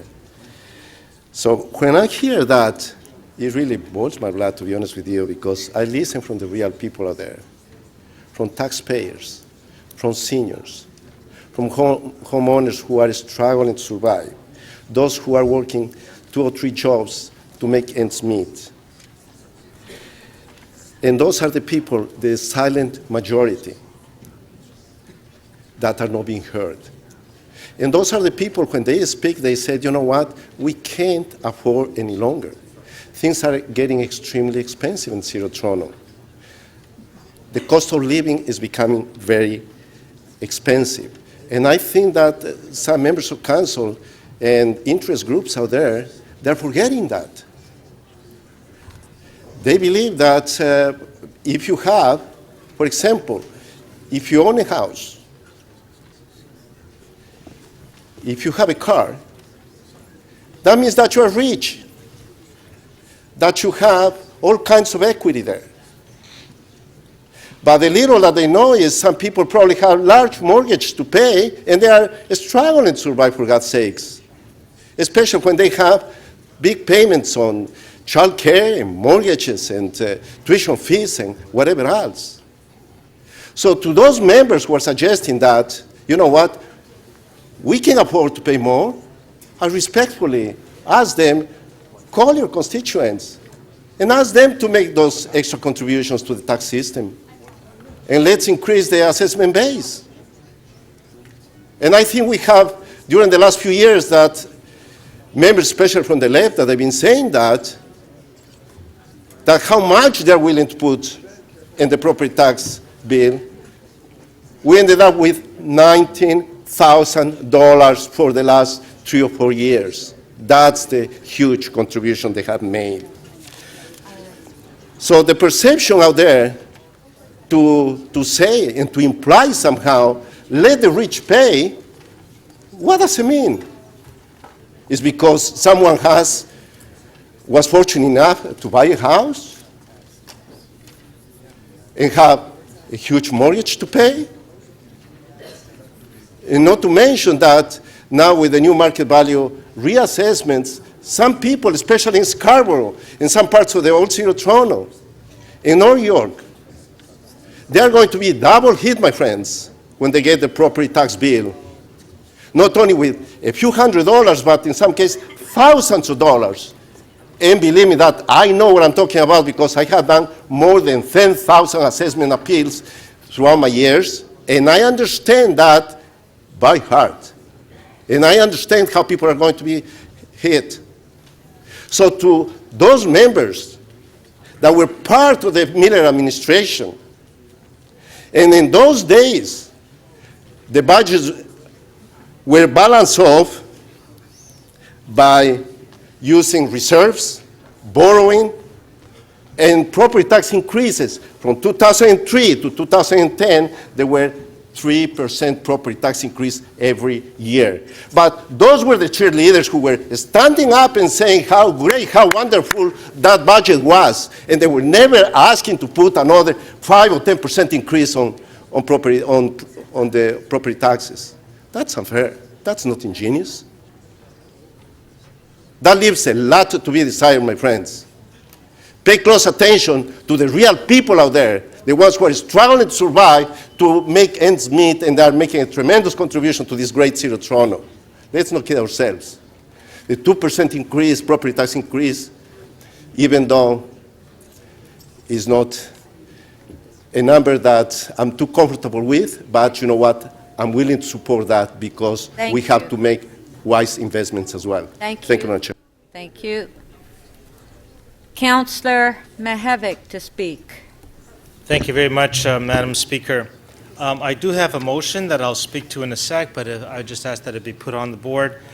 Basically, what that motion tries to do is it requests staff to bring a report in preparation for next year's budget, 2018 budget, on it's a report on different methodologies to calculate the rate of inflation for the purpose of setting the tax rate guideline for the 2018 budget. There may be, we have one particular methodology. There are other methodologies to calculate the inflation rate that then can also be applied to the tax rate. And I think we should be conscious about how we make that decision. But my comments today, Madam Speaker, on this particular item, I would like to, there's really two items in today's, and for today's agenda, and if people are watching on television, they might get confused that we're actually discussing about the budget details right now. We're not. But this debate for this item, in my mind's eye, it's really about the size of the pie. How big is this pie for the City of Toronto? And then the next debate will be about how we divide those the pieces of the pie to our different departments, agency, boards, and commissions. So today, right now, we are talking about the size of the pie. That's how I kind of internalize the picture for this particular budget item. And really, what we're hearing from our CFO, from our city manager, what I'm hearing from residents,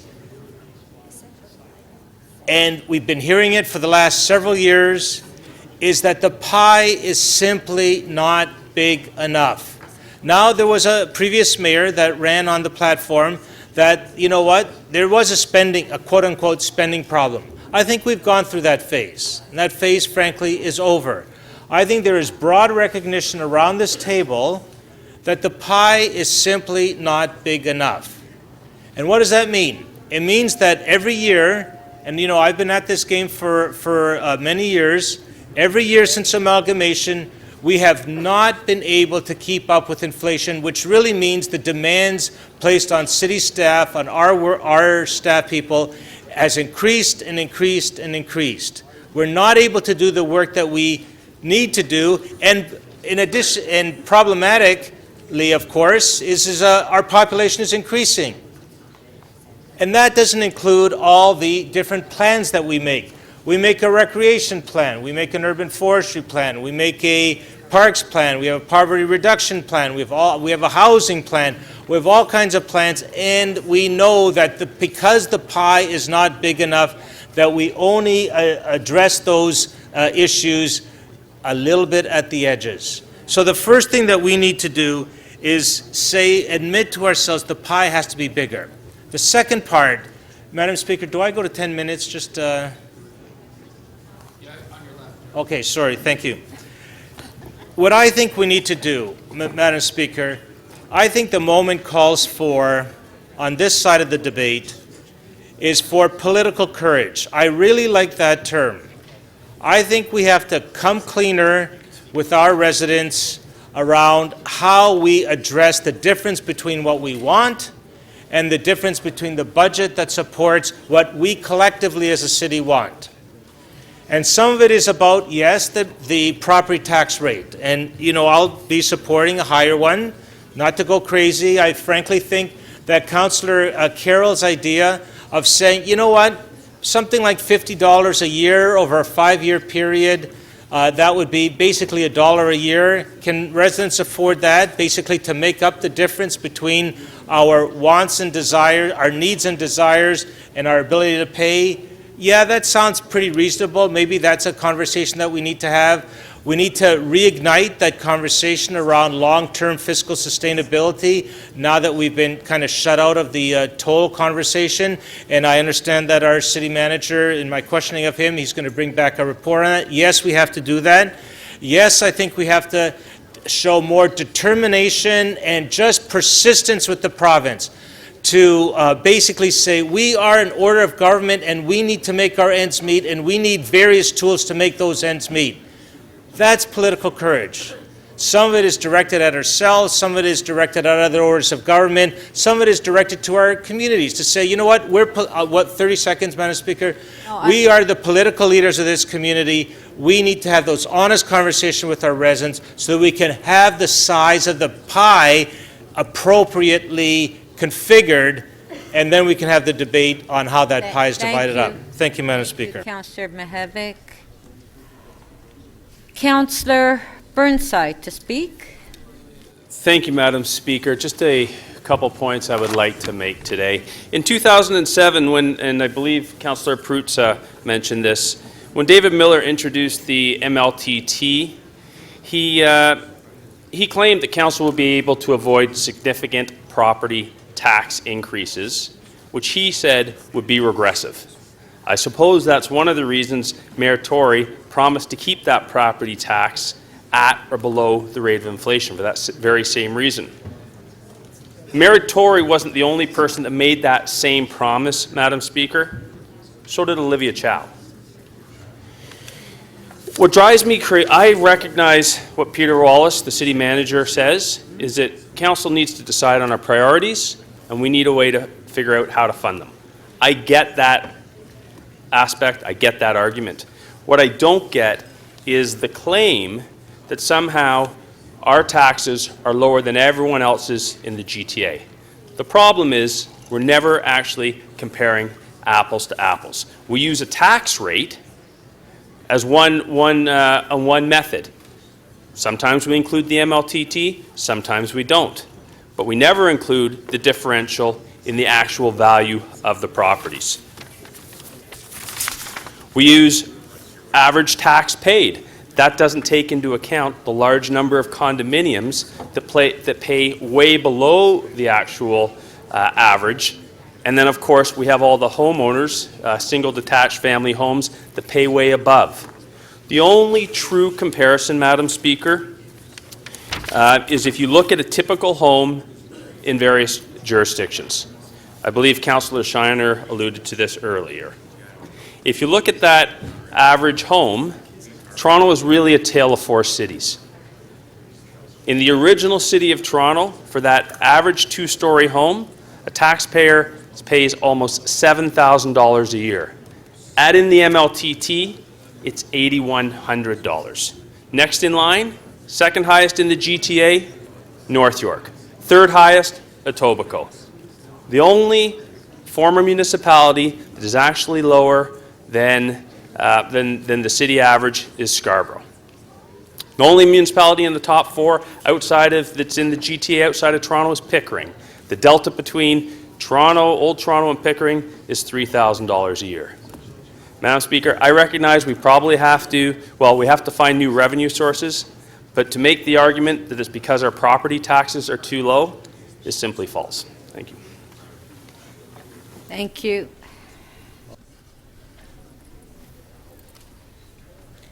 Councillor Perruzza to speak. Thank you very much, Speaker. Speaker, I've been following this debate rather closely. And it's some of the argument that has been made about what people can afford and can't afford has somewhat, from my perspective, been disingenuous. Let me describe the neighborhood, the community that I represent for you. I have a very large population of tenants who live in high-rise buildings. Their rents are too high.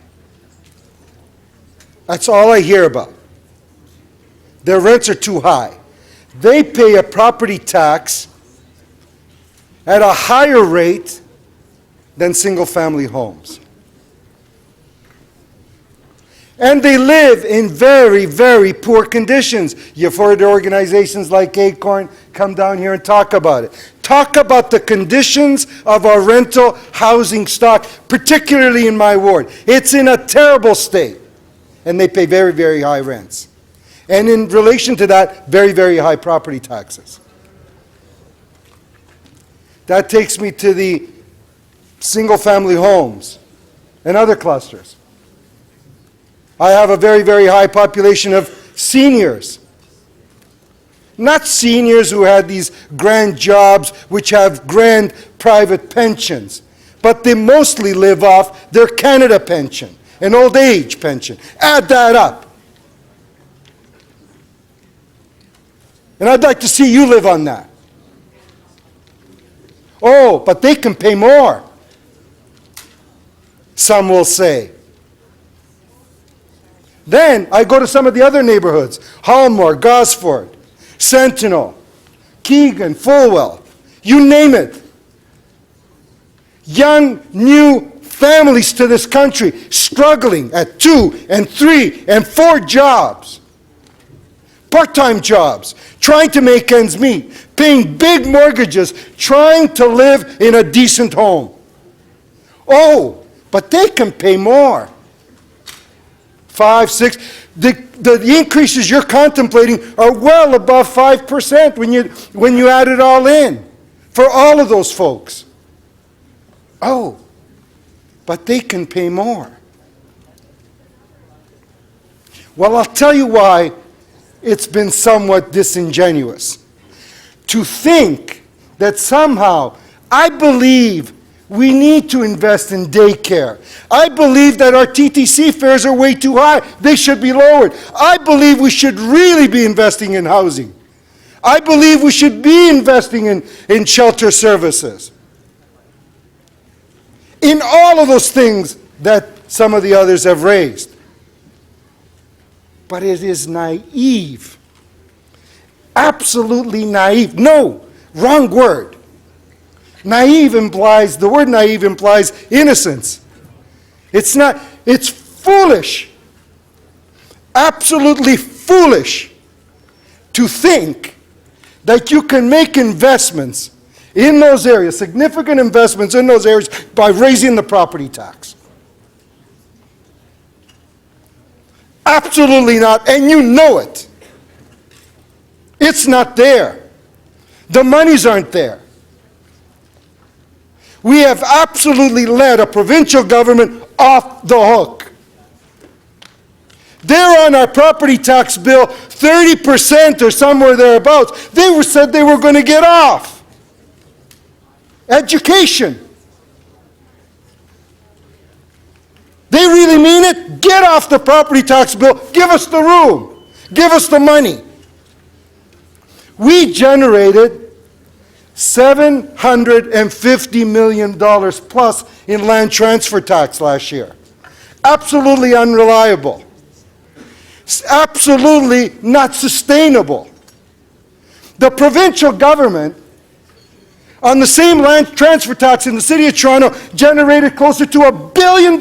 They took the money and haven't given us back one iota of it. And we let them off the hook. Because we believe that you tinker with the property tax 1%, you're going to make investments in the TTC, in daycare, in Parks and Rec, in shelter, and everywhere else. Absolutely foolish to believe that. Thank you, Councillor Perruzza. Councillor DiGiorgio. Thank you, Madam Speaker.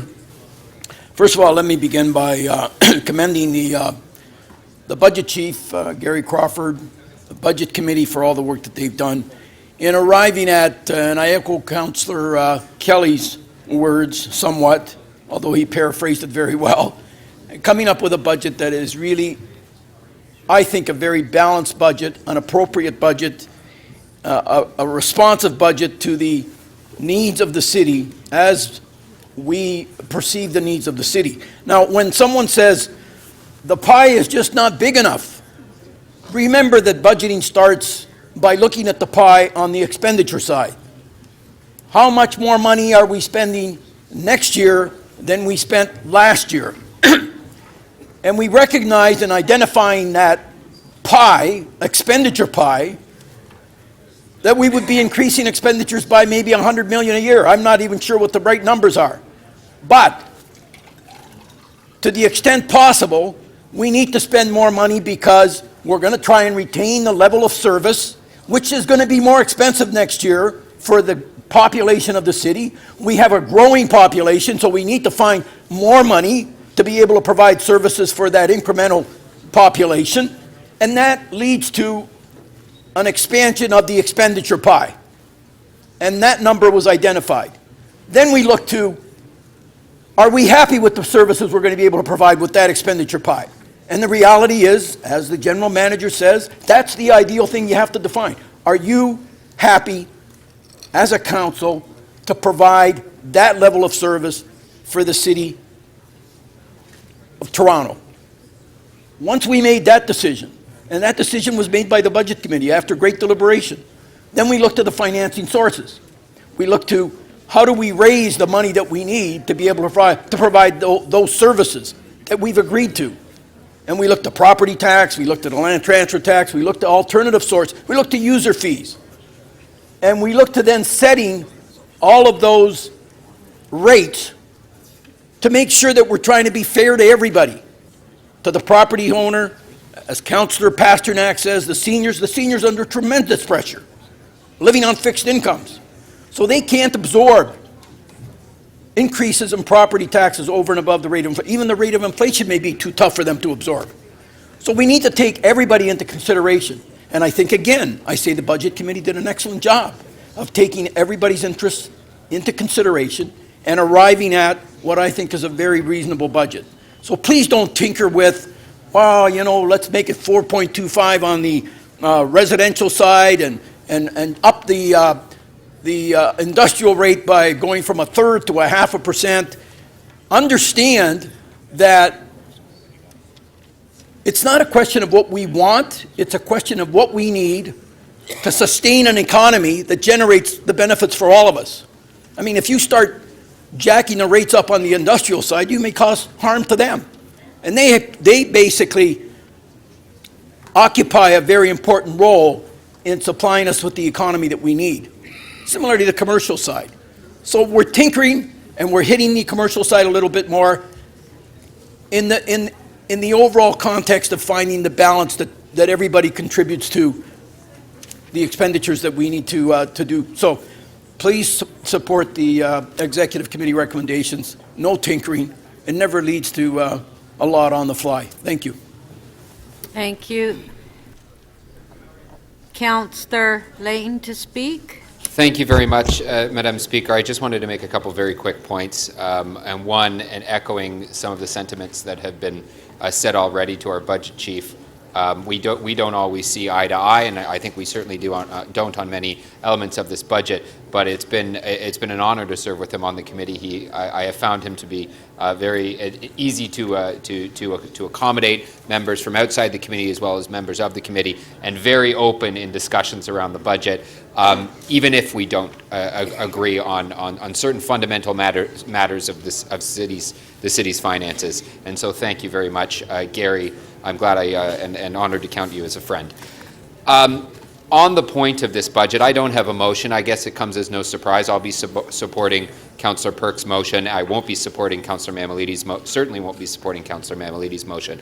We are making a profound statement of our priorities when we're making a decision like this on this budget.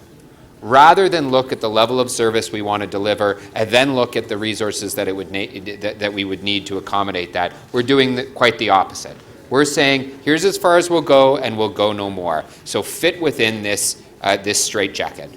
Well, you know what? The three things that I think we're highlighting in making that statement is, one, we're willing to cut in order to make this budgetary promise that the mayor has made. We are willing to cut services to the most vulnerable people in this city. And we've heard it over and over again, the cuts to shelter staff that are frontline shelter staff working with people who don't have a home, people who need our help and support. Cuts to long-term care staff, which will result in less staff hours for clients, those seniors living in our long-term care homes. And another example is our cooling centers. We are willing to cut services to our cooling centers that will both hurt the vulnerable living in without a place to live, that are depending on our shelters, and seniors living across our community. To make this budgetary promise, we're also increasing user fees to the tune of about the same amount that we're increasing people's taxes, about $50 million when you factor in the TTC. This is going to make services that people need and depend on more out of reach. It's going to cost more in the end, and we're in fact taking it from people who may really need support to access these services rather than from everyone based on the unfortunate only way we have of collecting income from the provincial government in any meaningful way, the property tax. And finally, the third way that we're balancing this budget is by deferring it to another day. That's irresponsible. Our city manager actually said at the executive committee that type of approach would bite us, and we are better to head it off and take action now. Well, I think every year that we see this happen, we make the same observation. 100 million here, 80 million here, and the fact is every year we're just backfilling it the next. Next year is going to be no different, except for the fact that next year is also an election year. And I suspect that there'll be absolutely zero appetite amongst this group to go back to their electorate and having just made an increase like that. I know that there are a couple members in this chamber that won't mind doing that. I count myself among them because I will go and explain why we needed to make that increase. But if we don't do it this year, we're left little hope for next year, and all we're doing is deferring those decisions off yet again. The budget is made unsustainable this way.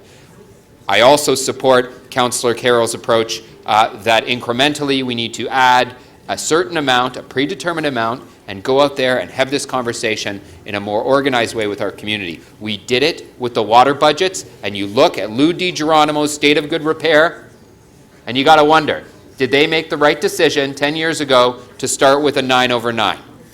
They did, and it's paying off now. That bravery that many of you showed, I got to wonder how many calls you're getting now about that. Probably not many. Most of you came back, most of you were elected again, and you increased people's water bills 9% year over year for 9 years. And that was a great and brave move. That's the type of leadership we need from our mayor. That's the type of leadership we need from this council to put us on the right financial track, to make sure TCHC Housing has a firm basis to keep units open, as well as to invest in the TTC so we don't have to keep going back for more from the fare box. We need to make that decision, and we need to take that course. Thank you. Thank you. Councillor Karygiannis. Thank you, Madam Speaker. Madam Speaker, this morning I was at my ward with about 100 students. Today is Canada Flag Day, and I invited the students for us to raise the flag, and this was done at Lamoureux Community Centre. 100 cheerful kids running around looking into the future. Somebody came to me and says, I was in Councillor Mamalidis and Doug Ford's meeting the other day, and I don't want you to raise anything, and I want to do this, and I want to do that, and I want to make sure that we stop the gravy train. So I looked at him and I said, tell me which part of this centre, what gravy train do you want to cut? He looked around, he kept looking around. I said, would you want us to cut the singers programs? No. There's a pool hall that we have and seniors congregate in there and they play pool. And I said, would you like to cut this? No.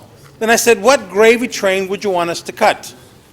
He says, well, you know, we can cut staff pay and we can do this and we can do that, and staff down there make a lot of money. I said, you know what, staff down there that make a lot of money work long hours in order to make sure that what you have here is substantiated and what you have here is maintained. Tell me what part of this community center you want us to cut.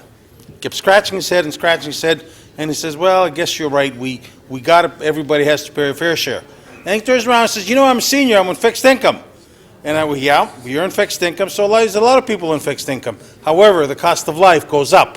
I can understand that a senior on fixed income doesn't want to see the price on his taxes go up. And I can understand when people say, I want zero increase in the budget.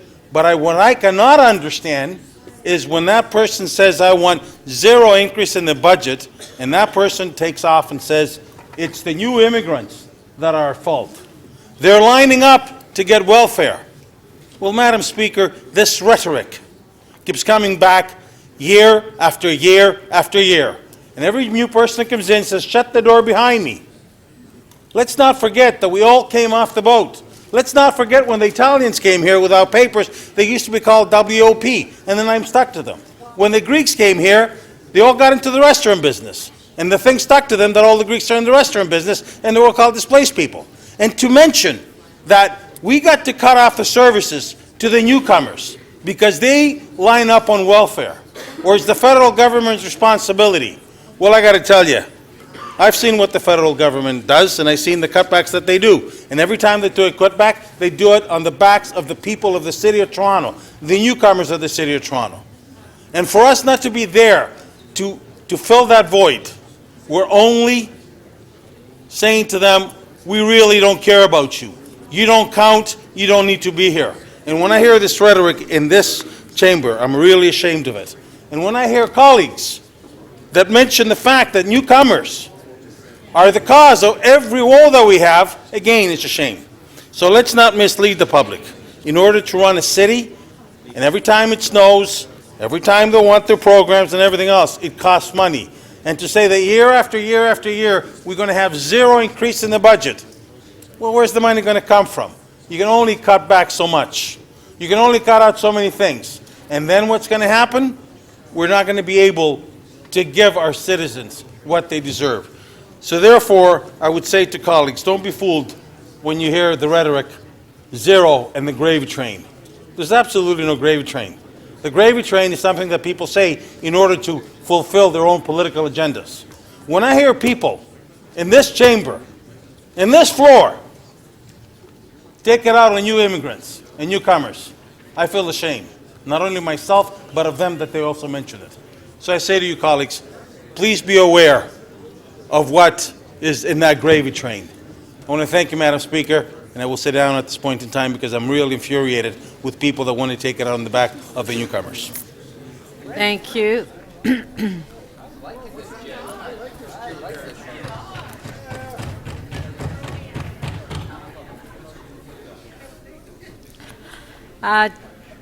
Deputy Mayor Min Wong. Chair, I'll speak very briefly. I am not going to support the motions to increase taxes for a number of reasons. Firstly, it's never enough. It is absolutely never enough for a certain group of members of this council. Whatever we present, they're always going to ask for more, and there's an insatiable appetite to spend money. And I don't believe the public supports that. And so, the other thing I would like to say is the reason why we're in this spot. The budget is an interesting place because it's where the rubber hits the road. It's where all our decisions to spend and waste money or make bad decisions. It's when the chickens come home to roost.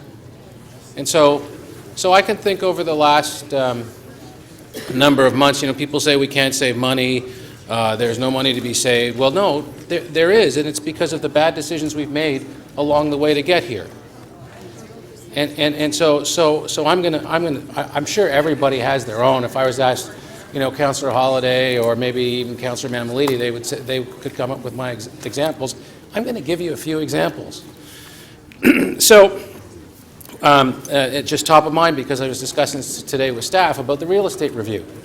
So we have a real estate review where we have something like close to 300 people doing real estate in the city, and we wanted to actually move that ball down the field and consolidate all the departments.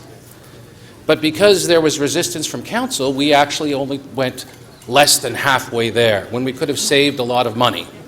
you know, if you want to use the term gravy train that Councillor Karygiannis uses, that there's no money to be saved, everyone says there's no money to be saved. Yes, there is. If we had had the courage to do that, we could have saved that money and used it for some of the programs that they want. But this council doesn't associate those two things when they have that debate. They just say, you can't do this. But they don't talk about all that money that could be used for something else. You could talk about the debate that we have about advertising, you know, that tax, and also the Astral contract. Nobody wants to have more billboards, yet it could mean a lot more money for this city, right? But there are people here that say that advertising is bad, it's evil, right? But that money could be, they never have that discussion, they never make that linkage toward that revenue being used to save all those programs that you want. But we decided not to do that, so that money is not available. I will use something that we're going to talk about today, the closing just a few, or taking funding away from a few swimming pools. And this is the most horrible thing ever, because no one will be allowed to swim, and you know, it's going to be horrible. Well, you know, I did some research about the swimming pool, the swimming pool that's affected in my area. And so I did some math. I looked at how many registrants there were, how many hours they might use, and how much we were paying. And when you do the math and you figure it out that way, we are paying for each one of those persons' registrants $79 an hour to swim. $79 an hour. We could get them a personal trainer for that amount of money. We could buy them for that one program that take for 10 hours. We can buy them a fitness membership at a pretty nice fitness club. But here we're going to have that debate that we can't close that program because it's going to be horrible. When we actually should, when they could actually just go down the street a little further and we could save all that money and they could still get that same program. I don't buy this argument that we can't find savings. And it's always such a struggle in this place to have that debate. But don't say, you can't say that we can't find the savings. What you can say is we don't have the courage to look for it, to make the difficult decisions, and then show the leadership to explain it to the public why we're doing it and why it makes sense. That's the problem with this budget process. Thank you.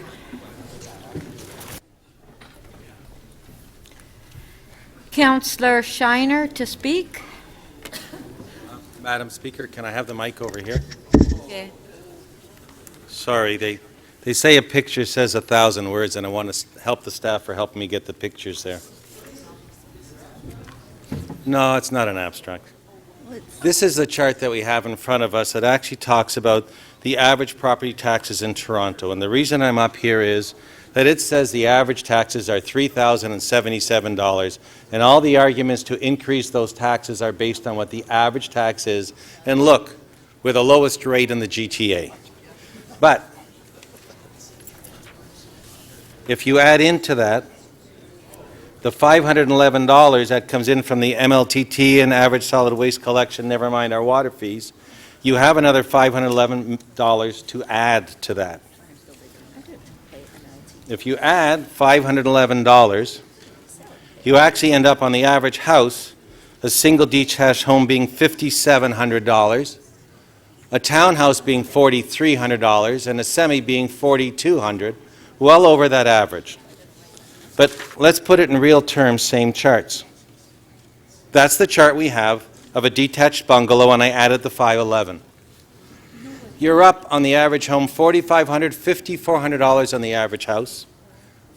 Or if you go to a three-bedroom, two-story house, you're up at $7,500. Now, I could be off by a few dollars, but the point is, the average house selling in Toronto is called $1.2, $1.3 million for the single-family home.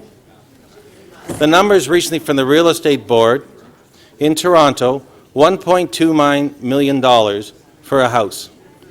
A semi is $809,000, a condo is $467,000, and a townhouse is $663,000. They're all substantially more than anything in the region. And in fact, it costs a homeowner in the city of Toronto more in Toronto to pay taxes and fees on their house than anywhere else in the GTA, in the Greater Toronto Area and Ottawa. I'm not suggesting we lower it, because we give more services and better services, and we provide services in our shelter system, in our community housing system, in our childcare that no one else does. But when I see the argument being made to raise taxes even more, look at what the average person that has a two-story home in Toronto has to pay.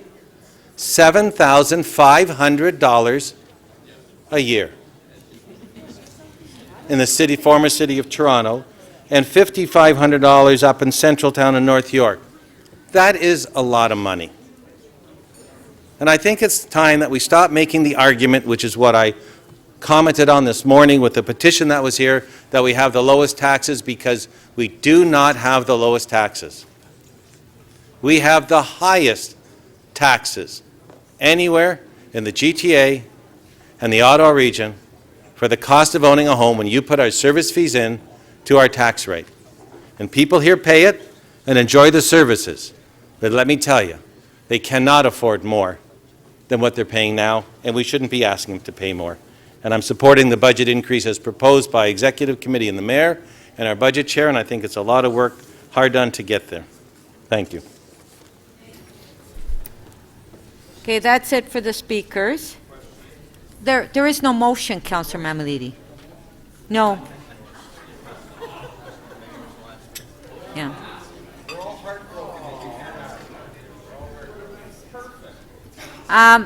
So before we go to the last speaker, which is the mayor, is there anybody else that hasn't spoken that would like to speak before I close it off?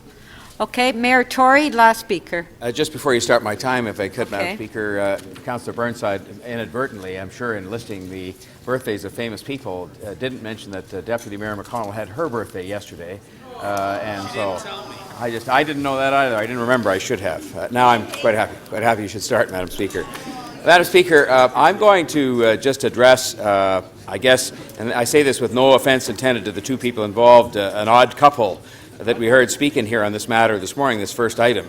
And I'm not talking about Oscar and Felix or Archie and Jughead, or probably the best one is Roadrunner and Wile E. Coyote. But I'm talking, of course, about the contrast that I listened to, as we all did this morning, and it's been, I think, a good debate. The discussion that between, say, Councillor Gord Perks on the one hand and Councillor Giorgio Mammoliti on the other. And in here, I figured that one out.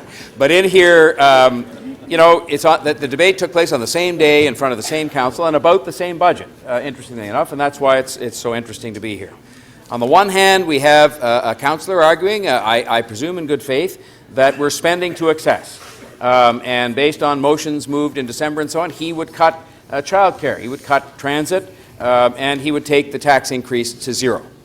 On the other hand, we have a councillor who says we're not spending anywhere near enough, especially on housing and other supports, and that we should impose an increase of twice the rate of inflation. Now, I want to just mention a couple of facts because they do fit within the context, and I think the questions asked earlier on about that were fair because the tax rate is a product in part of what you're spending.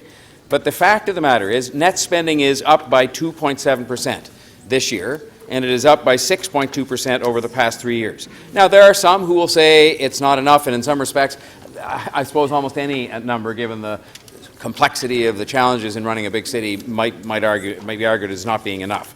But I think that it is a responsible number, and it permits investments that I'll refer to in my time, because we have found the money to make these investments, both from the revenue increases that are responsible and that are proposed principally through this item that we're dealing with right now, and through expenditure changes, including some of the efficiencies that were the subject of so much criticism, and some of them continue to be.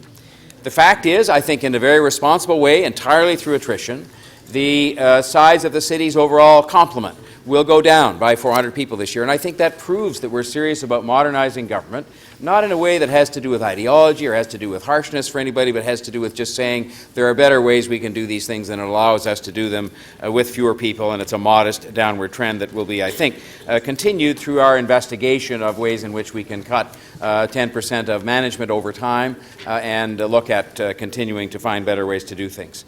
A fact is that the investment in the Toronto community housing this year, 2017, is at record levels, increased to record levels. Record levels. And that includes, on capital alone, dealing with those units that are in a poor state of repairs, $250 million from City of Toronto taxpayers to be put into repairing those units. The second year in a row that investment has been made. The maximum amount that the Toronto community housing people tell us we can practically and responsibly spend in a year. And it's interesting to me because in light of that fact, one thing I have not heard, except I think from Councillor Kelly this morning and this afternoon, is anybody talking about what the real cause is of half this discussion we have here, which is something I've been talking about almost alone, I would say, and I'm not looking for sympathy, I'm looking for support, almost alone, the role or the lack of a role of the other governments in financing these things that we say we're short of money for, and the archaic arrangements that we have in place governing especially the City of Toronto, but for that matter, all major cities across Canada. There's hardly been a peep in this entire discussion this morning about that as being one of the reasons that we are in a situation we're in where some people are saying it should be 4.5% while others argue 0. Transit, a record investment taking place this year. Record investment. $80 million is maybe not the all-time record increase, but it's maybe the second biggest in all the recent years and maybe ever. And Councillor Perks will say, well, it's all going to wages. Well, who drives the buses? Who operates the subways? What is 72% of the TTC budget? It's wages. So, of course, a big amount of the $80 million is going to go to wages to keep the service levels and to continue with some of the improvements we've been making over the years. So I think the test that we have to apply, and it's a test that I apply because I have a conscience, as we all do, and suggestions to the contrary are not the kind of debate we should have around here. And my conscience says, when you put your head down on the pillow at night, you ask yourself this question. Did you do your best in setting the rate and having the overall budget, and we'll come to that as the next item, to achieve that reasonable balance between investing to build a stronger, fairer city on the one hand and respecting the widely held desire and need to see property taxes remain affordable on the other hand? And somewhere between the two, the odd couple here, 0 and 4.26%, guess what's just in between the two? It's a number at 2%, which also happens to be the rate of inflation. I respectfully don't meet people. May I just have a few seconds, Madam Speaker? I don't meet people who tell me they want their taxes increased. And I accept that Councillor Perks had meetings he's gone to and others, and I accept the fact that Councillor Ramulini's gone to meetings where people have said don't raise them at all. But the vast majority of people say, the last poll, I went to see if there are any polls on this, and polls aren't perfect either. But the last one was done when the tax increase was proposed at 2.25%. And when people were asked by Forum Research, what do you think about that? The number who said it's about right, 42%. The number who said it's too high, 52%. The number who said it's too low, 10%. I was the person, and I don't take any credit for this, but I just want to put it on the record, that had the courage to come in here and to work with you to put forward road tolls, which, by the way, would have represented a far bigger financial impact on the city if you're looking at it from that standpoint. But I had the courage to come in and do that. Why? Why would I then object to saying, well, let's put 4.26% on the property tax? Because I genuinely don't think that is the right way to deal with this. The first way we should be dealing with it is by getting the other governments to pay their fair share of investing in this city. And after that, I think we have other ways and other means by which we should be doing this, not big increases in the property tax. I will make my judgment not on what is popular, but what I think is right, what I genuinely think is right. And I think this is right, Madam Speaker, in that balanced way that we have to try and achieve results in this room. Thank you very much. Thank you. Oh, questions. Okay, we do have questions for you. Sure. Councillor Cressy. Thank you, Mr. Mayor. I just have one question. To your last point of doing what is right, do you think it is right that when adjusted to inflation, property taxes have gone down, not up, in the last 19 years? I attend, through you, Madam Speaker, to my friend Councillor Cressy, I tend to go back to some of the words that were spoken earlier on. I think they were a quotation by Councillor Burnside of the words of Mayor Miller and others who said this, which is that the property tax, which is what we're sitting here talking about right now. We're not talking about all the other taxes. We're talking about the property tax, is a regressive, way of dealing with our financial needs. The proper way to deal with them is through progressive taxes, which unfortunately are the sole domain of the other governments. and finding a way in which we can do that. We found another less than perfect way through road tolls to try to help ourselves to deal with these things. But if you said to me, do I think it's right or wrong that something's above or below the rate of inflation, I don't tend to look at it relative to inflation, although that's a commitment that I made in the election. I tend to look at it relative to what's the right way to raise the money that we need to make the investments in the city. And I think by having a property tax increase at the rate of inflation, that's about right. We combine that with land transfer monies and other monies, and we end up with not enough, because I'm not sure there ever is going to be enough, but we end up with an amount that allows us to make additional investments. So if the right way is not to look at the property tax because it is regressive in your view, is the right way to look at progressive tax? Well, I mean, I certainly would prefer that, especially when it comes to social programs and multi-billion-dollar infrastructure investments, that those are best paid for, at least in large measure, by revenues derived from progressive forms of taxation, which we know are best exemplified by, say, the income tax, which is collected by the federal and provincial governments and not by us. So if you believe in more progressive taxation, why did you vote against the sales tax and the income tax when we debated the long-term revenue strategy? Simply because, I'm quite happy to explain that, Madam Speaker, through you, simply because I felt that just moving motions around here to say, well, now we're off road tolls, let's go to income taxes, or let's go to sales tax, is not the thoughtful, deliberative way. We're having our city manager and our chief financial officer and others right now examining the consequences of the decision by the province, which, as you know, I'm deeply disappointed in, to reject the road tolls and come back to us with their thoughtful advice on what we could do. And so I voted against it that day, but it doesn't mean that I would rule anything out. I'd say, look, let's look at what's best, what's practical, and I also voted against it in part because I've been told in discussions I've had with senior people at Queen's Park, they're not interested. And so, you know, I sort of thought, well, why should we just pass one more motion that goes on to the dustbin of, into the dustbin of history? But I'm not closed-minded to anything at all. Not at all. I guess in my final question then is, if the city manager comes back now that the tolls decision has been made and says the fairest and most progressive way for the city to deal with its financial challenges is through a progressive tax like income or sales, that is something you're open to? I want their advice, and I'm not ruling anything in or out. And I will carry forward, by the way, thoughtful suggestions we might have to the provincial government and the federal government, because I think, as I said, to come back, through you, Madam Speaker, the present regime has to change, where we are highly restricted in terms of what we can do to raise money to pay for our responsibilities, which we are prepared to accept, all of us in this room. And we have to do something different. So I am not ruling anything in or out. I do want our professional public service to give us advice on what's going to help us the best to solve the problem, and be fair to people. Okay. Thank you very much, Mr. Mayor. Thank you. Councillor Mammoliti, question to the mayor. So I've heard you in terms of other governments, and I think that one of the things that I still have yet to see is a willingness to go to those governments and say, take back some of the things that you've put on us, bring a resolution here to council, a very serious one that says, let's do this. Let's make sure that we can offset much of our budget in the billions of dollars by giving it back to the province. I haven't heard that. Is that one of your plans? Because I think that in itself is somewhere where you and I could probably agree on, if it is. Well, Madam Speaker, I don't know how much plainer I could be than what I said yesterday at the Empire Club, where I talked about the fact that we should not have the responsibility for housing, at least not the financial responsibility. I think we're the best people actually to operate community housing, but we shouldn't have the financial responsibility. It should at the very least be shared with the other two governments. I said precisely that, and I went on yesterday to say we shouldn't have responsibility for financing what are regional roads, and to me, whether they decide to write us a check or take the roads back, it has the same positive financial impact for us. So I am saying those things, and I'm saying them at Queen's Park too. And I will just say respectfully, that I haven't seen you saying a peep to support me in that regard, because you're busy with game show politics that you do in different places. And so I've had no support from you at all, zero. Madam Speaker, not a word. I will ignore the insults that the mayor keeps throwing at me.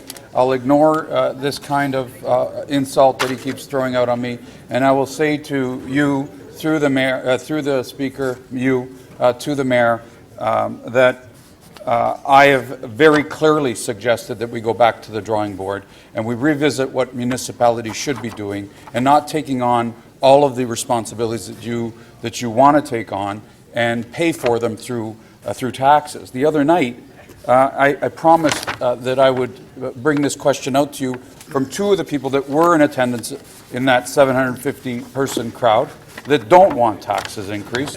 One of them is Carlo, a senior with a limited pension who can't keep up to make his ends meet. He just can't do it. He owns a home, and with this tax increase, he's got to think about selling that home.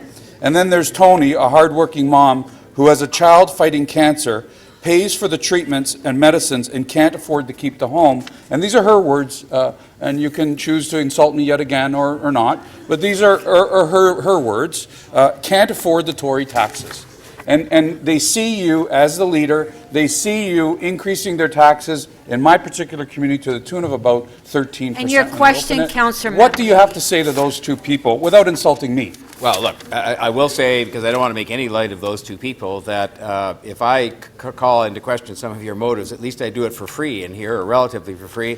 You produce these cartoons at taxpayers' expense, I'm assuming, which I think is scandalous, and that they deliberately attack me. They should be political brochures paid for by a campaign, although we're not supposed to have campaigns right now. But anyway, that's beside the point. Let me tell you what I say to those people. Answer the question. I say to those people that we are responsible here for achieving that very balance that I just finished talking about in my remarks on the tax rate, which is that we need to support them because they need transit, they need housing, they need various other public health supports, especially the woman that has the illness in the family, and the seniors need supports from us.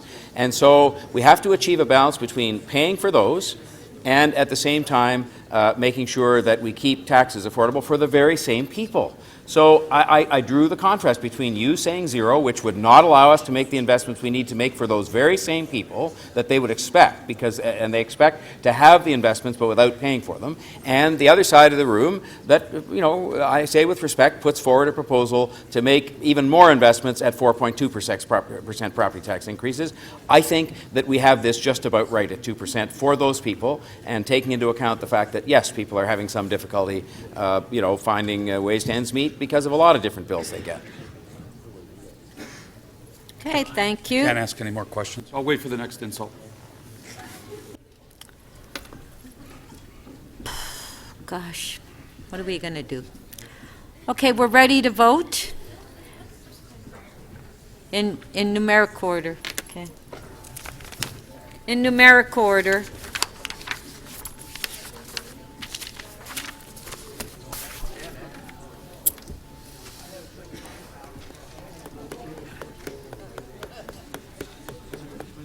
Okay, it's on the screen. Motion number 1 by Councillor Mammoliti. Recorded vote.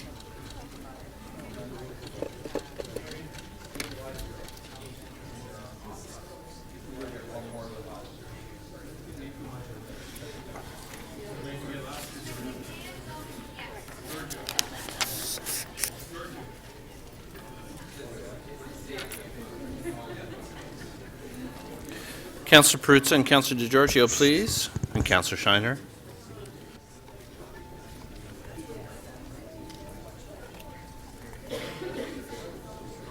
Councillor Carroll, when you're seated, please.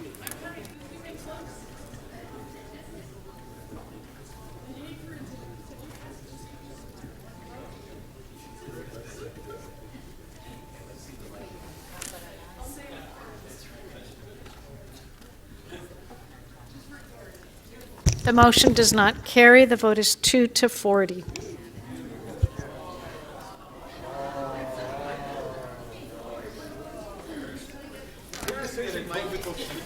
Our next motion is motion number 2 by Councillor Perks. Recorded vote.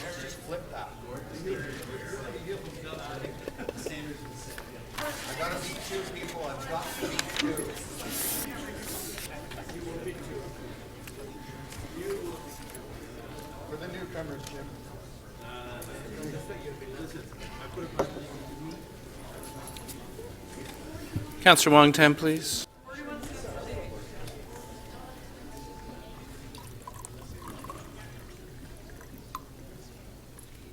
The motion does not carry. The vote is 10-32.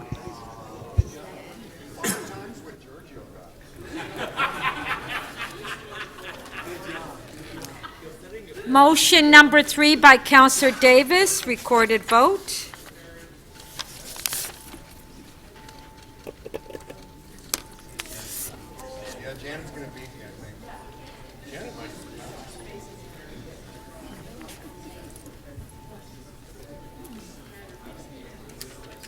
Councillor Rosemary, please. Councillor Perruzza, Councillor DiGiorgio.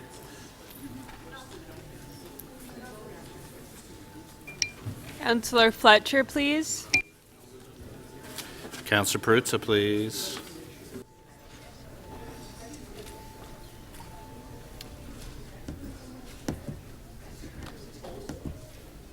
The motion does not carry. The vote is 12 to 30.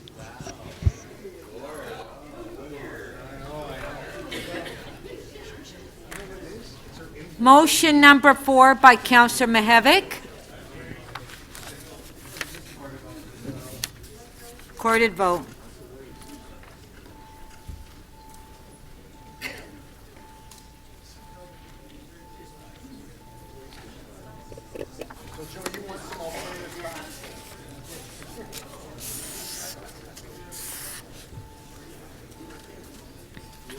Councillor Bailao, please, and Councillor Perruzza.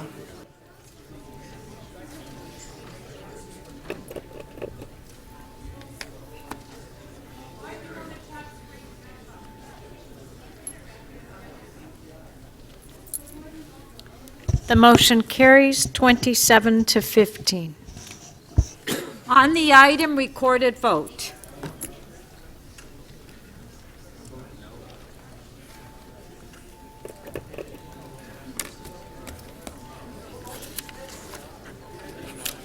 This is the item. Pardon? As amended.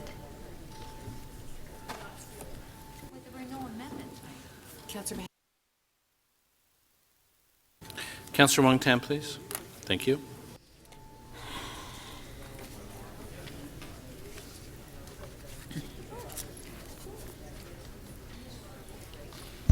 The item as amended carries 35 to 8.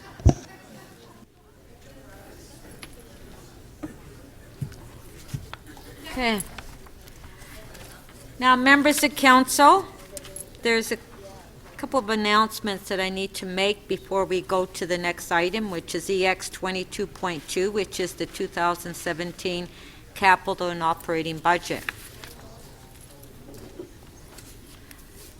Before we begin the debate on item EX 22.2, I wish to rule on a number of executive committee recommendations. First is Executive Committee Recommendation Number 158, which asks for a report directly to this meeting on Parks and Recreation user fees. Although the motion to request this report lost the Budget Committee, the request was included in the corporate report to Executive Committee in error. As the Budget Committee did not ask for this report, the request was not properly before the Executive Committee. I am therefore ruling Recommendation 158 is out of order. The next are Executive Committee Recommendations 182 and 183. These recommendations pertain to the operating budget for city planning. At its January 11th meeting, the Planning and Growth Management Committee considered a report on additional staffing resources for development application review. That report contained both policy recommendations and budget recommendations. As a consequence, the report was submitted to the Budget Committee at the same time. Planning and Growth Management Committee forwarded its recommendations on the budget portion of the report to the Budget Committee. The policy recommendations, however, were in the mandate of the Planning and Growth Management Committee, and accordingly, the committee made recommendations to City Council. That item, PG 17.4, was adopted as amended by City Council at its meeting January 31st. Executive Committee Recommendations 182 and 183 relate to a matter on which City Council has already made a decision. As a result, I am ruling Executive Committee Recommendations 182 and 183 redundant and not properly before City Council. Members, I also remind you that Council has adopted the tax rates and the revenues they will generate under item EX 22.1. That means that motions that affect the tax rates and the amounts to be levied will not be in order during the debate on item 2. Any motion that proposes an amendment to the levels of expenditure must also provide an offsetting amount. So those are my comments, and we'll go to EX 22.2 now. Do we have any questions? Okay, you put your name, Councillor Mamalidi, request to question staff. Councillor Cressy, this is on the capital and operating budget. Thank you, Madam Chair. And I'm going to direct my questions to the General Manager of Shelter Support and Housing Administration. And I have questions just for that department. Could you clarify for all of us what the council-endorsed occupancy rates should be in the City of Toronto within our shelter system? Through Madam Speaker, the occupancy rates are 90%. Should be 90%. Should be 90%. And since August, on a month-by-month basis, are you able to give us an indication of what the occupancy rates were in the City of Toronto since August 2016? So I have September going forward. September, please. So September was 95%, October was 95%, November was 96%, December was 94%, January was 94%. All right, so since September of this year, we have failed to meet our targets and our shelter system is over capacity. Is that correct? We have not met the targets. All right. Our emergency beds, that's overall. Do we have a percentage for our family emergency bed shelters, what the occupancy rate was most recently?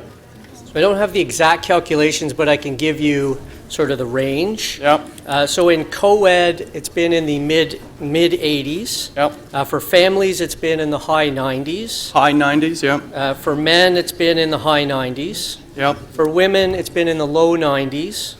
And for youth, it's been in the mid 90s. All right. So for families and men in the high 90s, women low 90s, youth in the low 90s, is there demand going up for shelter beds in the City of Toronto? Through the Speaker, there is demand, growing demand for the shelters. Okay. And are we adding beds this year to accommodate that growing demand? Through the Speaker, yes, we are adding beds this year. And is in this budget a proposal to reduce the number of staff by 10 positions? Through the Speaker, yes, in accordance with the direction from City Council, we have proposed a minor service reduction of 10 staff within the shelter system. So we are proposing to increase the number of beds but reduce the number of staff who work with the people who use those beds. Is that correct? It is correct, although there are two separate issues. The increasing bed capacity are purchase of service beds, not city-operated shelters. Yep. So the reduction in the 10 staff does not impact the beds themselves. Well, let me just be very clear, because I think this is important. Will the service reduction result in less service for the people who use those beds? Well, there will be 10 less staff working within those services, so there will be less service. However, in relative terms, staff brought forward this as a minor service impact as it related to the 500 staff within the system. People who use our shelter system will receive less service with this reduction. That's correct. Will that have a negative impact on people who use our services? Through the Speaker, we have, part of the plan is to ensure that we provide the same service through other staff within the shelter. But I just heard you say we'll provide less service, so we aren't providing the same, we're providing less. There will be 10 less staff out of the 500, so there is a level of reduction. Thank you very much.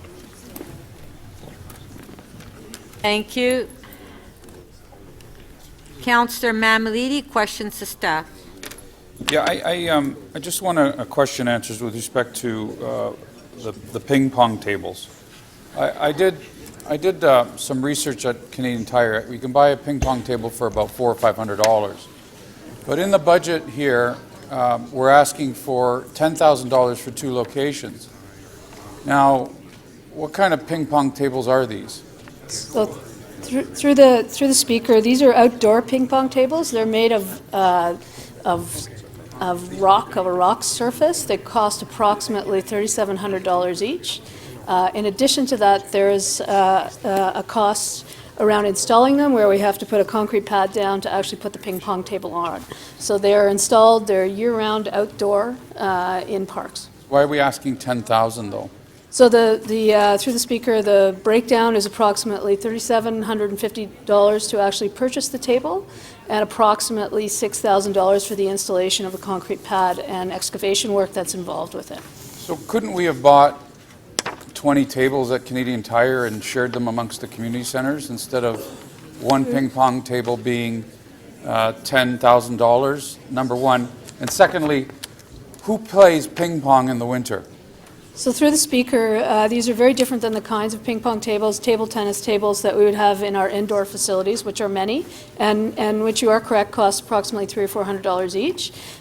These have been installed in parks with great interest from community groups that have been involved in those parks, specifically through the Participatory Democracy program, which involves community consultation.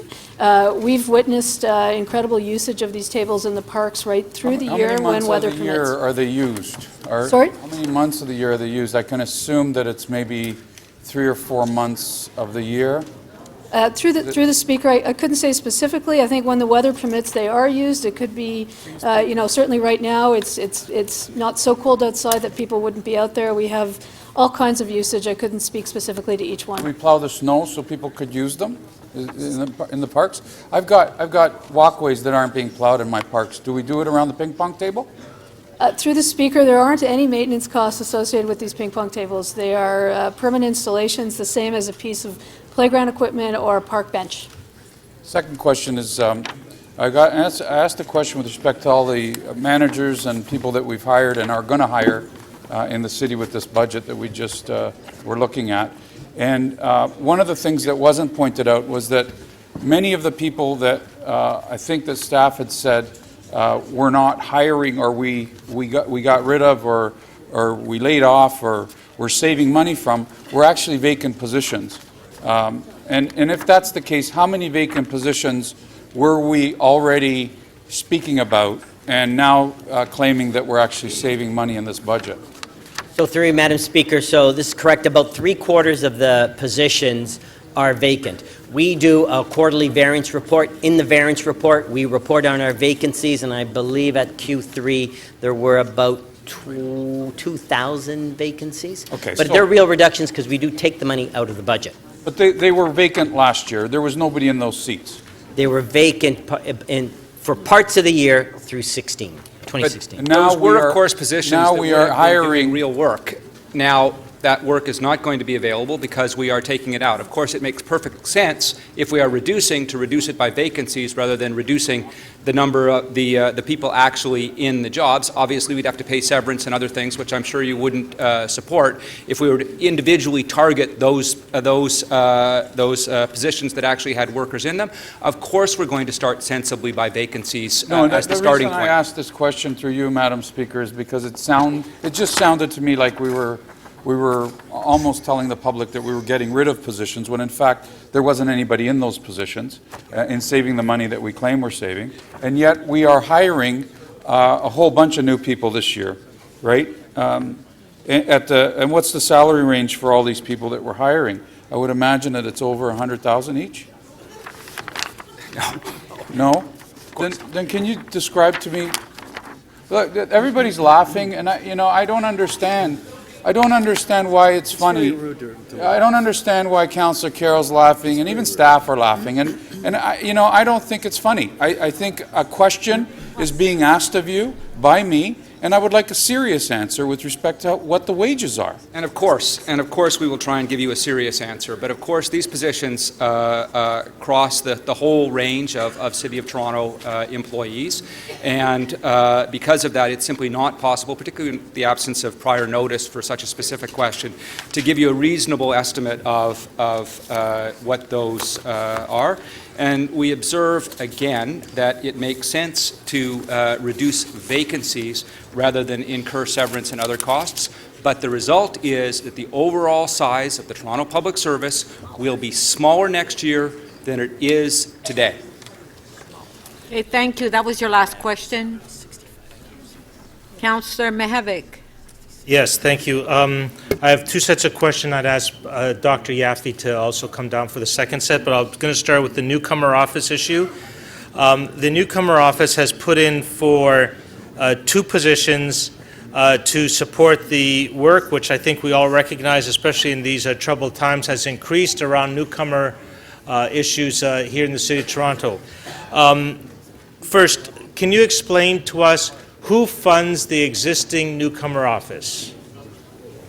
Through the Speaker, the Toronto Newcomer Office is funded by Immigration and Refugee Citizenship Canada. Do we have any city money in it?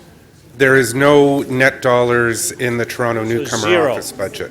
So can you also explain this? The issues that the newcomer office deals with, are they guided by your office, or are they contractually obligated by virtue of the relationship with the federal government funding as the funder? Both. The Newcomer Office implements Council's newcomer strategy. We are constrained by the federal funding agreement. So while we do the organization of the newcomer leadership table and a number of other activities, we are restricted in anything that they consider direct service. If Council in its wisdom were to add 2 additional staff, which is the request, which is a $200,000 request for 2017, what would these people do that isn't being done now to help settle the newcomers that are coming to our city? The part of the Toronto Newcomer Office agenda that we haven't been able to fully or adequately implement is improving access to settlement services in city facilities, having newcomer kiosks in offices across the city, and also opportunities to expand the Newcomer Day celebrations, for example. And would it be fair to say, if you give newcomers a better shot at the beginning and they are well integrated into the community within their early days, that their ability to contribute to the society enhances in the medium years? Would that be a fair statement to make? That would be an absolutely fair statement, and most importantly, that the first generation of newcomers are appropriately settled and supported, so that we're not dealing with multi-generational problems of poor settlement. Great. Okay, thank you. Thank you very much, Mr. Berlinger. Now to the Acting Medical Officer of Health, the cooling centers. So as I understand it, and I'm just giving you this opportunity to explain it, the Office of Emergency Management last year had $30,000 in their budget. That allowed us to open cooling centers on the 3rd day of a hot weather alert. Now the request is to advance that to the 1st day of a hot weather alert and to provide a small snack. That the cost is $70,000. If it's in your budget, it is cost shared with the province. Could you explain that piece? Yes, the cooling centers are part of the hot weather response plan, and at some point a few years ago, the responsibility for the cooling centers was moved to the Office of Emergency Management. They have a budget of $30,000, which they contract out to an agency to staff the cooling centers. The provincial criteria for determining a heat alert changed this past summer. So, in fact, at the beginning of the summer, heat alerts were being called less frequently, and there were a lot of issues, particularly among homeless and underhoused individuals and their advocates. So we changed the criteria to the 1st day of a heat alert, which meant the cooling centers would be opened.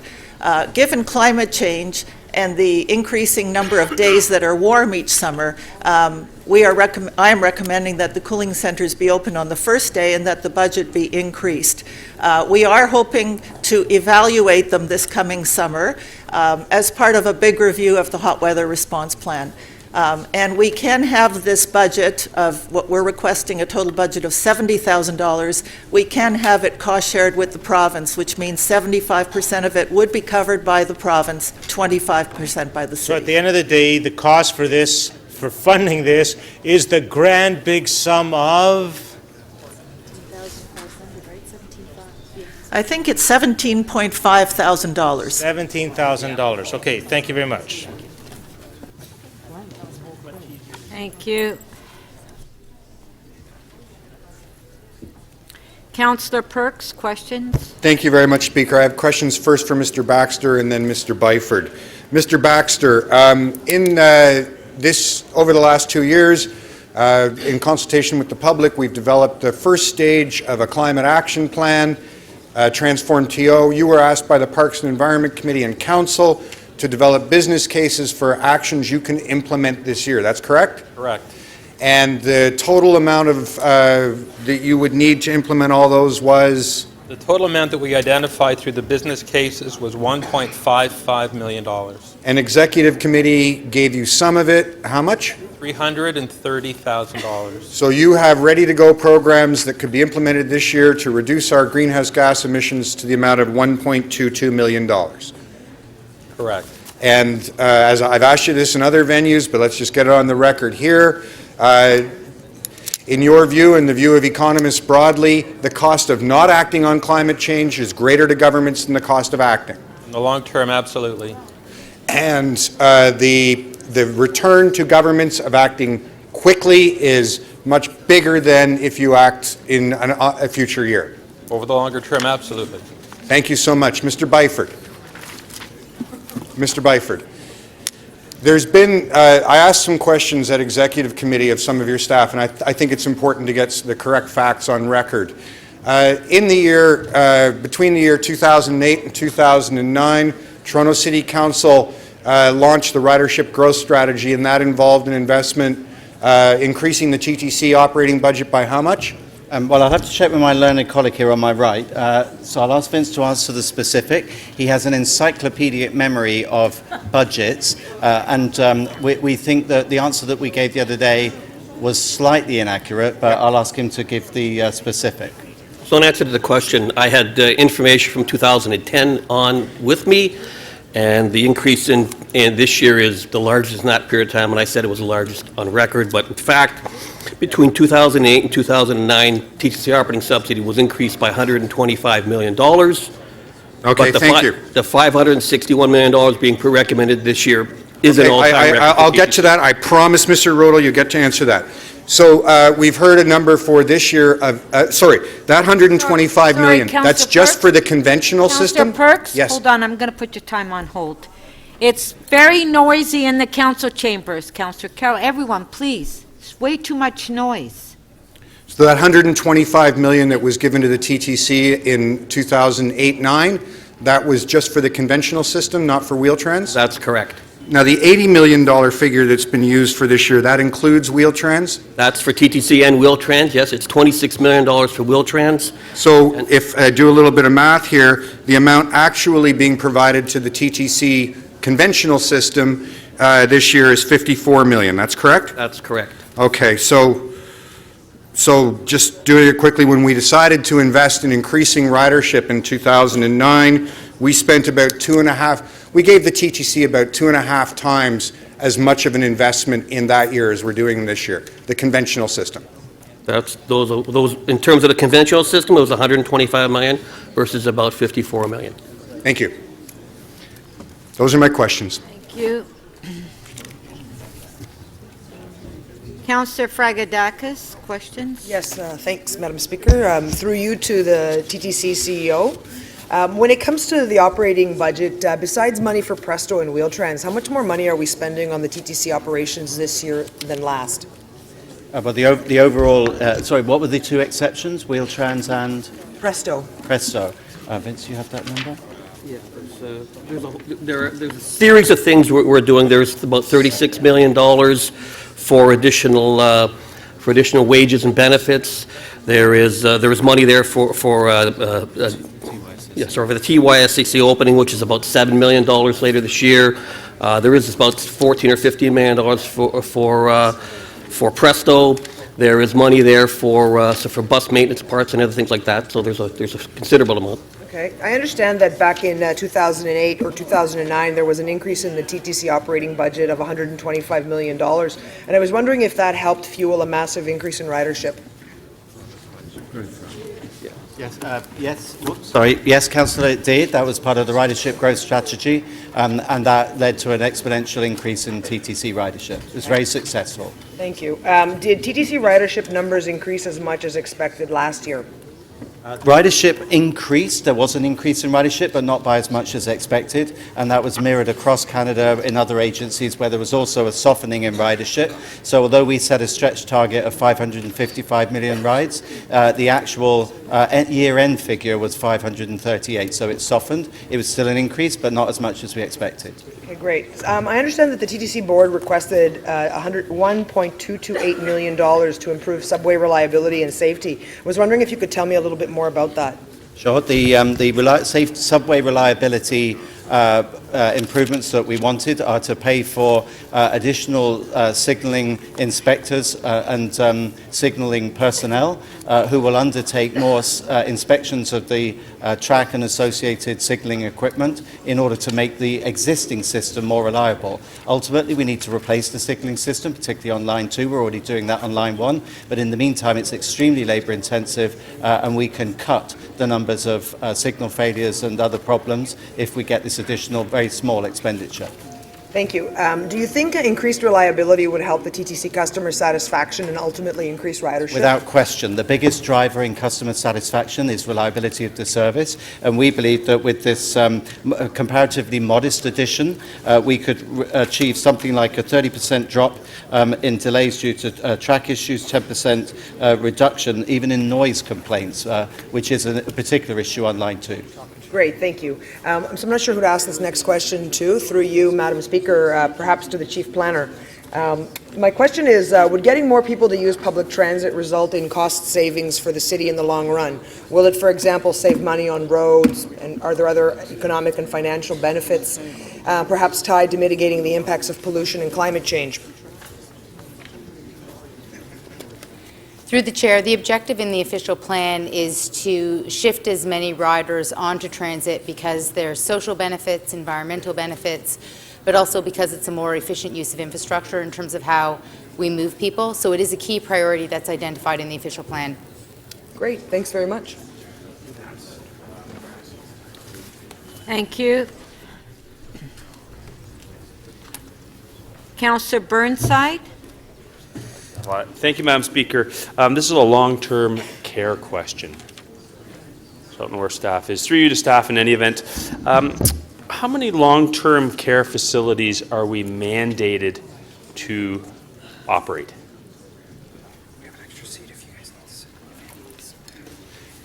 Through you, Madam Speaker.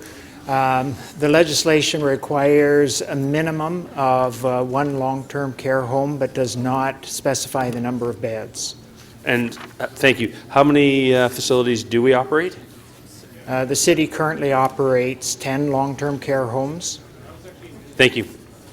Through you again, Madam Speaker, this is a child care question. In terms of our subsidy per child, if you look at some municipal benchmarking, how does Toronto compare to Ottawa per child? In terms of the average cost per subsidy? In terms of what our subsidy is? The subsidies vary based on family income. Generally, ours would be a little more costly than Ottawa's. So I have a net operating cost and the subsidy here from your office. It says $305. Is that accurate? No, the average cost of a childcare subsidy is a weighted average is $10,000 per annum. No, but I'm talking about what do we, if you look at the actual average subsidy for all children, what would that be? I see you've got the OMBI data. Yes, it's $305. Okay, so our subsidy is $305. What is Ottawa's? Ottawa's is $135. So we're not quite 2.5 times. Okay, and sorry, what is Durham region? Our good friends in Pickering? Durham is $99. Thank you. York, or Markham. What would that be? York is $62. So we're 5 times out of York? Yes, we are. Thank you very much. Thank you. Councillor Fletcher, questions? Councillor Fletcher,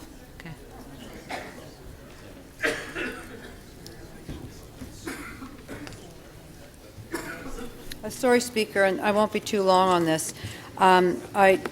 This is to, I guess it's transportation staff. Where?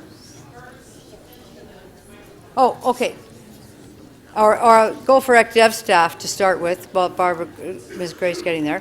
And a number of the BIAs contacted me last week, and I know we had the patio conversation. I thank everybody for their work on that. Contacted me about sidewalk sale, that it was, the fees were going up kind of astronomically, about almost 1,000% for a sidewalk sale.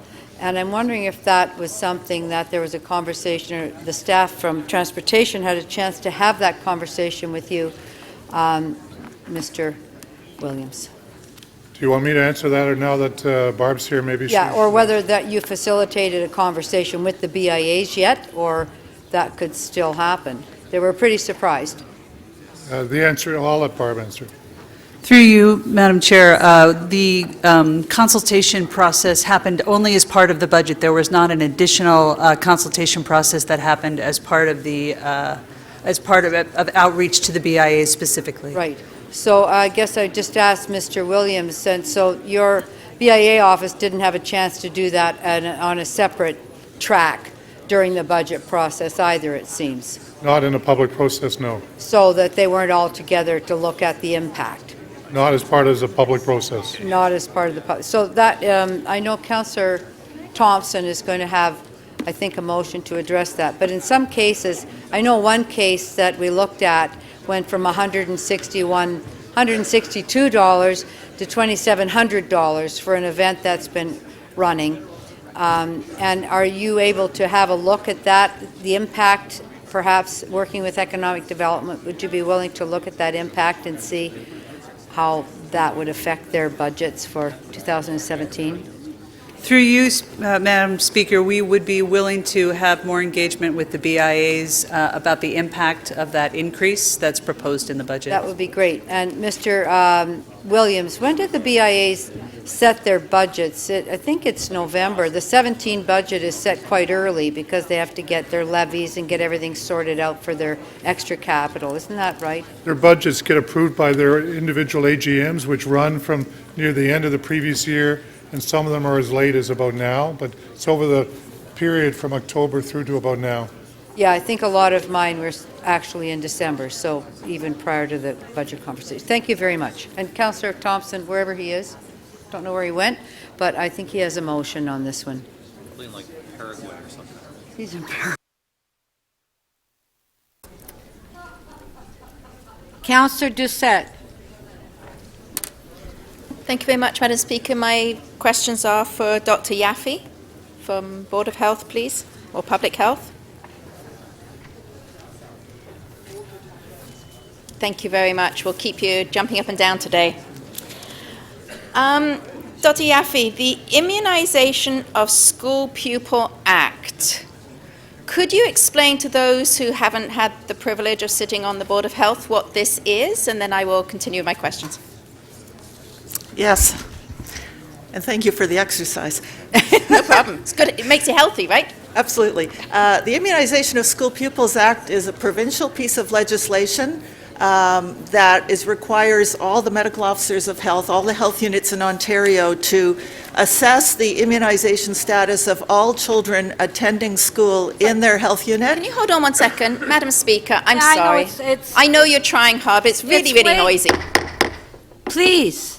Members of Council. These are important questions about our children's health. Sorry, Dr. Yaffe. Okay. So the Immunization of School Pupils Act is a provincial piece of legislation that requires all health units in Ontario to assess the immunization status of all children attending school in their jurisdiction with respect to, now it's 9 mandated vaccines against 9 diseases: measles, mumps, rubella, diphtheria, tetanus, polio, meningitis, pertussis or whooping cough, and chickenpox. And if the children's immunization record is not up to date, we notify the parent or child if they're 16 or over, and give them a lot of opportunities to get up to date or get an exemption. Through this legislation, we are actually able to ensure that about 95% of children in school are up to date when we have the resources to implement the Act appropriately. So right now, my understanding is that we are only checking on grade 2 students, but the provincial mandate says we should be checking every child who attends our schools. Is that correct? That is correct. This past school year, we were only able to fully assess the cohort of children attending grade 2 in public schools, not even private schools. Right. And vaccinations being up to date obviously stop the spread of diseases. Absolutely, and people think some of these diseases don't exist anymore. We had a measles outbreak about a year ago that ended up costing the system over $500,000. There are mumps outbreaks right now happening across the country, so these diseases are still happening. So if we were to say to you, how can we come up to the provincial standard? Are you able to, with our 2017 budget, make it net zero considering the 25 to 75% of shared ability we have with provincial money? We have a way of increasing the staff without any impact on the net budget that would at least enable us to assess every child every second year. So that's not quite there, but much better than we're doing now. Much better, yes. Yeah. Thank you very much. That's all my questions. Thank you. Councillor Pasternak. Thank you, Madam Speaker. Through you to the General Manager, Shelter Support and Housing Administration. There's been a lot of talk about cuts, but I have before me a motion that came out of my committee, Community Development and Recreation, allocating an additional $2 million from the Social Housing Reserve Fund as a one-time allocation. Has that been tapped into? Yes, absolutely. It has through the Speaker. We've spent about $1.2 million to date for the winter readiness program. And that was used for 2016-2017 winter readiness? That's correct. If not fully used, can you roll that over to 2018? It comes out of the reserve, so whatever was left over could be available. I'm looking at the budget documents here, and I'm seeing an increase in the number of emergency shelter beds, providing more funding for housing services, and increasing the number of beds in rooming houses. Is that your sense of what's before us? Through the Speaker, that is correct. Okay, thank you very much. Madam Speaker, is there someone here from Police Services to answer questions? I don't know. Is there anybody here from Police Services? You can hold my time. Yeah, I did. Do we have anybody here from Police Services? I understand that nobody is here, unfortunately. Nobody's here? No?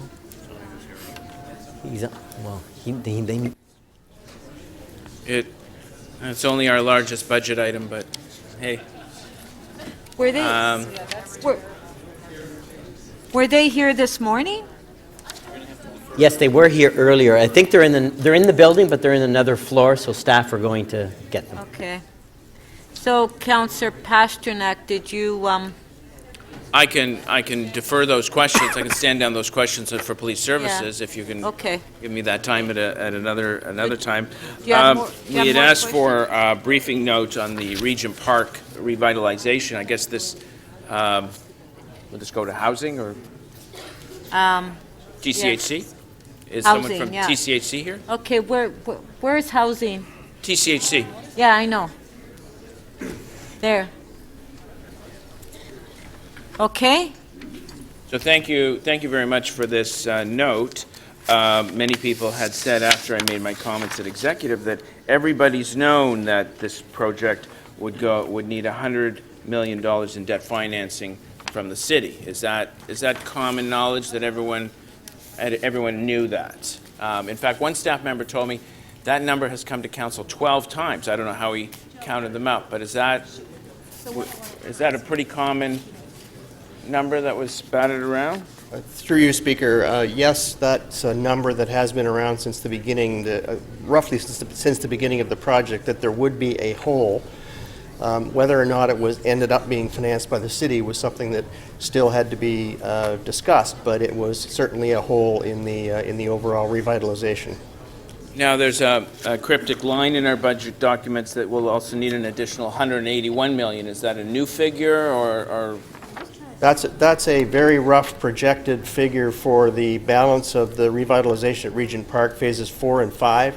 Still requires a lot more work and analysis, but the city chief financial officer had asked us for a number to work with, so that we were aware that there would be some hole that needed to be filled in the future to finish the revitalization.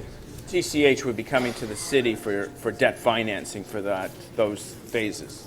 The 100, of which $6 million is in before us now, and then at a later date, the 181. That's certainly a possibility as a source of financing that shortfall when it is nailed down, yes. So in the briefing note, and I quote, "Presently, the projected costs for the entire revitalization have increased to just over $1 billion." Now, where does that figure come from? Is that before recoveries of land sales, or?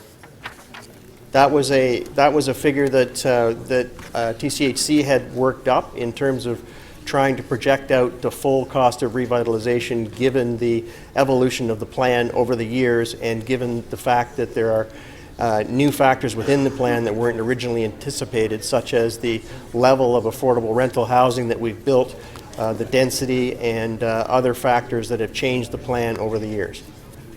So we can expect that more reports coming, that what's before us is basically $100 million, with $6 million in the current fiscal year, $181 million, and then it's going to escalate to about $1 billion.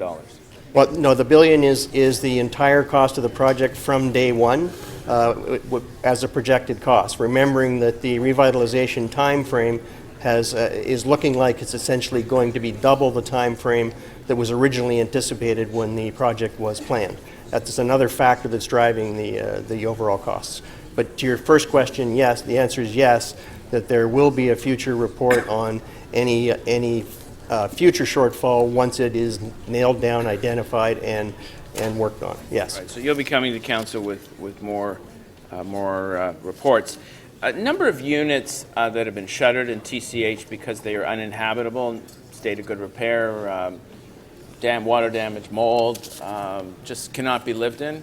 As of today, about 450. 450? Yes. And is there any merit to using some of this credit facility or borrowing powers to get those up to speed? Okay, that was your last question? The answer is no, because most of those units are beyond repair. They're waiting for replacement through being demolished. Thank you. Councillor Davis, question. Thank you. I have questions for long-term care staff and building staff. And my first question is to long-term care. I just wanted to address the question of staffing in long-term care. Would you agree that staffing in long-term care, not just in our services, but in other long-term care facilities, is already at a minimum? Yes, through you, Madam Speaker. The long-term care system is continuing to admit residents who have higher acuity and complexity of care, and the need is growing every year as far as staffing requirements are. And we have new mandatory training requirements that have been that are required by the provincial government?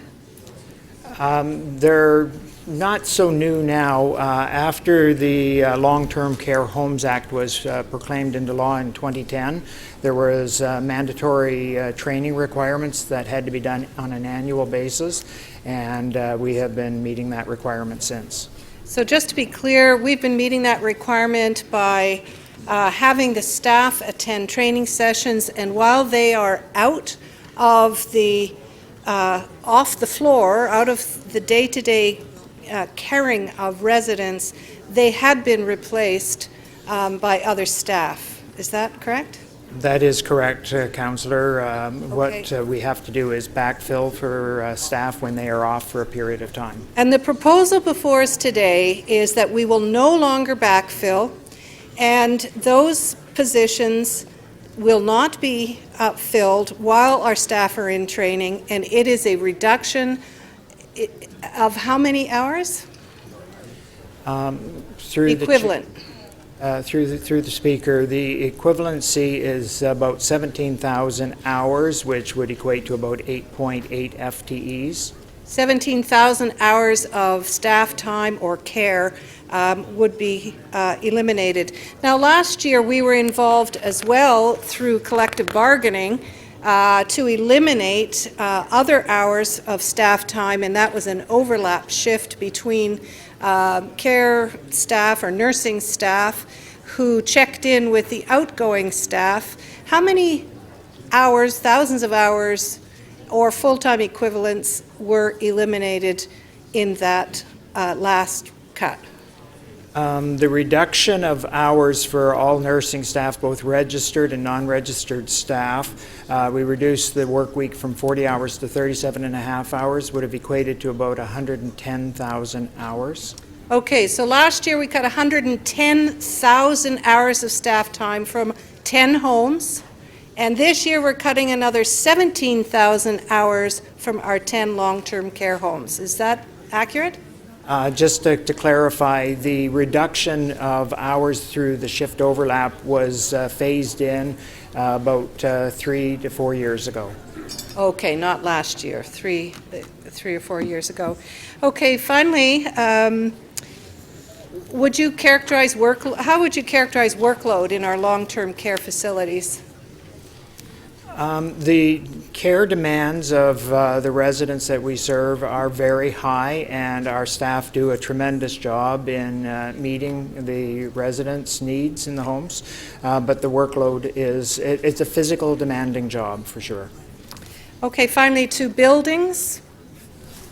Thank you very much, Reg. And to buildings, the sign tax. The executive committee was going to refer it to a report, but at the last council meeting on the long-term fiscal plan, it was referred instead to the budget process. Is that correct? Yes. Through the Speaker, that is correct. Okay, so it's before us.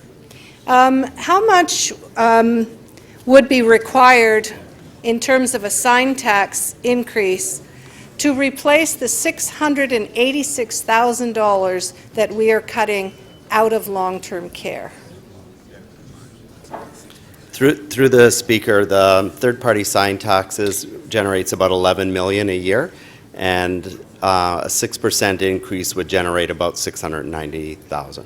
Okay, thank you very much. Perfect timing, Councillor Davis.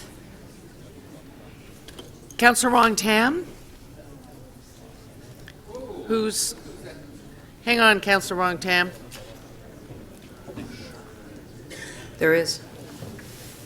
Thank you very much, Madam Deputy Speaker. This is a question regarding the framework that was used to develop the budget.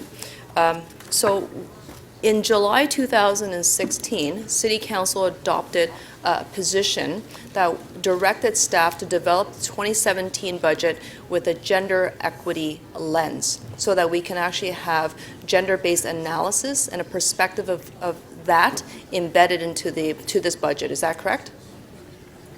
Through the Speaker, yes, that's correct. And so the process of developing the budget would have been directed by that motion to have staff design a budget, to develop the budget and create, through all the budgetary processes, tools to remove biases based on gender so that the budget will be fairer, more responsive, and more equitable. Is that correct?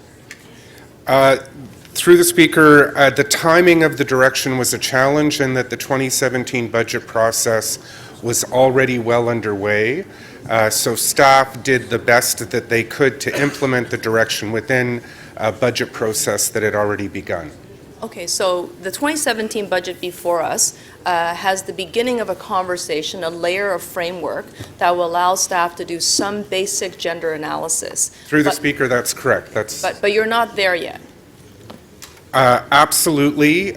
We continue to work both with our external review panel to further define how we can increase the equity-sensitive budgeting or gender-sensitive budgeting for the 2018 process. And this is work that staff are committed to doing and believe is going to deliver a more open, more accountable, and more transparent budget in the future.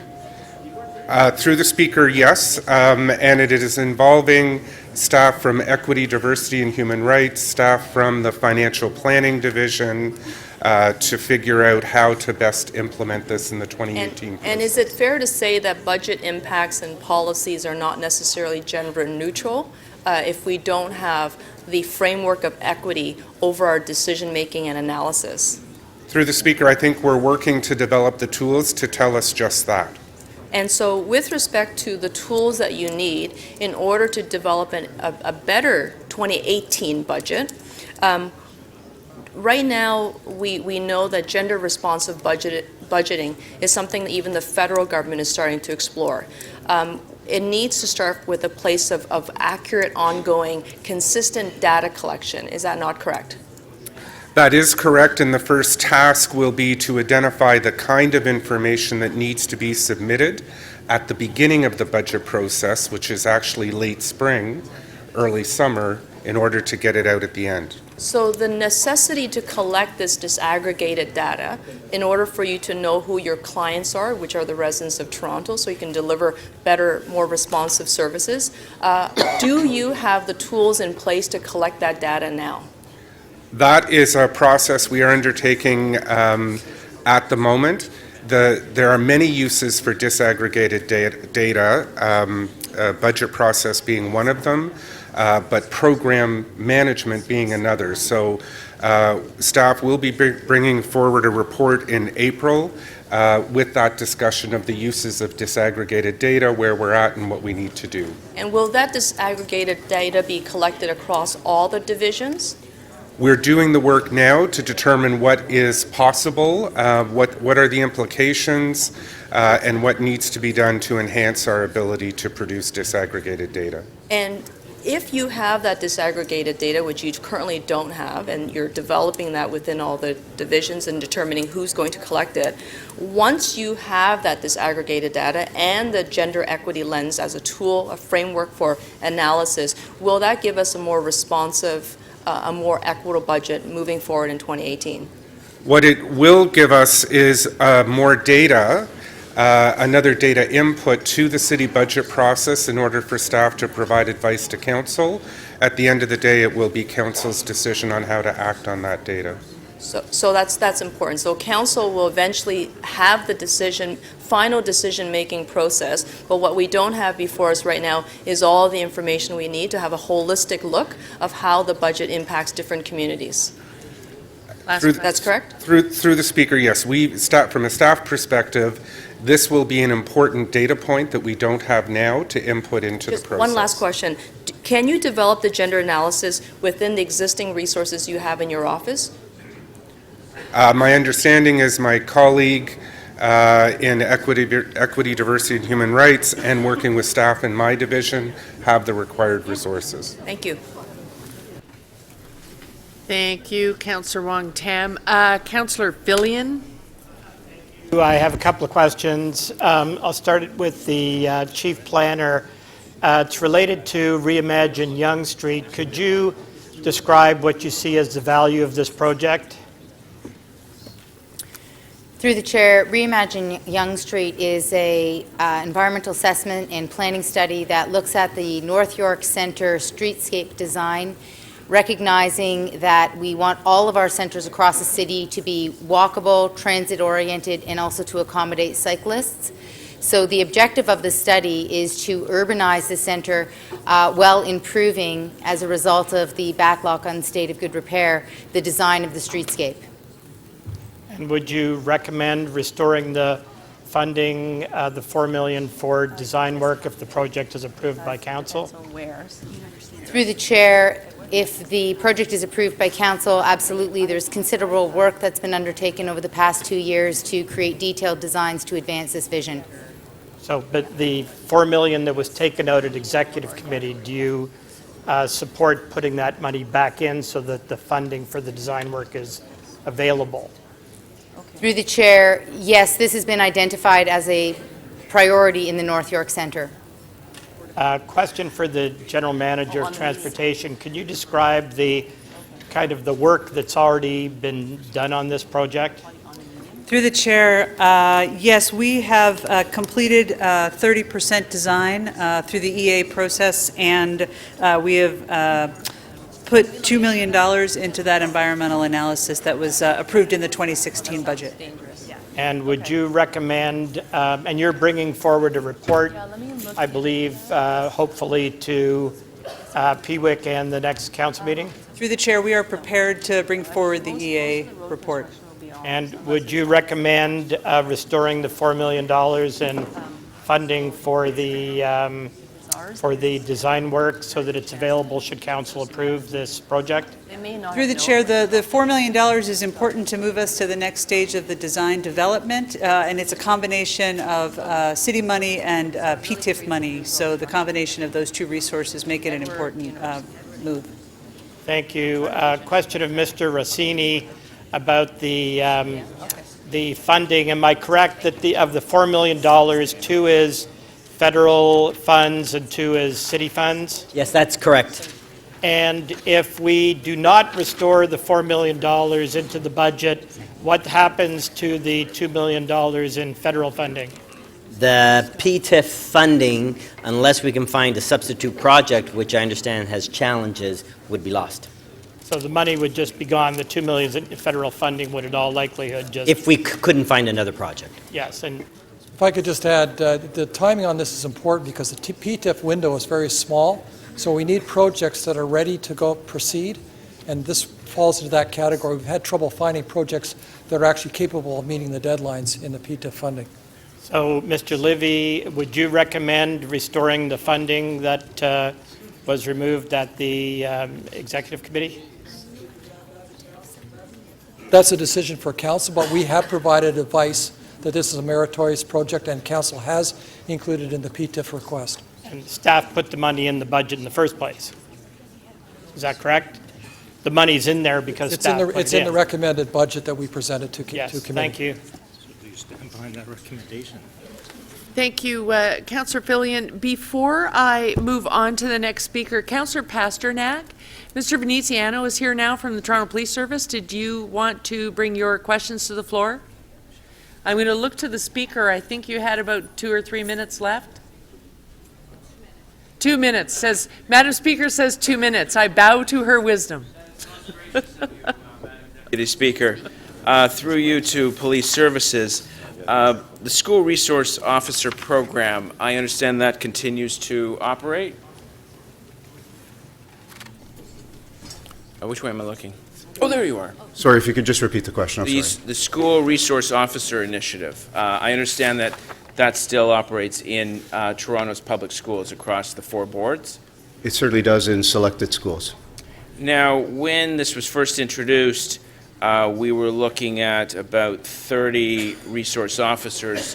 What is the current complement in our schools? We currently have about 60 schools with resource officers in them. We also offer a program where some of our officers actually move from school to school in the elementary school system. That, of course, is being revisited as part of our transformation to ensure that, in fact, it provides the value that we would expect out of it.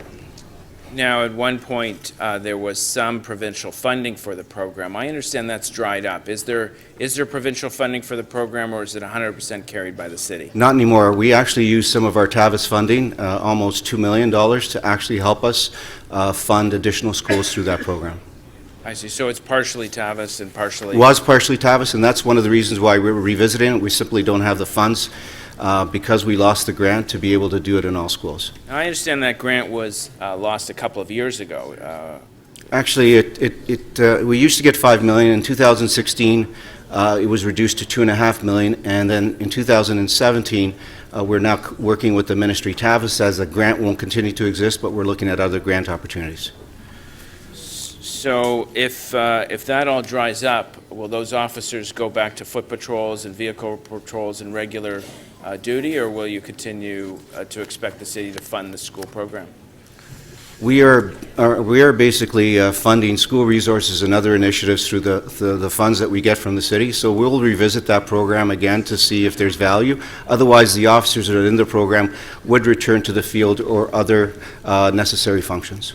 So as the province peeled back its funding, that was then offloaded to the city. Is that? We continued the program even though we had lost the funding, at least for 2016. We're now revisiting it in 2017. Thank you very much. Okay, thank you. Thank you, Madam Deputy Speaker. You're welcome. Thank you. Councillor Holiday. Thank you, Madam Speaker. My questions are to Children's Services, and I would like a little bit of help understanding some of the daycare items in here. My first question is about the occupancy grant. I understand from the briefing note in here that about 2/3 of parents with children enrolled in daycares don't qualify, or their daycares don't qualify for the occupancy grant, and 1/3 does. The 65-35 split. Can you explain why certain people get the occupancy grant and certain ones do not? The occupancy grant is paid by the city to the 4 boards of education on behalf of childcare centres located within schools. About 30% of childcare centres in the schools are located within schools, so those parents, by and large, are the families that benefit from the grant. Is it every school or is it certain schools? It's when the agreement was negotiated, it was for every school at the time. Since then, new centres have been added. With full-day kindergarten, there's been a significant expansion of childcare in schools. The expansion is not covered by the agreement, so those parents do not benefit from the grant. Is it fair to say that it is not a uniform grant to all parents with children in daycare? That's true. That's correct. Is it fair to say that it's not necessarily a fair grant? Because it depends on geography and where your child happens to go to school and maybe where you were lucky enough to get them enrolled. That's exactly correct, Councillor. That's why we recommended the reduction, because it was inequitable. I see, and that was really my next question was, is that the recommendation of Children's Services to get out of the grant business with respect to occupancy, because maybe there is a fairness issue here? That's correct. Okay. In the budget, there's a discussion about 300 new childcare spaces. My understanding of this is that, and I'm sorry, childcare subsidies. My understanding of the subsidies is that the province provides the money for subsidies because the province recognizes it's their responsibility to pay for these things. They're very expensive, and we're really glad that they help us with that. Are these 300 subsidies paid for by the province? First of all, the majority of subsidies are cost-shared with the province, with the city paying 20%. The 300 that's in the budget would be funded with municipal dollars. So 100% paid for by us. Does this help or hinder our work, our intergovernmental work with the province in obtaining additional childcare subsidies in the city, in that we're actually going out and performing their work? I'll put it to you that we're performing their work, or we're giving that money up, and yet we're sort of turning to the province and saying, can you help us with additional childcare subsidies, yet we're paying for them. Is this Children's Services recommendation to go and create these 300 subsidies? With a wait list of almost 18,000, Councillor, it is something that we would support. We have enough subsidies to only serve 30% of children living below the low-income measure, so every little bit helps. We have made it abundantly clear to the province that we do need significantly more resources to assist with affordability and to provide more subsidies. But my question was, by funding them completely ourselves, do we not dilute our argument to them that we need assistance in paying for these, that they should rightfully pay for, and that we're happy to co-pay and administer? But to take on the financial burden ourselves is very hard to turn around at the same token and say, give us more. I don't believe that that is the case, Councillor. It's a modest investment directly in childcare, and to be honest, over the past 5 years or 8 years, the province has consistently increased its investment in childcare, so it is important that it also sees the city's commitment to it. Okay, in here, there's a discussion about 100,000 daycare spaces in Ontario being created, and there's a discussion point here, a bullet point to continue with the province, working with them. My understanding is that in Toronto, we might get about a third of those, or 30,000, I think was the briefing note. That is generally what we get from the province, a third of their investment.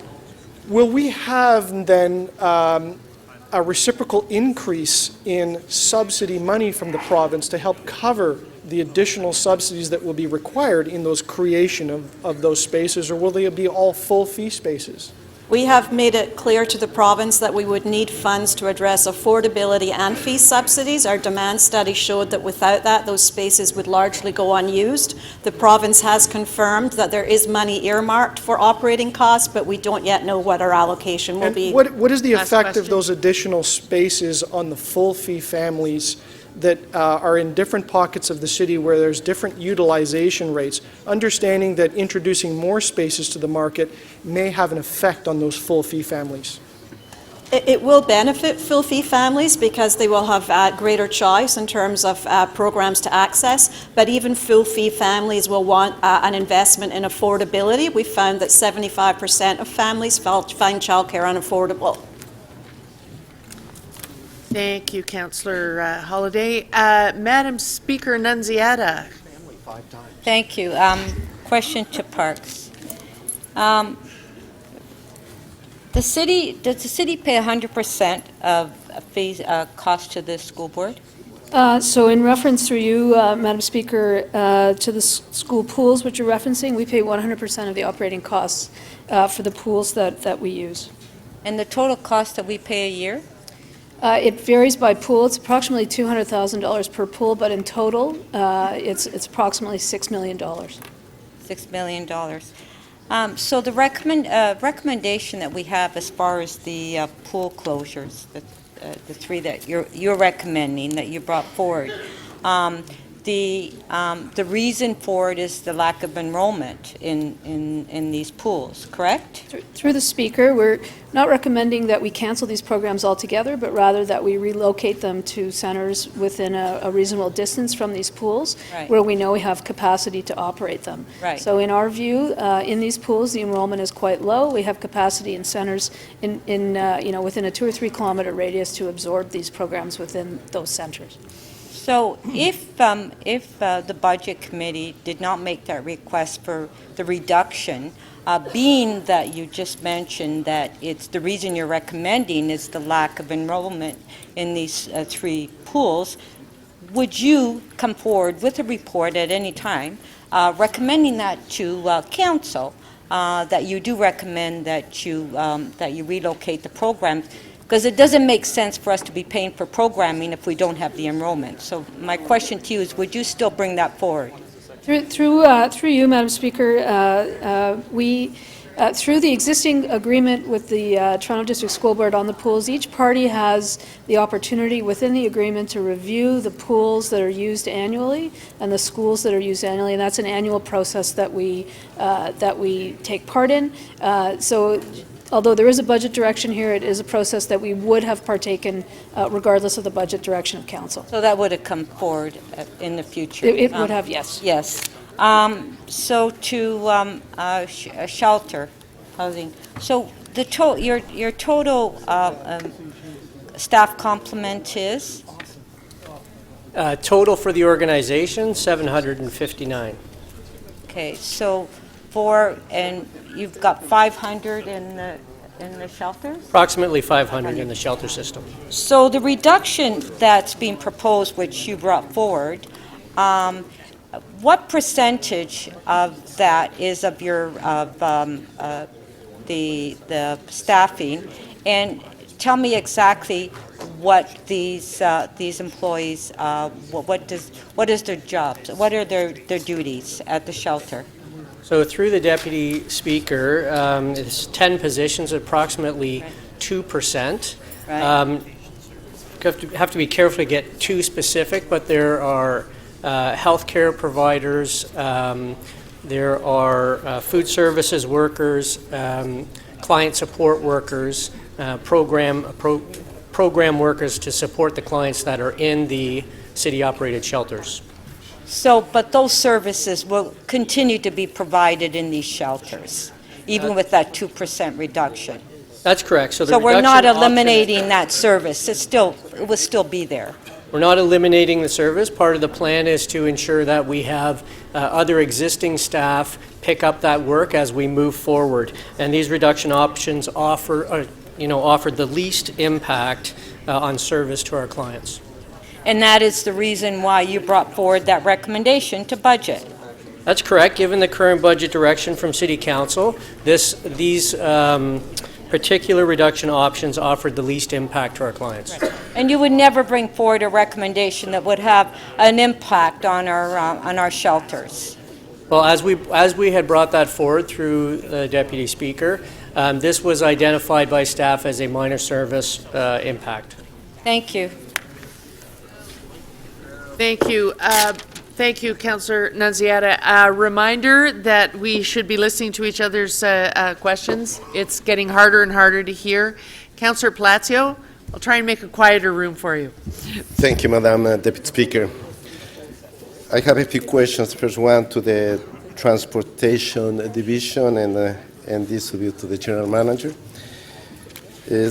I understand that in terms of street sweeping, at least within my ward, and we had a little discussion earlier today, that all the roads within, literally within the city, the level of service will be reduced by 50%.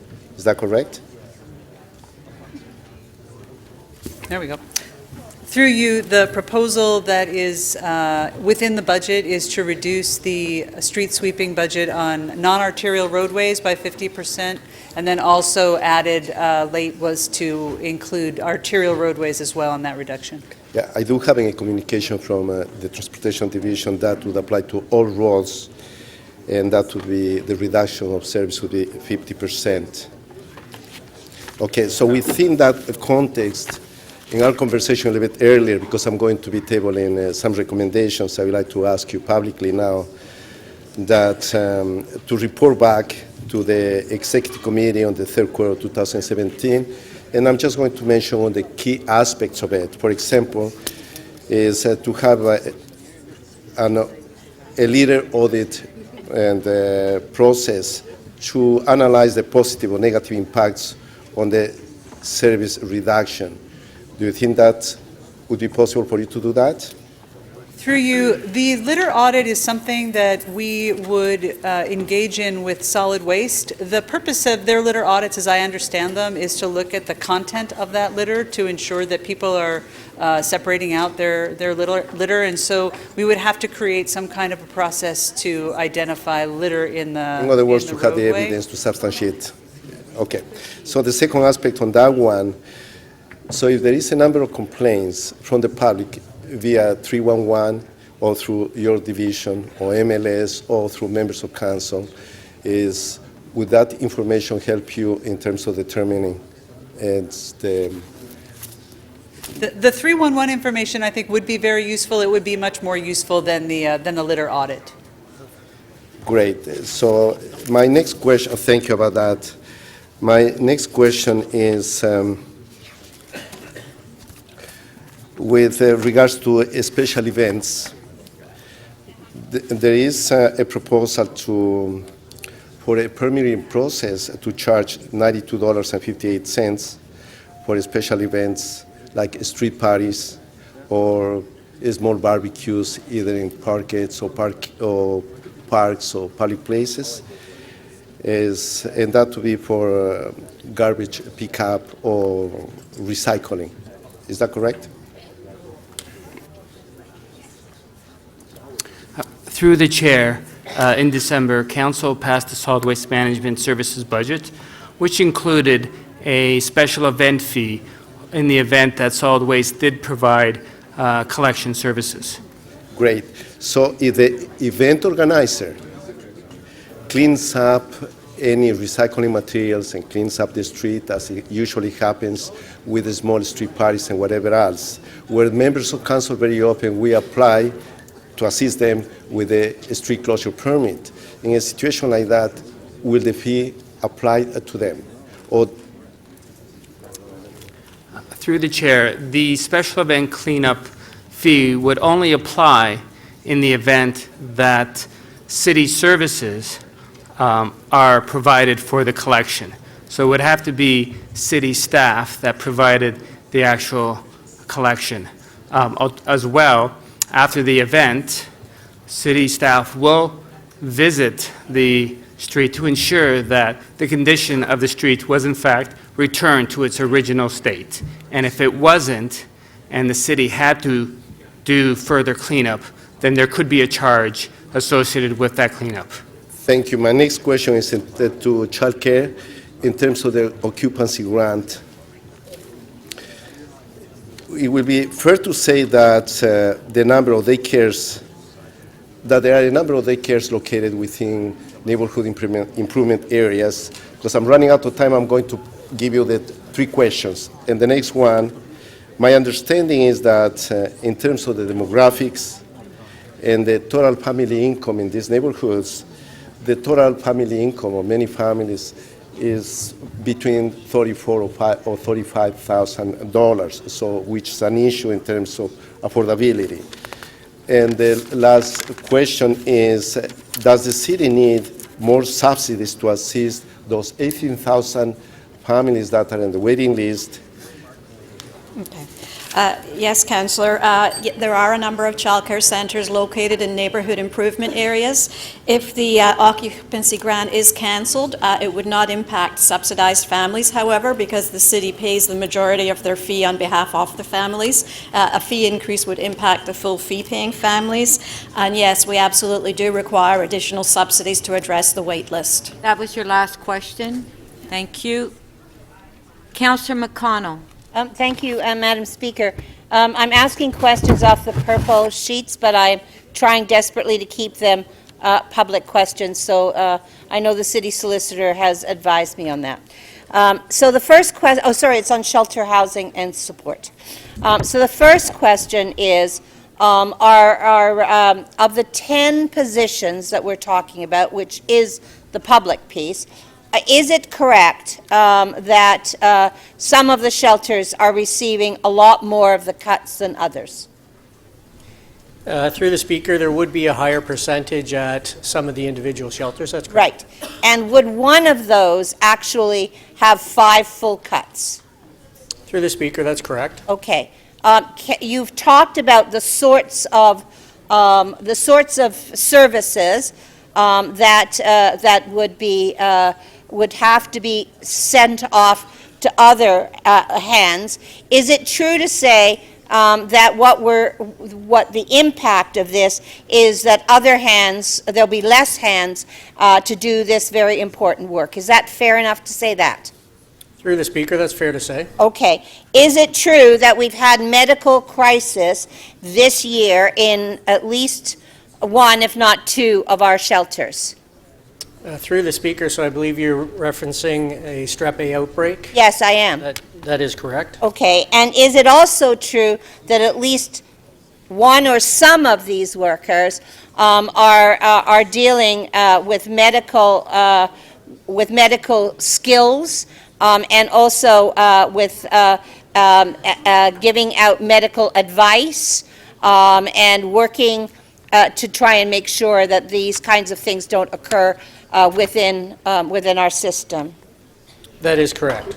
Would it be correct that one of our people, that many of our people are in the shelter and offering services and to get people out of the shelter system and into housing? Is that correct?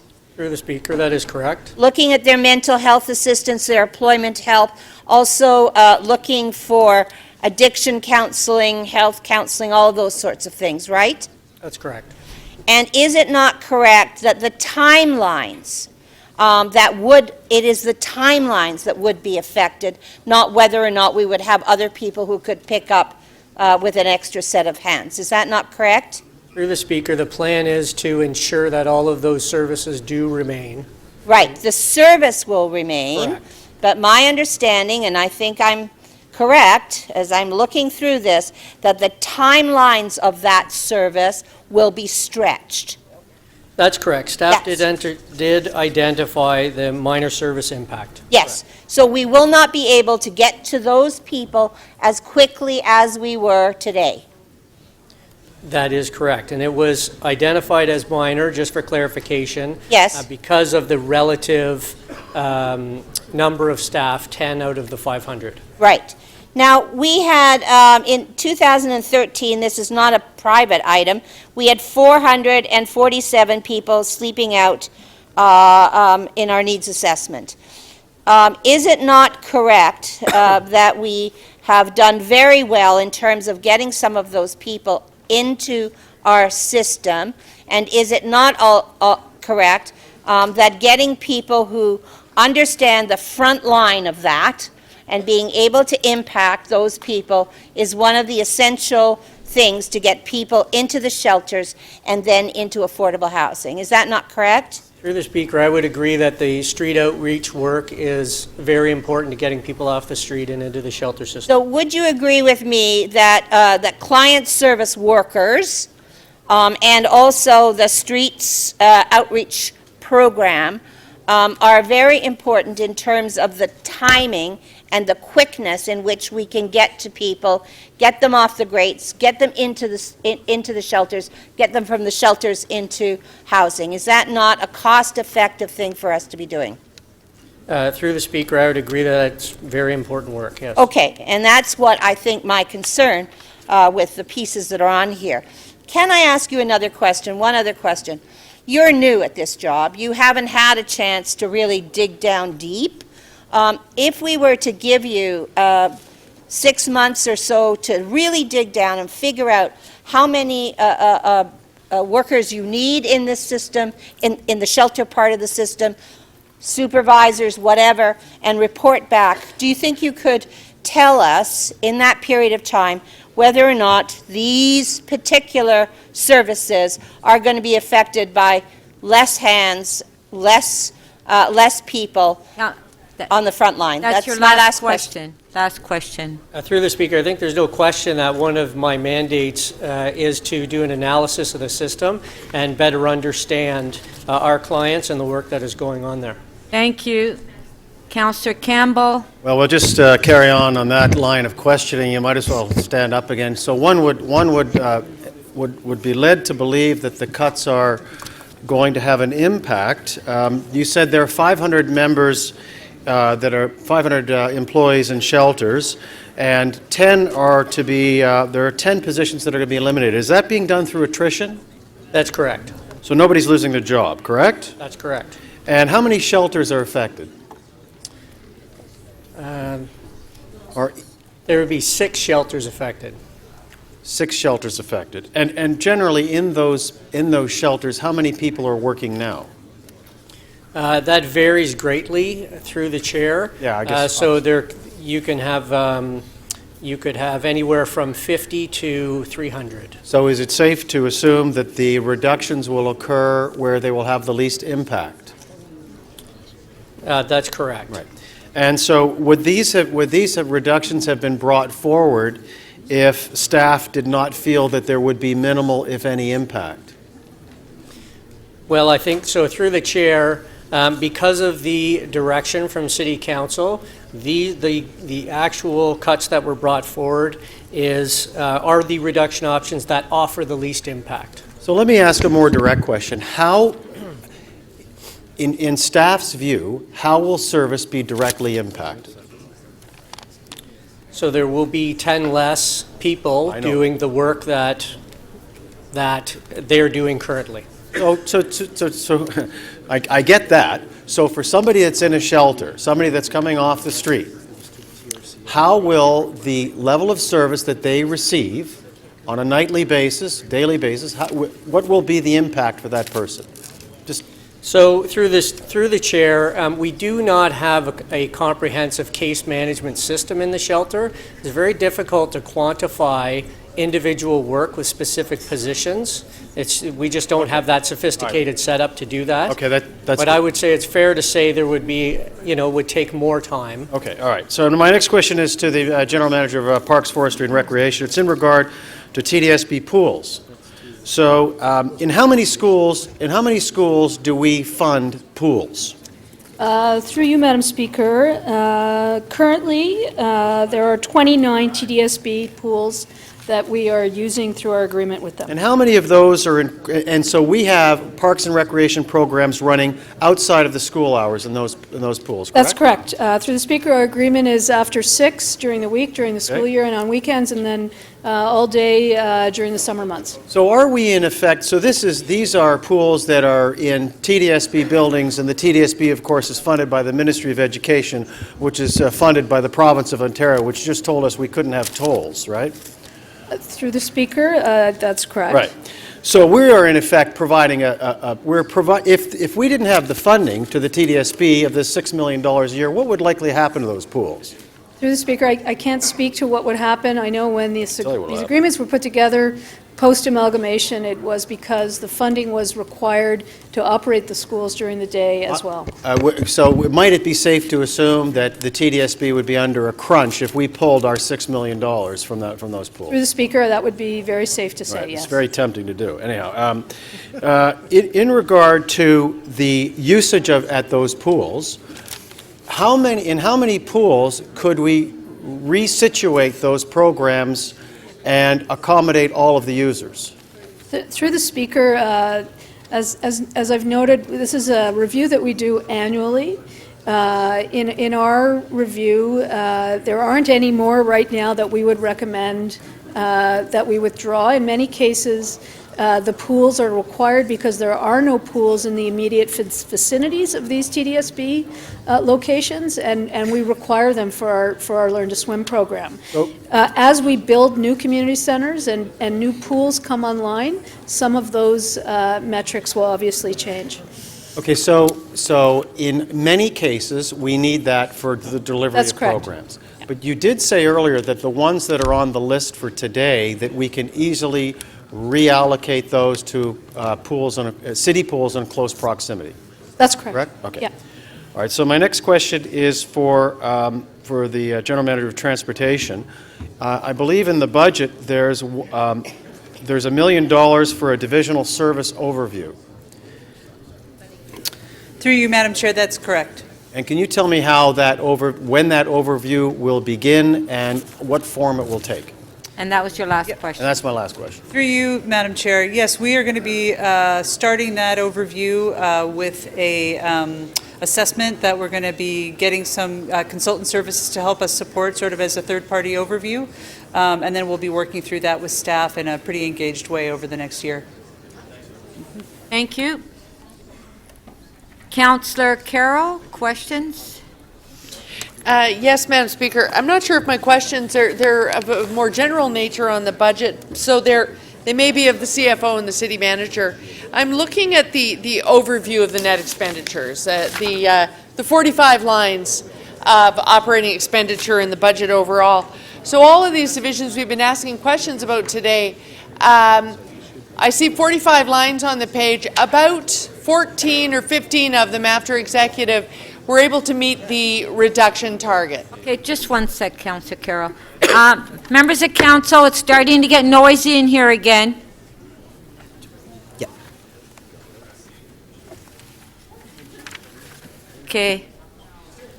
So through you, Madam Speaker, I believe at the time that we printed the preliminary budget, there were 17 divisions that were at 0 or below 0. So less than half were able to meet the actual efficiency target. I'm just wondering if, given we've taken you to this point, we're going to vote on this today. We may make some minor changes, but give or take, coming out of executive, you really know what size the bread box is. We've even adopted the rate earlier today. So you must have some advanced thinking. If we want next year to keep to inflation, if we assume a somewhat stable economy, if we assume a somewhat consistent real estate market. The prices continue to climb. The transactions have slowed a little bit. But all things staying roughly the same. The wage increases, I think we're in the final year of a number of contracts. If we want to stick to that inflation target again and do that rate calculation, what then of this page of 45 lines, what sort of reduction target are we looking at next year? So through you, Madam Chair, we haven't done that math, but if you recall last year, or going into the 2017 budget, I think we were forecasting some pressures of about 600 million, and that then generated a target of minus 2.6. Right now, we're forecasting 370 million, so it would likely be in that 1 to 1.5% range, but I'm going to preface my answer because we haven't actually done that math yet. Okay.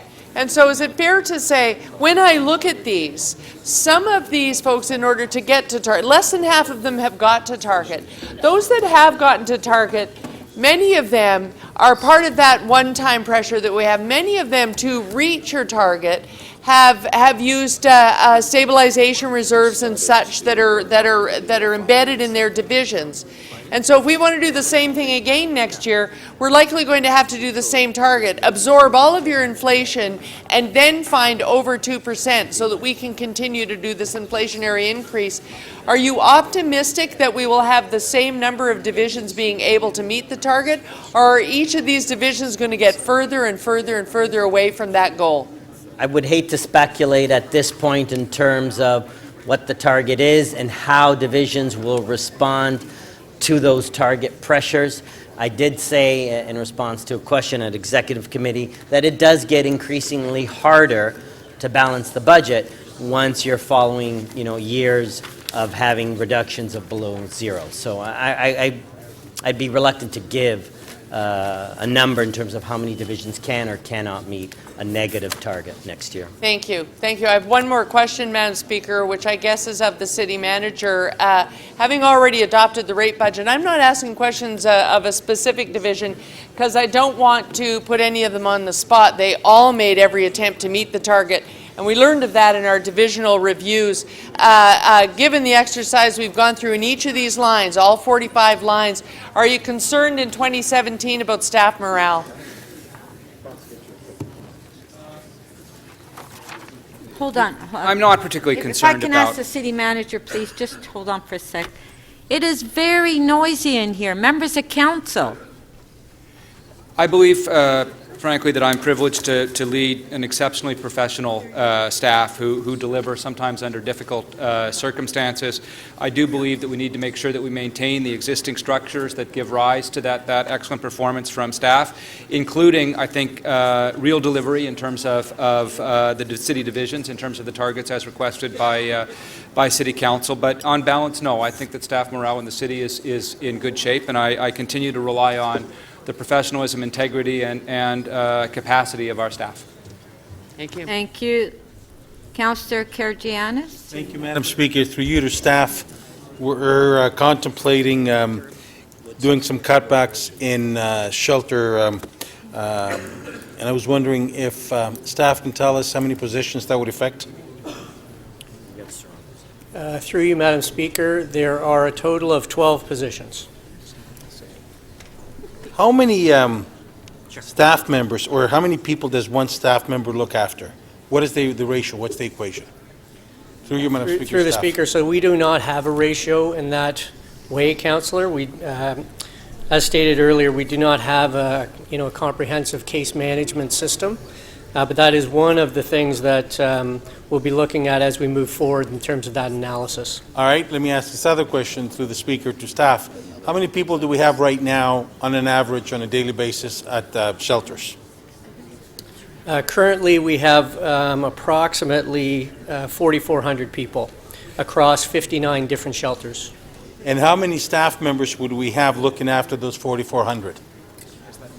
So with the 10 city-operated shelters, those would be the shelters out of the, it's 10 out of the 59, and we would have about 500 staff out of that 10, and the total number of people being served in those 10. I don't have that total number in front of me, but I can get it for you. Through the Speaker to staff, you said that we have 4,400 people that are actually in those beds every day, and we have 500 staff looking after them. Would that be correct, or did I misunderstood you? No, my apologies. So we have 59 shelters in total. 10 of them are city-operated. Within the 10 city-operated staff, there are operated shelters, there's approximately 500 staff, and I will get you the number of people who are in those 10 operated shelters. Sorry, how many beds do we have in those shelters? That's what I don't know off the top of my head. I know in total it's about 4,400, but that's across 59 shelters. All right, let's take the number 4,400 divided by 500. That comes out to what? 1 per 10? 1 per 5? So we take out 10, 12 staff. We cut back. So we're going to have something like about 60, 70 people that we will not be able to look after, if I do the math right and what your figures are giving me. Now, those people are probably going to be people that are in special needs. These people might be people that are actually suffering from some ailments. And if we don't have the right staff to look after them, then the first responders that you used to be responsible for will have to backfill. Will I be incorrect in that? So for clarification, Councillor, the 10 city-operated shelters has about 1,500 clients in them. The other 49 shelters that are run through purchase of service agreements have the other clients in them. All right. Let me get precise numbers through the chair, through the speaker. For the 500 people that we have, how many people are we looking after that are homeless and people with special needs and people that are actually looking for, is it 1,500 or is it 4,400? 1,500. 1,500. So 500, that's 1 per 3. We cut back, then we're going to have 30 people that we're not going to be able to look after. And those 30 people, if they fell off the wagon or they're on the street and somebody dies because we didn't have the 10 staff, what are we going to say?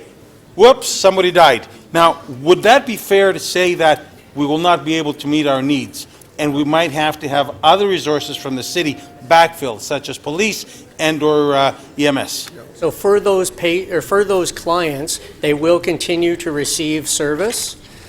However, we are going to spread that service amongst the other staff within the shelters. So we're going to overload our staff in order for us to be able to do savings of 10 people. So this reduction, again, was identified by staff as a minor service reduction because it was the 10 staff out of 500, and that's what is before council. If something were to happen to one of those homeless people, I guess it might be one too many. Thank you, Madam Speaker. Okay, that's it for the questions. So we're going to recess to 6:30. It's the new rules, my friends. New rules. I don't mind it either. By the time you get out of here, you have to come back. We're not going to do that.